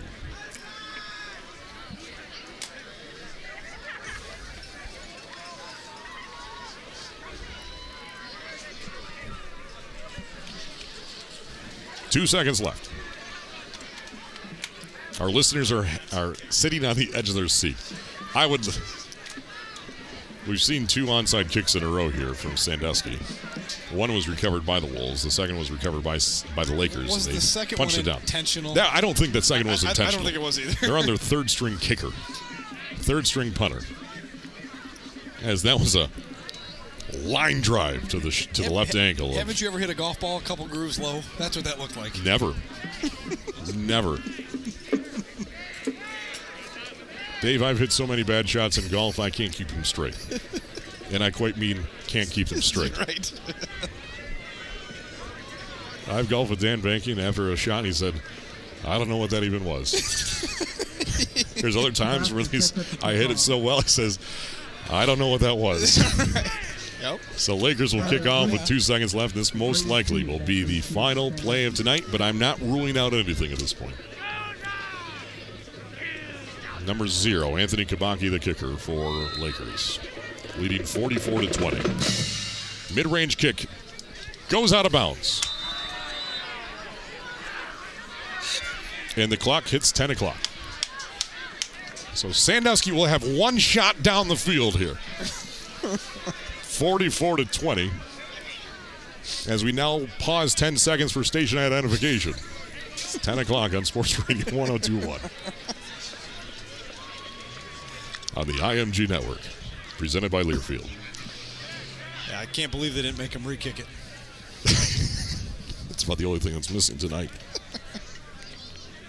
So, if you're turning off the radio right now, I just first and foremost, I want you to know that Lakers dominated this ball game. They secured the victory when they needed to against a pesky Sandusky Wolves team who had nothing to lose. They secured a clinch of the share, at least a share of the Big Thumb White title. They face Millington at home next week. If I sound hysterical, it's because this game's taken so long, and there's been a lot of interesting things. And Sandusky is long snapping this one, as they were it was nearly in a punt formation just a moment ago. And now they're moving the ball to the hash mark, because that matters right now. Oh, goodness.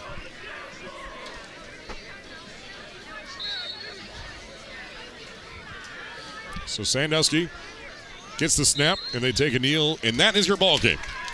Lakers hangs on and dominates this one from start to finish. 24-point victory for the green and white on homecoming. Lakers 44, Sandusky 20 after 48 minutes of play on the field. Lakers improves to 6-0 on the season and now clinch a share of the Big Thumb White title, and they can win it outright with a victory next week at home against Millington. Your final score from week number 6 in Laker country: Lakers 44, Sandusky 20 on the WLEW Sports Network. We'll return in about 6 minutes to wrap this whole thing up. Hi, I'm Clark Ramsey. When you're in need of health care, there's just one choice: Sure Health. And I'm not just saying that because it's my day job, but because I get to see the amazing things that our team of 620 medical professionals do on a daily basis. Sure Health proudly serves 7 communities in Thumb, Michigan. So whether you're here in Pigeon or Harbor Beach, Sebring or Port Hope, or Bad Axe, Elkton, and Caseville, we've got your back. Now with coast-to-coast coverage, it's time you ask yourself, are you sure? Looking to score big in real estate? At Knockout Real Estate, we're your all-star team. Personal, fun, and ready to get the job done. From Frankenmuth to Millington and all across mid-Michigan, we know the field, the plays, and how to win for you. Knockout Real Estate. Let's make your next move a win. Here we go, Billy. Swing hard.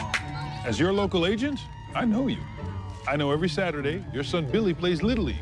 We sponsor his team. And we know you love parking way too close to the field.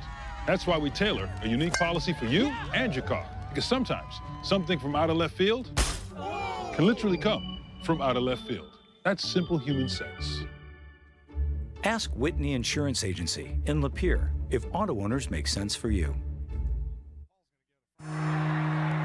Harbor Beach Community Hospital supports all area athletes in their quest to achieve their goals. Harbor Beach Community Hospital also has a winning team. This is Joanne Hoffman. Our providers treat patients from newborn to geriatric. We offer orthopedic services, sports physicals, surgical, rehabilitation, and mental health services. We take great care to get you back in the game quickly. When the time comes, your family members who can't live alone, Lakeview Extended Care and Rehab is here for you. We wish the best of luck to all area teams. Remember, Harbor Beach Community Hospital is your safe harbor for great health. Tradition never graduates is a popular sports motto, and here at DS Services, we've been offering a winning combination of grain storage, drying, and handling solutions for decades. Anything from complete systems of any size right down to replacement parts, we got you covered. Maximize efficiency, productivity, and most importantly, profitability in your farm or commercial operation. Don't forget, we've got a game plan for all your seed and fertilizer storage needs. Did I mention crane services? We can hook you up. Give DS Services of Cass City a call today at 989-872-3318 or visit dsservicesinc.com. Since 1895, we've taken great pride in our community support. This support is evident with the spirit shared with our area school sports teams. This is Brandon Giebor from Thumb Bank and Trust Sandusky office. It takes hard work and dedication to make a team successful. At Thumb Bank and Trust, we have a team of financial experts working for your success. Whether it's financing your farm or business operation, helping you buy your first home, or remodeling the one you're in, or securing a personal loan for the vehicle or vacation you've been dreaming about, Thumb Bank and Trust has a winning team to make it happen. Did I mention that we offer secure checking, online banking, mobile banking, bill pay, and more? We invite you to stop in or call one of our offices to see what a local community bank with a winning team can do for you. We're Thumb Bank and Trust, community strong since 1895. Stop by one of our conveniently located branches today. Loans are subject to credit approval. Brandon Giebert, NMLS number 663327. Thumb Bank and Trust, NMLS number 462637. Member FDIC and an equal opportunity lender. Wessel's Enterprises, your local premier precision planting dealer, wishes the best of luck to all teams taking the field today. At Wessel's, we know success starts with preparation. Whether it's game day or planting day, it's all about smart strategy and strong execution. As you enjoy football season, remember the 2026 planting season is just around the corner. Plan now for your success with precision solutions that make every seed count. Prep smarter, plant better, grow bigger with Wessel's Enterprises. Wessel's Enterprises, targeting maximum yield since 2007. Dr. Liz Milligan is one of our latest providers to join the Scheurer Health team and has now seen patients in Bad Axe. So Dr. Milligan, why is family medicine so important to achieve better health? To me, family medicine is their patient's first person that they go to with anything, and they have that relationship with them, they trust them. Family medicine physicians are in that unique role where they can care for the whole family and support the family, and it really just allows them to take care of patients in a different way when you know their brother and their sister and their parents and their kids and their grandkids, and you get the whole picture. And that's really what I view myself as a physician, is taking care of the whole picture, the whole patient. So I think family medicine just uniquely allows me to do that. Make your appointment today with Dr. Liz Milligan at Scheurer Primary Care Bad Axe. You can learn more about Dr. Liz Milligan by going to Scheurer.org. Scheurer Health. Better health. Better life. Are you sure? It's now time for the WLEW Sports postgame show on Sports Radio 102.1 FM, WLEWsports.com, and now live on Facebook. Presented by Scheurer Health. You're listening to the WLEW Sports Network, and it's Clark Ramsey and Dave Hansen. We have ourselves a final score. Final score. We're good to go here, as it is Lakers defeating the Sandusky Wolves. I couldn't even find the score on my sheet. It's 44-20 is your final. Good evening and welcome to all of our listeners who are on a marathon. I think the Jerry Lewis telethon may have been shorter than this ball game we saw tonight, as it's Lakers 44, Sandusky 20, in a wild and wacky game here in Laker country. As it wasn't because of all the play on the field, it was everything surrounding it. A bit confusing of a ball game, but Dave Hansen, take us from the top. 0-0 to 44-20. Yeah, about 7 hours ago in the first quarter, a great Ben Levasseur punt pinned Sandusky's first series down at their own 1 yard line. And on the very first play, they throw a screen pass that's picked off by Luke Good, a 2-yard interception return for a touchdown. Wayner would tack on the PAT, and at the end of the first quarter, Lakers would lead 7-0. Early in the second quarter, though, Sandusky would respond on a Betts 1-yard touchdown run on 4th and goal from the 1. The pass, 2-point pass, would be incomplete, and Sandusky would trail Lakers 7-6. But in the second quarter, Lakers scoring a Buchholz 21-yard touchdown catch from Levasseur. Wayner would tack on the PAT, and we'd have a 14-6 lead from the Lakers. And before the half would be over, Wayner would catch a touchdown pass from 26 yards away. This pass from Ben Levasseur.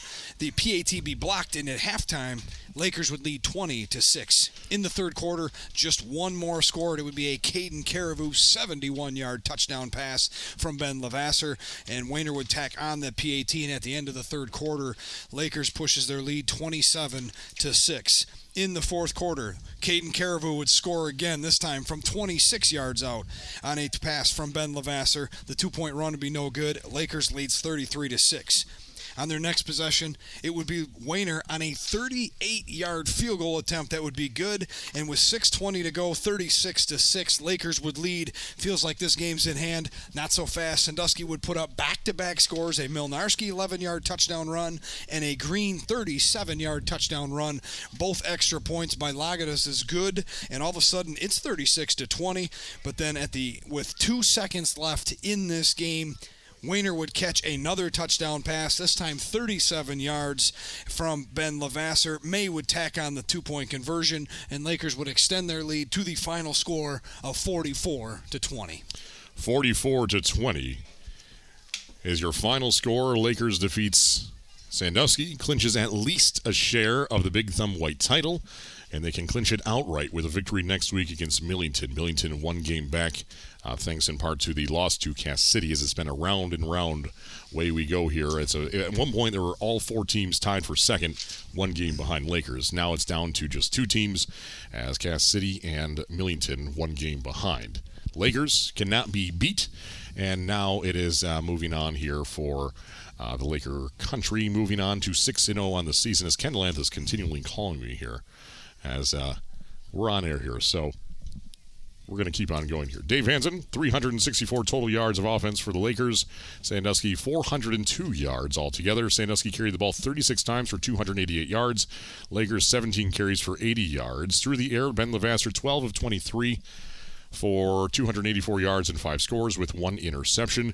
Jack Betts, 6 for 14 and 39 yards and 2 interceptions, mostly in the first half because he was ejected on the first drive of the second half. Jamal Milnarski then came in for 11 of 15 for 75 yards and 1 interception. Dave Hansen, take it away. Yeah, Jamal Milnarski looked very good in his relief role there. Again, 11 of 15 passing is really good. He had 1 pass that got away from him. His hand was deflected, and the ball sailed on him, which was intercepted by the defense. But outside of that, he ended up running in a touchdown as well, an 11-yard touchdown run later in the fourth quarter. But he filled in nicely as a sophomore, showed some athletic burst, had a nice run of 46 yards in the middle of that drive as well. So Milnarski shows some hope because I got to believe, if I remember the rule right, Jack Betts was ejected in this game. Yes, in the second half. It's going to cost him the first half of next week's game as well. Correct. Had that happened in the first half, you need to sit out for 2 halves. Yes. So he sat out the second half of this game, and then he'll have to sit out the first half of next week as they are on the road at Carroll next week. So not exactly easy going here. A little bit tough sledding for the Sandusky Wolves as the injuries are starting to pile up a little bit, and not exactly what.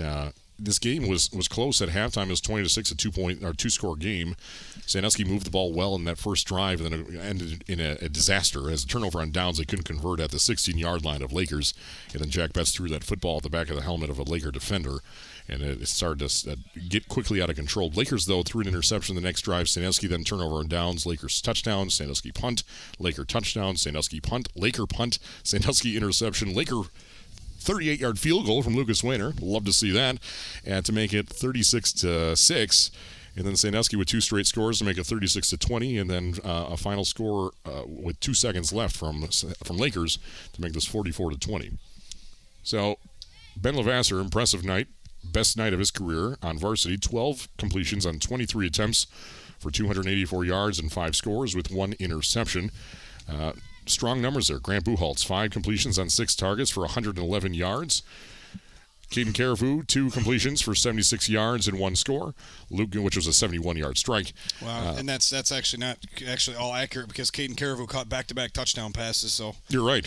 I think it went to Lucas Wayner there instead. Yeah. Yep. On our sheet, I should say. It's been an interesting night.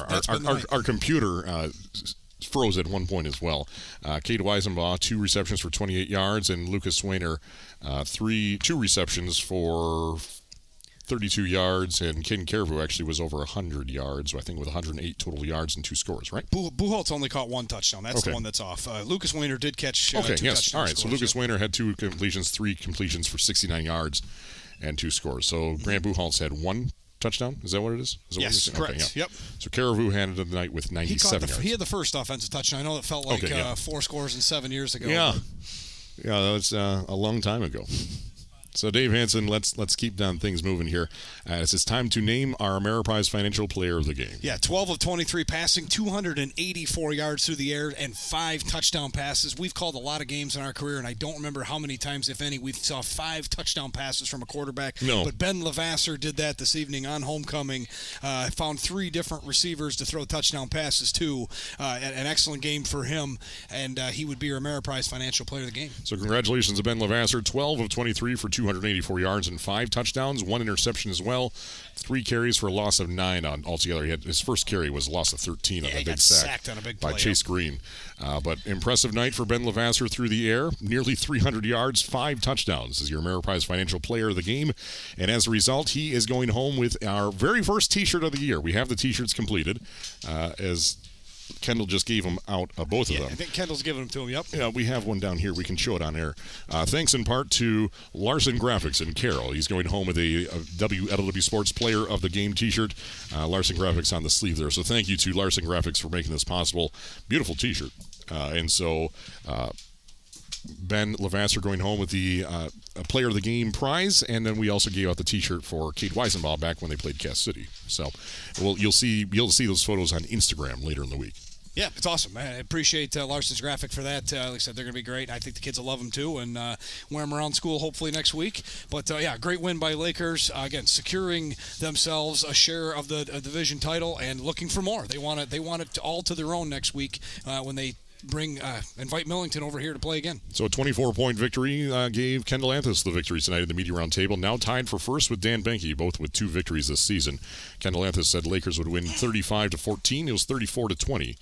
So he had 21. It was actually 24. Everyone was right around there. He went from 21 all the way up to 31, or actually all the way up to 40, which we pretty much saw all those scores at one point tonight. Yeah. Dave Hansen, let's wrap this thing up. Your final thoughts. Yeah, thanks again to the Lakers faithful here. Always enjoy our time here. Again, a great victory by Lakers, ensuring themselves, like I said, some hardware, and again, an offensive explosion for them, something they needed to see, because they're going to have to start scoring more than 21 points a game if they want to move along and win some games in the playoffs. We have other area scores to report. No other plays.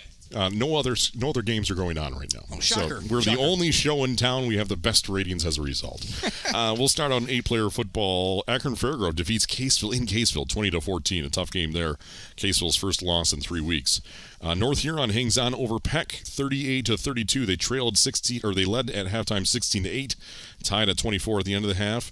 Was this an overtime victory? No. No, it was tied at 32 at one time. It was 32-32 in the fourth quarter at one point, but then North Huron wins with a late touchdown, 38-32 over Peck to improve to 4-1.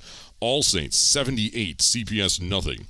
Brown City was leading at the half over Dryden 32-8. Kingston over Bannack 64-0.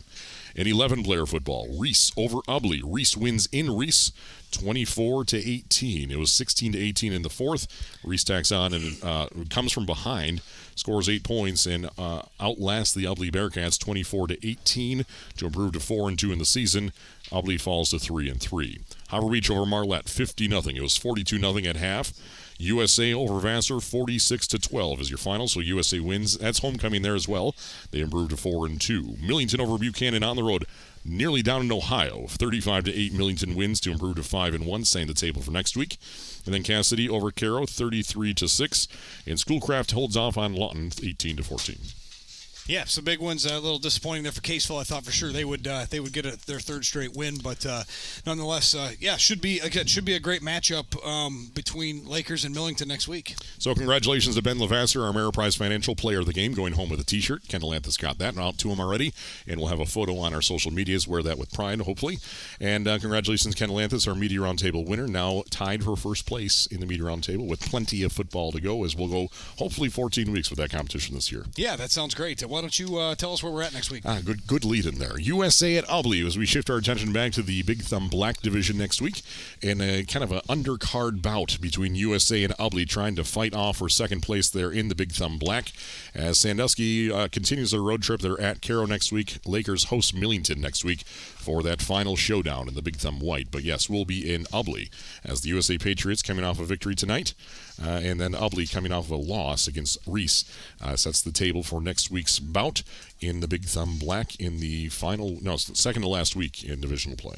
Yeah, again, and that should be a pretty equally matched game. competitive game. So I'm looking forward to that one, and we always have some good times in the Ubley booth. So we get to know each other very well. Yeah, that's a good way of putting it. So that's where we'll be next week. I don't think we'll have our room for our backdrops next week. But no, you probably won't. Appreciate all your help tonight, Dave. Good work. In-game analysis for 14 seasons of the WLEW Sports Network. Yeah, appreciate it. Always have fun, and even if it's a marathon. A marathon. Marathon. So, Dave Hansen, 14 games, and congratulations to Ava Gardy, your homecoming queen for the Lakers tonight, crowned at halftime. I apologize, I did not catch the name of the homecoming king crowned at the pep assembly this afternoon. Tonight's game broadcast was being brought to you by Thumb Sailor and AVS Broadband, Kotick Radiator and Air Conditioning of Bad Axe, Randy's Hunting Center, 269 Guns, North Star Bank, Countryside Sales and Service, DS Services of Cass City, Thumb Bank and Trust, Thumb Electric and TEC Fiber, Howard Beach Community Hospital, proud partner of Scheurer Health, Wessels Enterprises, Laker Schools, Tina Celia Farm Bureau Insurance, and Scheurer Health. Better life. Are you sure? So on behalf of our entire broadcast team, heading his way back home, Doug Cole. We got him on the road early, our in-game sports information for 13 years. Dave Hansen, in-game analysis for 14 years. Dan Banky, the best spotter in the business. He's out the door. He has to be in Marysville tomorrow at 6 a.m. So, best spotter in the business for the last 8 years for us. And then Kendall Anthus, associate producer with us, filling in where we need it, also in charge of social media. My name is Clark Ramsey, producer and host of this broadcast. Kevin Streeter on the video outside in the stands tonight from Thumb Audio Video, presented by Scheurer Health. Thank you for watching tonight. Lakers wins 44-20 and clinches a share of the Big Thumb White title. So long. See you in Lamar. This has been a presentation of the WLEW Sports Network, powered by AVS Broadband. On Sports Radio 102.1 FM and live and worldwide at WLEWsports.com. Like us on Facebook and follow us on Twitter. Just search for WLEW Sports. Your home for high school football is the WLEW Sports Network.